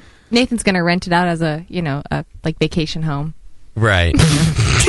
It's a lovely. I've seen the brochure already. Not our Nathan. Come visit the lovely Pacheco. Not our Nathan. My landlord Pacheco. Nathan. The problem is it's going to be that 2-for-1 thing for the people in Hawaii because it's Pacheco. All right. All right. Although I do like the shit hobo cum and blood one, but Too late. It's already that. Yeah, I would do the one from Anomaly Brewing, which is the Hunger Games one that we're talking about, the Death Arena. Okay, I like that one. Although my vote goes to Doc buys the property and does the feedback segment each week. So those are your two votes. Number 1 is Hunger Games. Number 2 is Doc buys the property. Raise your hand for number 1. Oh, that's me.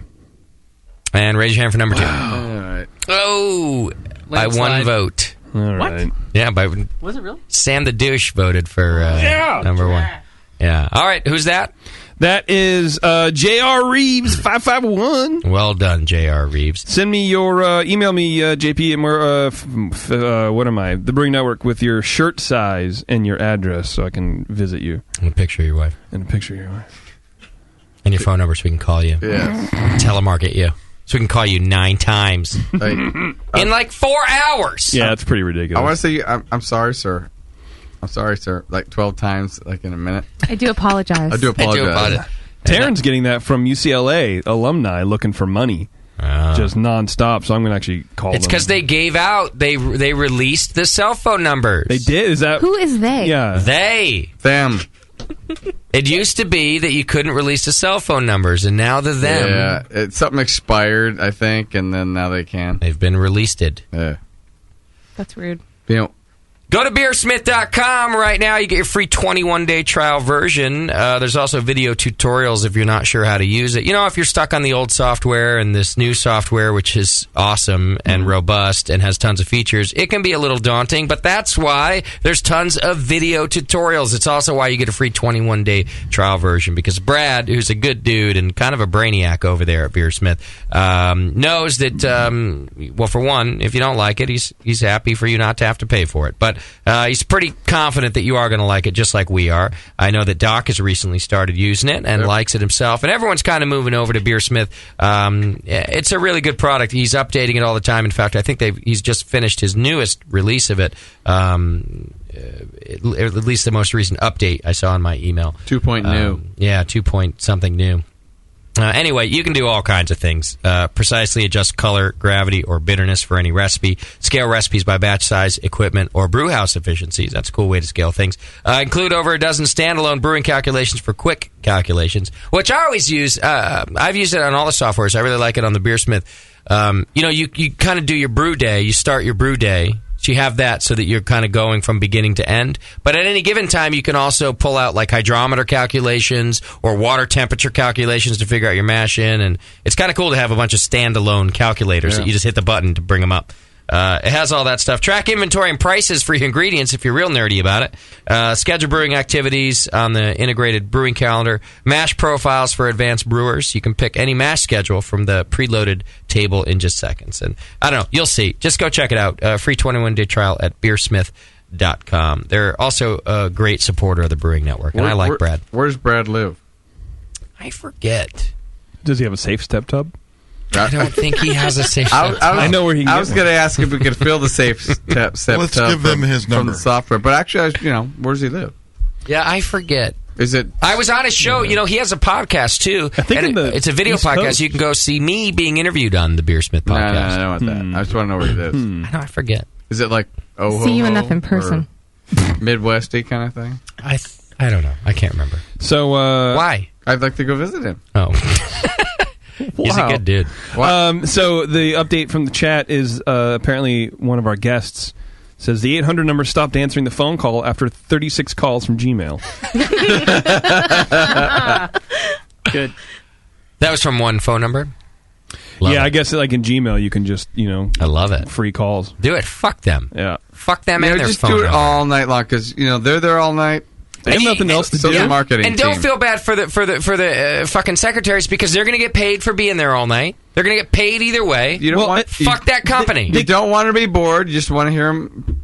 I apologize. If you have such a lack of fucking respect for people and creativity that your marketing campaign is to just put people on redial, then fuck you. I'll give your number out every week. Well, but I mean, they have to be doing something else. Maybe it's a call center, right? And they have to be managing a few calls because there can't be that many people getting safe step tubs to warrant paying 2 people or more for a night reception. It just doesn't. Then why would they say safe step tub when because they that's call? the number that got called in on. Because they just have a bank. It's like a call center. They know. It's Doc has Or it one gets- when his office goes to lunch. It goes to a call center. Oh. It Maybe gets not routed. Doc specifically, but any small I know what business you're can saying. do it. Anyway, I'm not stopping at this company. Any company that does this to me, I'm giving out their number every week. You should. We're put it doing on this Facebook. segment every week. Put it on Facebook. Hey, call these asswipes when you get a second. I do think it's funny that we get bent out of shape when people call our cell phones. It's like a intrusion. It's a violation of privacy. But like landline, no one gives a shit about. Oh yeah, I don't care about that. Yeah, but like my cell phone. But yeah, nobody had. That's true. Well, but still, it's like I never got bent out of shape when I had a landline. It's like I just was to be let the machine expected. get it. But now Yeah. it's like it's my phone. I'm in the store. I'm in It's the car my with it. number. Right. That's why they were private, and then the them made them not. All right, let's go to I don't know. Line 3's been holding the longest. Line 3. Which one is that? That's Chris. That's the third one. That's No. You have Chris on 3 at the end there. It should be Kefla on line 3. Hey, Chris is on Kefla, is 2. that you? Hey, Kefla, what's up, man? what's happening, man? Can you hear me? Yeah, I can hear you. Where are you calling from? Safe step tubs. I'm calling from West Virginia. Oh, sorry. Are you drunk? Well, yeah. Hold on 1 second. I'll just wait Can you here. hear me now? Yeah, I got you. Had to push his All right, left I have nut the show over. playing in the background. Oh, yeah, you're good. No, you're I'm loud calling and clear. for DOTW. All right, what have you been drinking tonight? A lot? Not a lot, but a pretty nice resume. All right. Are you on a scale of 1? Wait. I'm talking here. On a scale of 1 to 10, how drunk are you? W. Actually, probably about a 9. Oh yeah. W. W. Well, how can you be a 9 if you haven't been drinking that much? Yeah. Well, his scale is real stupid. He's from West Virginia. 9 out of 30. All right, Keefla. Well, no, actually, apparently I'm calling from the District of Columbia as Justin C's abbreviation. Right, that's what I know. All right, guess JP's number. Go ahead. Between what and what? 1 and 3. Okay, go ahead. 0.5. Right. Shit! He is drunk. All right, what have you had to drink? Go ahead. No. I had 3 Bigfoots this year. I had a bottle of Matilda. And I had a bottle of Long Trail Coffee Stout. Everything above 7.5%. Oh. You guys remember this one? Which one is it, JP? I have no idea. Private Eyes. I was going to say that. I was totally just about to say that. The one who's pretending he doesn't really remember all these is Doc. Like, this is Doc's day right here. Shut up. Doc's like, I got this Greatest Hits album. Was Tasty like 5 years too old for it? He's like, I don't get that whole Hall & Oates thing. People's over there singing the songs. I'm reading their lips going, man, I know that. You can do this one on the keytard, right, Sam? All right. Sorry, Keefla. I just had to. That was a good song. Hey, by the way, thank you for getting my name right, finally. Right. Well, Susie fucks it up, and then I fuck it up. No. She got it right. Kefla? Susie's a good call screener. I don't care. All right. You are in the running for Drunk of the Week, my brother. Thank you for calling. Sorry you've been holding for so long for that. Yeah, you held you held for that long, and we're arguing about your name. It's okay. Never mind about why you called or anything. Line 1 is what? Or should I go to 4, Suze? Go to 4 because we dropped him to do a. Okay, is that Steve? That's Steve. Hey, Steve, what's happening? Yeah, what's up, kid? How are you, man? Good. You're on fucking speed. Hold on, I got a 5-year-old crying and she can't sleep. And I got. Are you from Quality Tubs? I think it was you're on steroids because you're high flying and 10 can't sleep. Come on, damn it, Daddy's on the radio. I thought so too. Yo, they never called 888-401 beer. Reverend. I mean, I checked. They said they never called you. But Jay, so important. And Susie might have gotten it in my PMs. But hang on. What the hell is happening right now? I just got that he was going to pee himself in the PM. He's throwing up. Going. Waiting for you to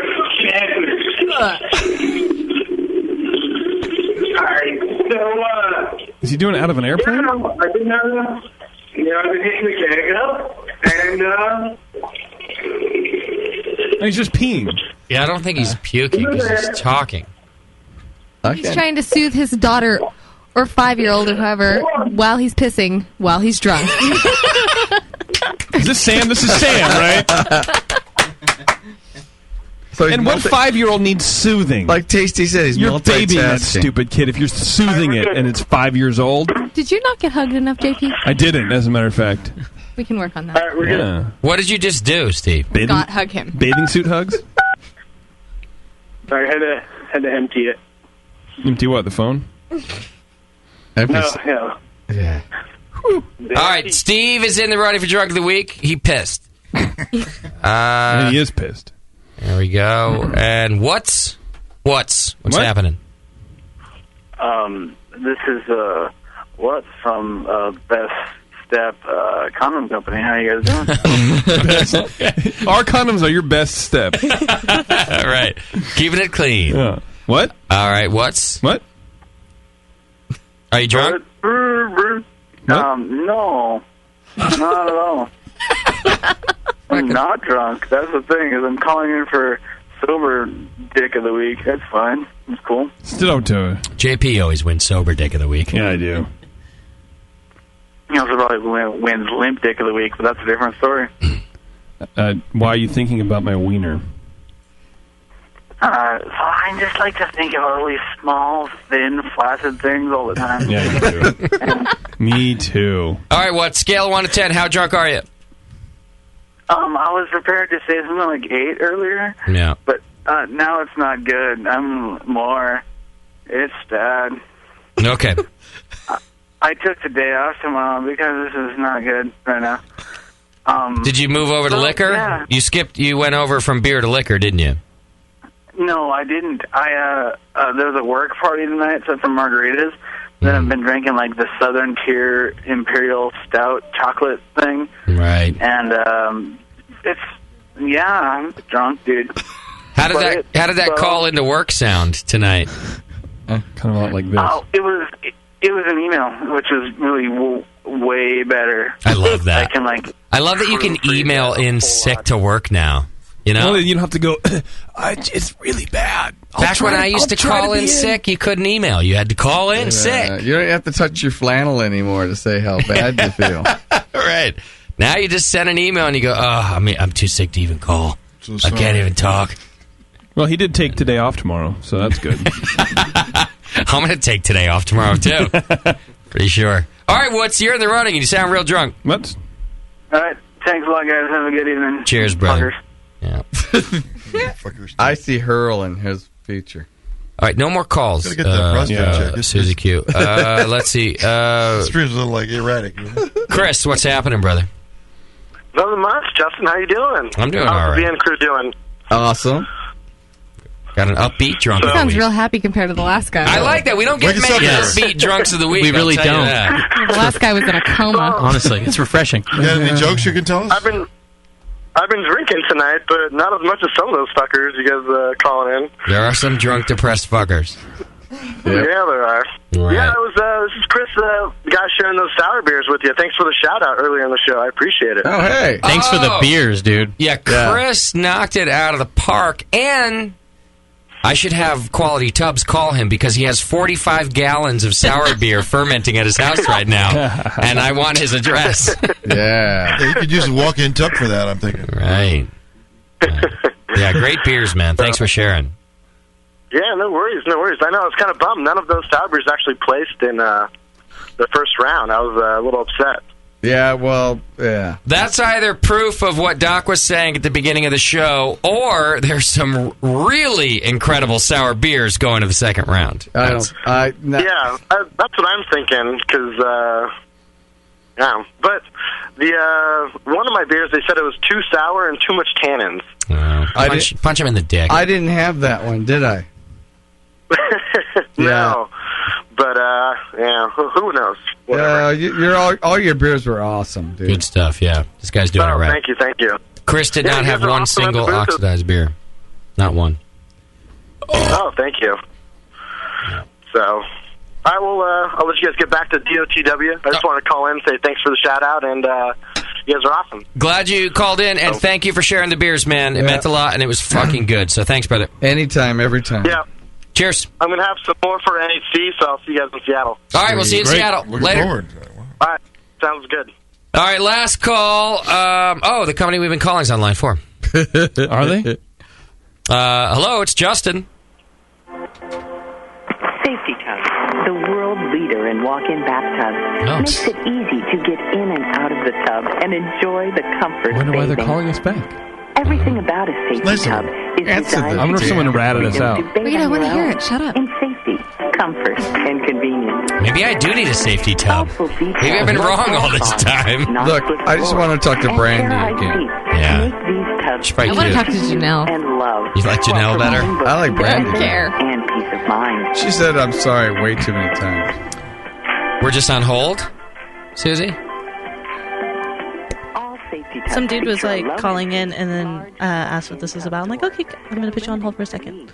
They asked to speak to Justin Crosley. Oh, great. Spelled C-R-A-W. The door is Hey, I'll wait. Oh, Fuck it. for sure. What else I got to do? Right? Eat pizza. and safety tubs. It's not like you're paying us to be here. I wonder why they... ensures maximum durability But my music is better. and waterproof performance for life. Watch out, boy, she'll chew you up.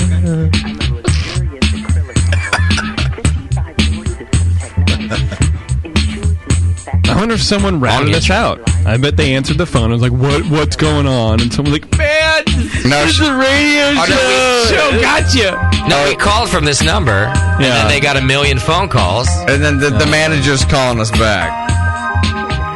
They don't want us harassing Brandy and Janelle. Definitely need to stop doing whatever it is that you're doing right now. Your call is important to us. Obviously, it's important to us, too. I don't hear them talk. This one's, I think this is my favorite. It used to be Maneater, but now it's, I can't go for that. Yeah. Oh, no. I just see ugly old Oates with that big old bass going. And ensures secure closure. They're not ready for us. Secure closure. They're not ready for us. Look at the picture of Hall & Oates. Fucking dickheads. That's just how I remember them. Even one that looks like Freddie Mercury? No. It's like Borat's gay brother. Exactly. I like Borat's gay brother. But how gay are you if you're Borat's gay brother? I can't go for that. You know, this is one of those songs that when it comes on Coit, I change the station. No, you can't do that. No, I can't go for that. I can't go for that. Oh, no. I can't go for that. Oh, no. You got to keep it on the channel. Have you seen that video? Of course, Schumann sent it to me. It's these, like, two kids. One has a saxophone, and he's playing that song.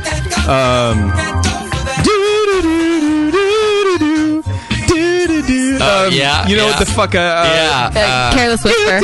Yes. But he bombs you like go to the mall and like go to the food court and just stand on the and just go and then he has like a I'd handler. give that kid $1. It's pretty good. I love that. I'm gonna say I hated liking something Schumann told me to watch, but it was good. Now I got to play Careless Whisper. Is that the George? Is George Michael? Yes. It's a YouTube video that these kids. It's hilarious. Well, yeah, but that's not gonna be funny on the radio. But everybody knows that. Well, their banter's pretty good. God, it's such a good song. Imagine some kid and he has like no shirt on, suspenders, and like black pants, and just really getting down, like getting on his knees and just playing for people in the food court. Right. It's hilarious. All right. I can't believe they're making me hold for this long. Fuck them. Did they not want your business? They're going to have to call back. If they call back, though, Susie, you put them right through. All right. What? I got the last one here. Last call. Dayton on line 1. You're the last caller to the Rat Pad that's ever going to happen. What's up, my friend? Maybe. What's going on, Justin? How are you, brother? I'm stuck in a mine shaft. I'm feeling the buzz. What? I said I'm feeling the buzz. Oh, that's good. Who's the buzz? That's his next door neighbor. It does sound like he's calling me from about 13 feet underground. Yeah, I'm here with Blobber. Set the charges, but our ladder's broken. All right. No, I'm calling on my computer like I've been calling that 1-800 number. I've called him probably 40-something times now. Did you talk to anybody? No. Every time they answer, I just hang up and call back. Perfect. So those fucking assholes did to me. I love it. Dayton, you're the man. Appreciate that. Brutat's in the chat going, everyone stop. It's costing them money. It's Who? Brutat. Costing who money? Them. The company? Yeah. Good. Fuck them. Right. Change your marketing policy. But no, just stop, everyone. Stop. Fuck them. Like, why stop? It's not illegal. And then it's like, if someone racked up thousands of dollars of charges, guess who I'd be talking to? It's not illegal to do. Also, if you have that policy as a company, fuck you. Yeah, you're subjecting yourself to it. Yep. That's my whole answer to that. It's very intelligent, Well, I know. I think they figured that, one person can't hurt us. Wrong. Keep calling that one person. I'm the 1%. I'm fighting back. No, No, you you're got the that wrong. 99%. Yeah. By the way, why does that baby sleep through my screaming? It's just sleeping over Because there. that's the interaction at home. This is how Sam and That's the only way it can sleep. The baby's just laying there like a dead baby. It's just totally asleep. I'm screaming. Kid is out. I know. Every time you scream, I'm like, doesn't move. Baby doesn't Is she care. alive? Is she You know breathing? what? She doesn't care about your plight whatsoever. No, that baby doesn't even care about my plight as a 1%er. You're 99%er. Justin, if you wake her up, I'm going to put this bottle opener into your anus. The 1% are fighting back. I knew I would get it That's wrong. not the opener that needs to go in the Sorry, Dayton. Are you also drunk? Of course. Oh, that boy. What the cones? Scale of 1 to 10. How drunk are you? 12. Whoa. Ah. W. And how would I know that? That right there. You got the doc giggles. Because I tell you how I shave my wiener. There you go, good, JP.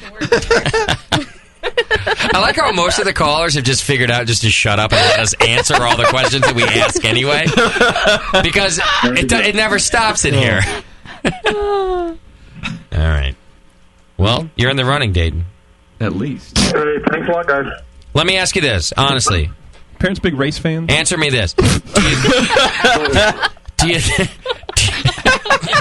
JP, do you think that you're drunker than Zanzibar? I don't know. He didn't know what day it was. Yeah, that's what I'm saying. I want your honest answer. I want you to either keep yourself in the running or take yourself out of the running. Are you drunker than Zanzibar? Oh, I'd like to be in it. But he doesn't know if it was light or dark outside. Can you honestly call in for work today, tomorrow? Right. If you could do that, then you're still in. No, that's not me. Shit. All right, I appreciate your honesty, Dade. I'll keep you in the running, but thank you for your honesty.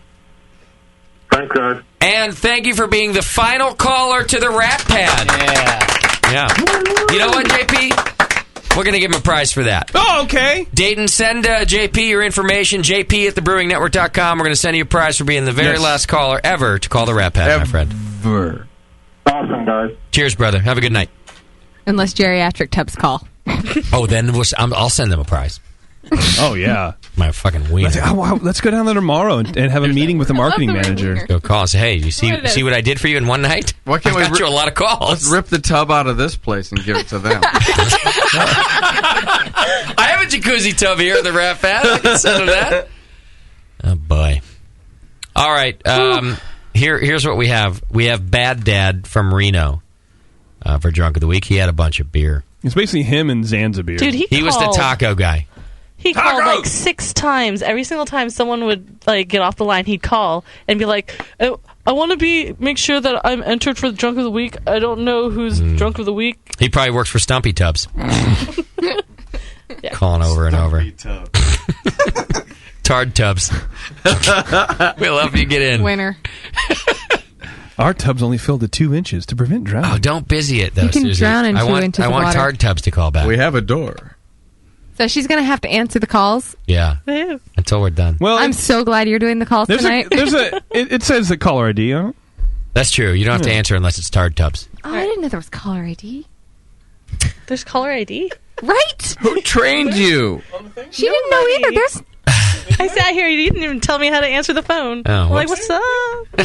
No. Sorry about that. I mean, I would Moscow's fault. have looked at the display. But, It's hard to see. All right, Keith from Bristol, Connecticut called in. My only notes on him was that he was real drunk. Good notes. Good notes.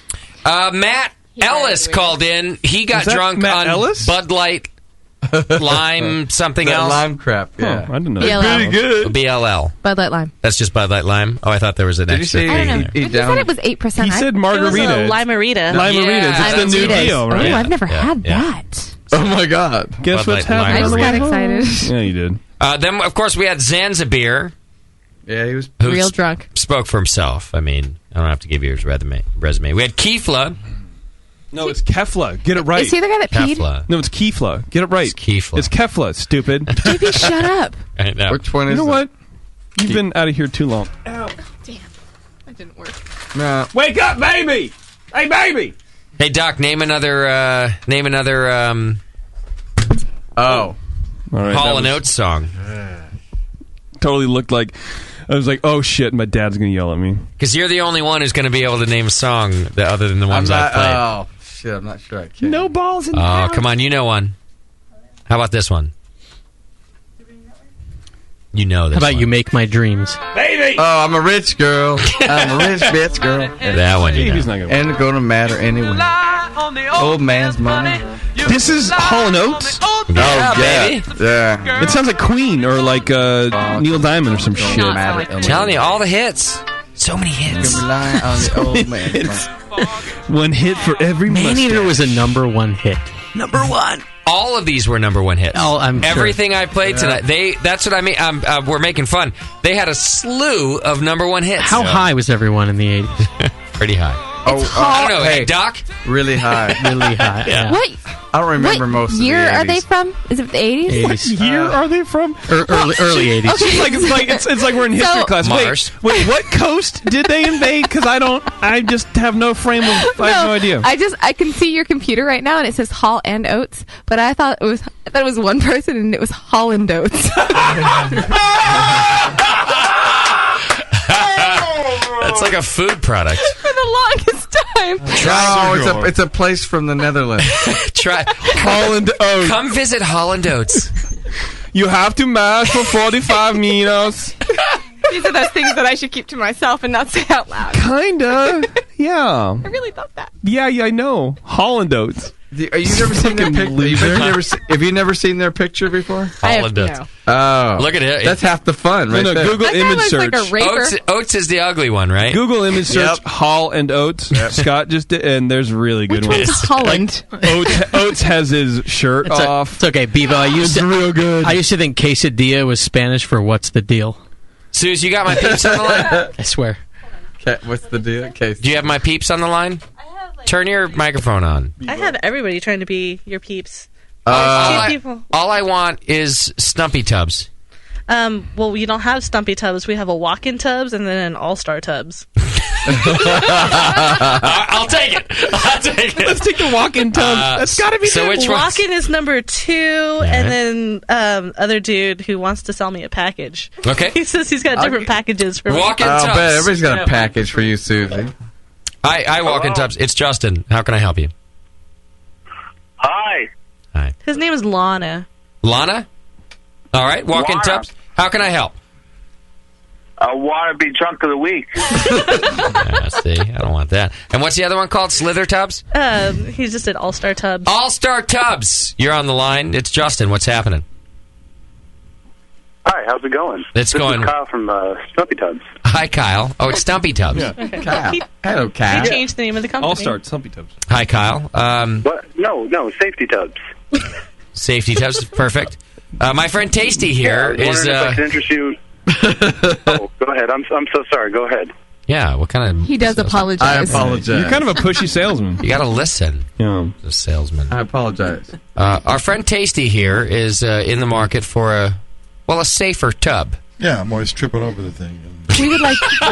Yeah. Landing on my head. Well, Yeah. that's great. Yeah, that's exactly what we're looking to do. We're looking to help people find as much, be safe as possible while giving them the luxury that people who don't have to worry about it, being safe and tripping and things that your friend Tasty deals with. Does it come with condoms? Right now, excuse me? Does it come with condoms?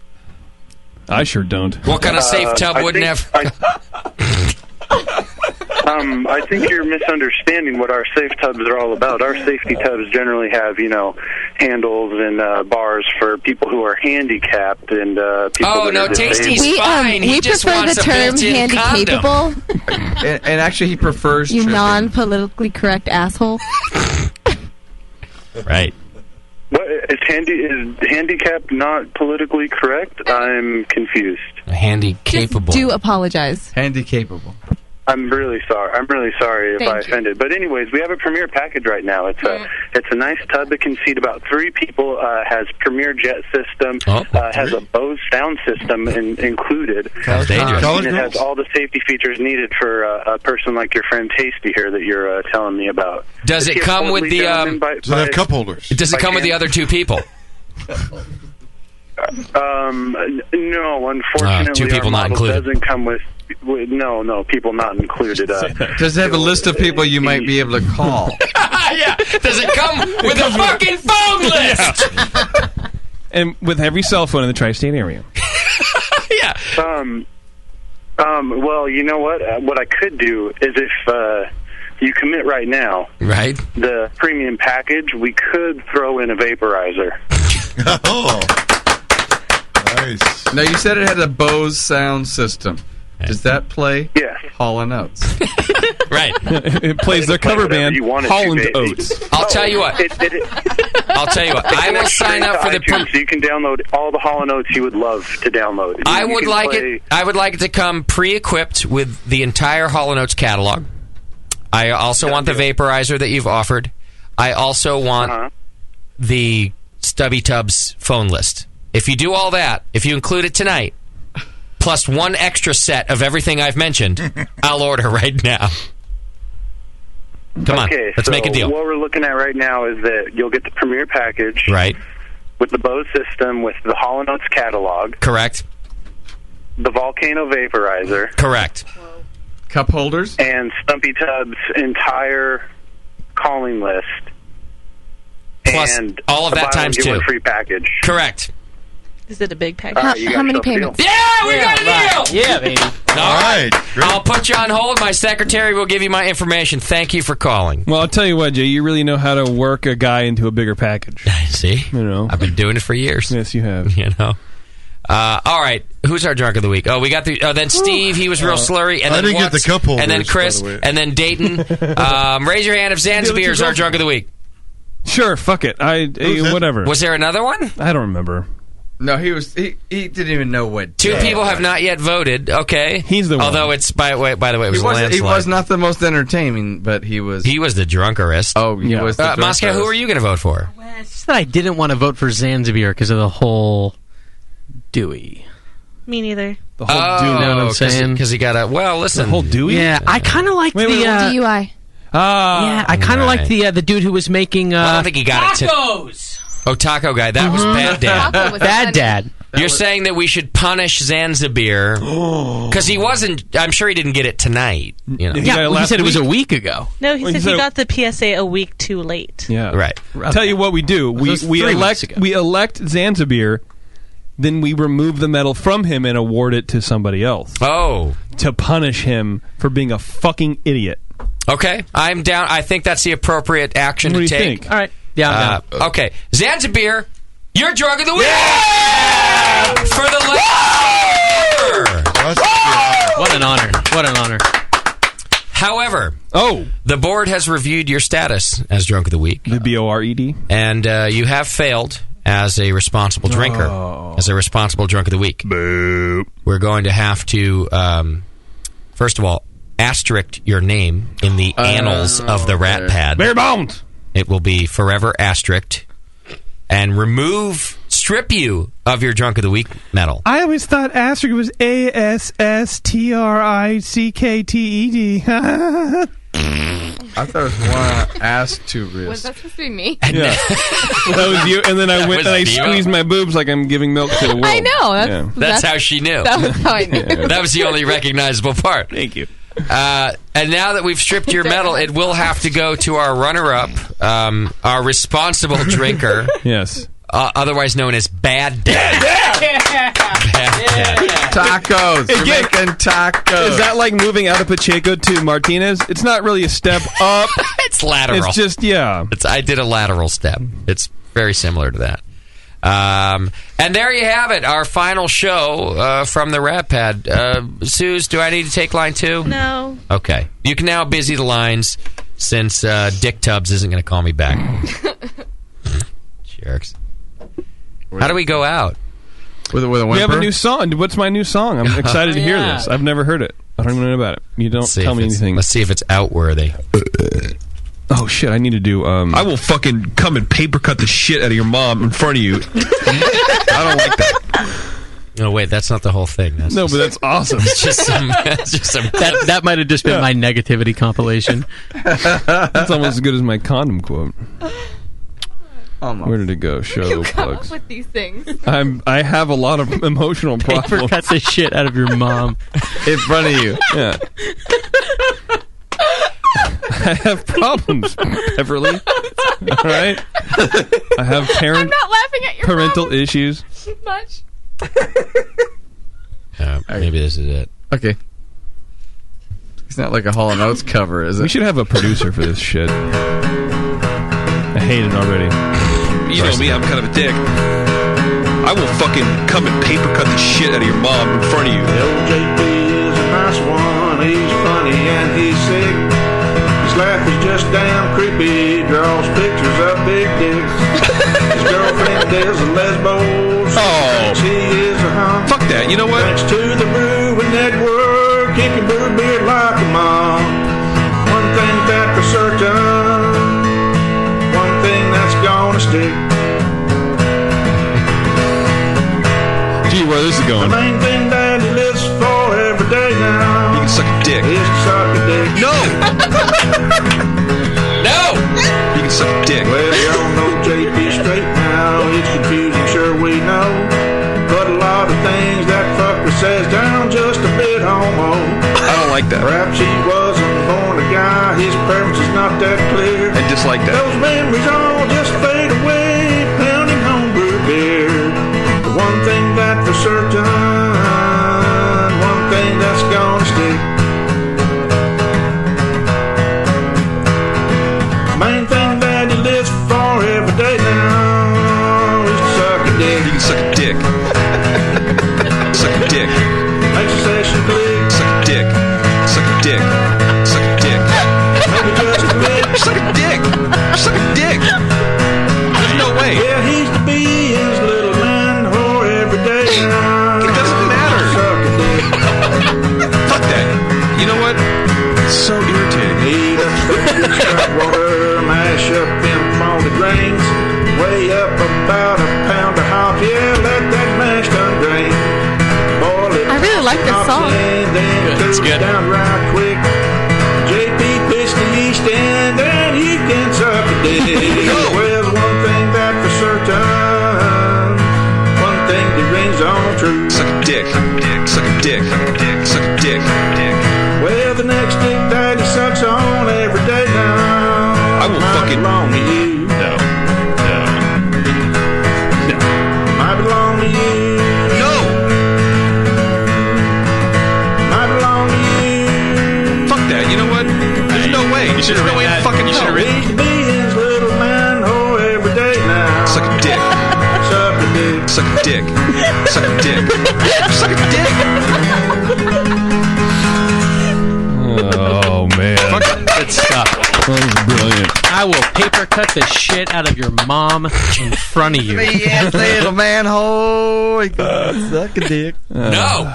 Not even. No. It's not even right. No. Suck a dick. Suck a dick. I dislike that. Just like that. I don't like that. So irritating. I dislike that. So That was like irritating. real exasperation. So I dislike that. That was after a drunk of the week called in more than once. So irritating. There's another good one. That's pretty good. Yeah. Same dude. Same dude. Oh, yeah. I like it. He's got you captured. Sugar Valley Brewer. Martin Palmer. Yeah. Good dude. Let's call him. He's got some talent. Let's see if he needs a tub. I think he's singing in his tub. He wrote Susie's Boobs, too, you know. He did? Yeah. He did. Let's play that one again. Oh, I don't know if I've ever heard that. I missed that one. Susie's boobies. Yeah, you missed Yeah, it. Susie's boobs are kind of awesome. High five. Those big boobs. Plus, she wears High those two. whore heels that you don't wear. Can we get Yeah. you like Because I'm short. It doesn't That's matter. because I don't care about looking nice in front of you guys. You should. Why? Because we would like you more. Suck it. All right. Suck a dick. I dislike that. I just like that. Oh, here it is. Let's try that. There you go. I love it so far.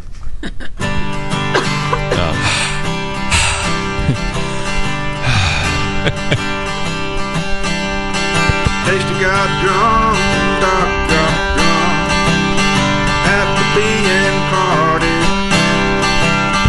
They were drinking on some Giants Brown and Firestone Pale Ale. They were raging about the Rankin Gate to Susie's boobies earlier in the day. Justin got a good look at them. He said they were 7.5, 7.5. Oh, yeah. That's right. I remember now. Although they do become an 8.2 when you put heels on. Thank you. Really was a 6.5. Little pointy, really not that big.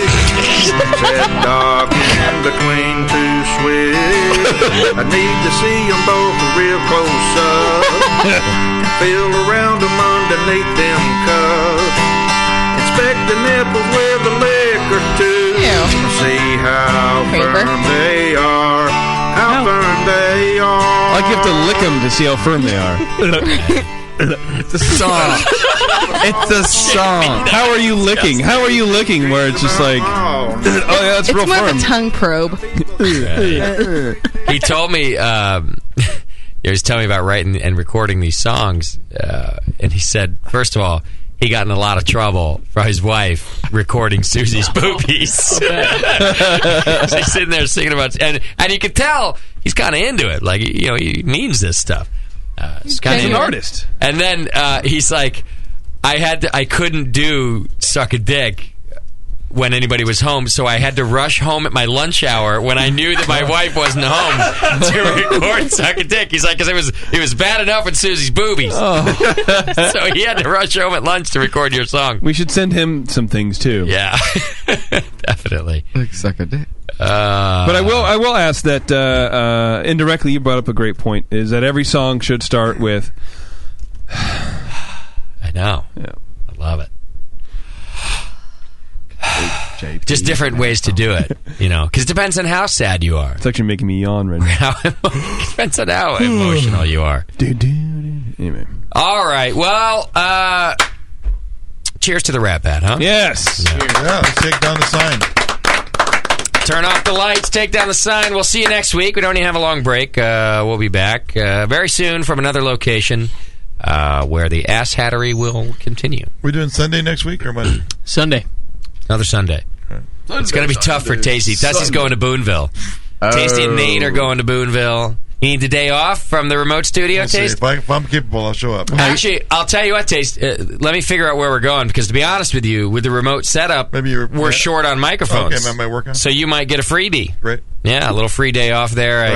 I'm kind of like, 4, max 5 microphones on the remote setup, so... We'll be short on microphones, but long on good beer. Chuckanut Brewery, the 2011 Small Brewery of the Year, on the show next week. Oh, good lagers, Doc. Are they sending beer down? Do we know yet? Yep, already got it. Doc, you probably want to try to make this one. I'll be there. All right. Beaver, are you back with us next week in the chat room? If I have to be. It's a gun to my head. Yes, you have I to will be. be. Mother's Day. I was going to say... Oh, it's Mother's Day? It's Mother's Day. Oh. It means you get to do whatever you want. Right. And what you exactly. want to do I won't be here. Can you wear those Mother's Day heels? Sam does all the No. diapers that day. I don't know. Susie, can you wear a different set of pumps next week? I didn't know. Yeah. Shows how I'll much I actually know. be coming back from... Oh, from Boonville yourself. Yeah. Oh, you might also not be available next week. I might have to have a backup for our I can just backup. park the Westie in front and just pass out there. That's Is there true. going to be That's true. chat from the remote? Yeah, there'll be chat. Sure. Maybe we can get JP's lesbian girlfriend to do it. Yeah, she's really going to be happy. It's about her new song. Yeah, About her how new she's a song mention. lesbian. And how she's... Yeah. I didn't hear the second part. I didn't say anything. It was good. stupid. I don't know. I'll get back to you. It's possible. Mother's Day, so... It really... I don't know. Your girl's a mother? No, but she has one. Oh. Yeah. Does she like her? Yeah, I think so. I'll try to... I'll see what I can do. All right. Yeah. We have other options. Moscow. For the chat? Back in the chat room. He's a mother. Fucker. It'd be punishment for fucking up the best game on Earth. Yes. On Earth. Okay, you know what? We're just going to play that game every single show, and we'll see how long it takes for you guys to get sick of it. And then you'll be like, yeah, you're right. No, you're right. Change it up a little bit. It won't take long. Can we play fucking Beer Jeopardy soon at some point, please? Yeah, the Dan's going to come back in soon, and that's when we save it for the Dan. I actually got a whole email full of great questions from a listener just today for next time Dan's in, so we'll have a good game. Okay. All right, fantastic. Well, let's say goodbye, everybody, shall we? Bye, everybody. Shall we? Bye. Peace out. It's been fun. All right, Jip, why don't you do it? All right. Do it. Take us out. Do I have anything to do? You were supposed to play me a bed. There's a bed on You're supposed to play me out. I have that. I got that ready. Well, I then got do that it. shit. Then do it. All right.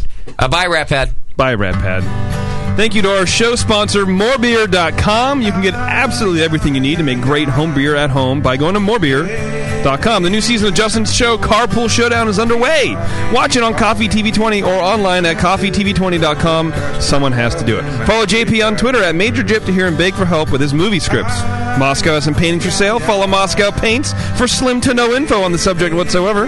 For some good beer insight and homebrew info, follow Nate at Nathan Homebrew. And be sure to find the Brewing Network on Facebook and Twitter. Bye, Rat Pad.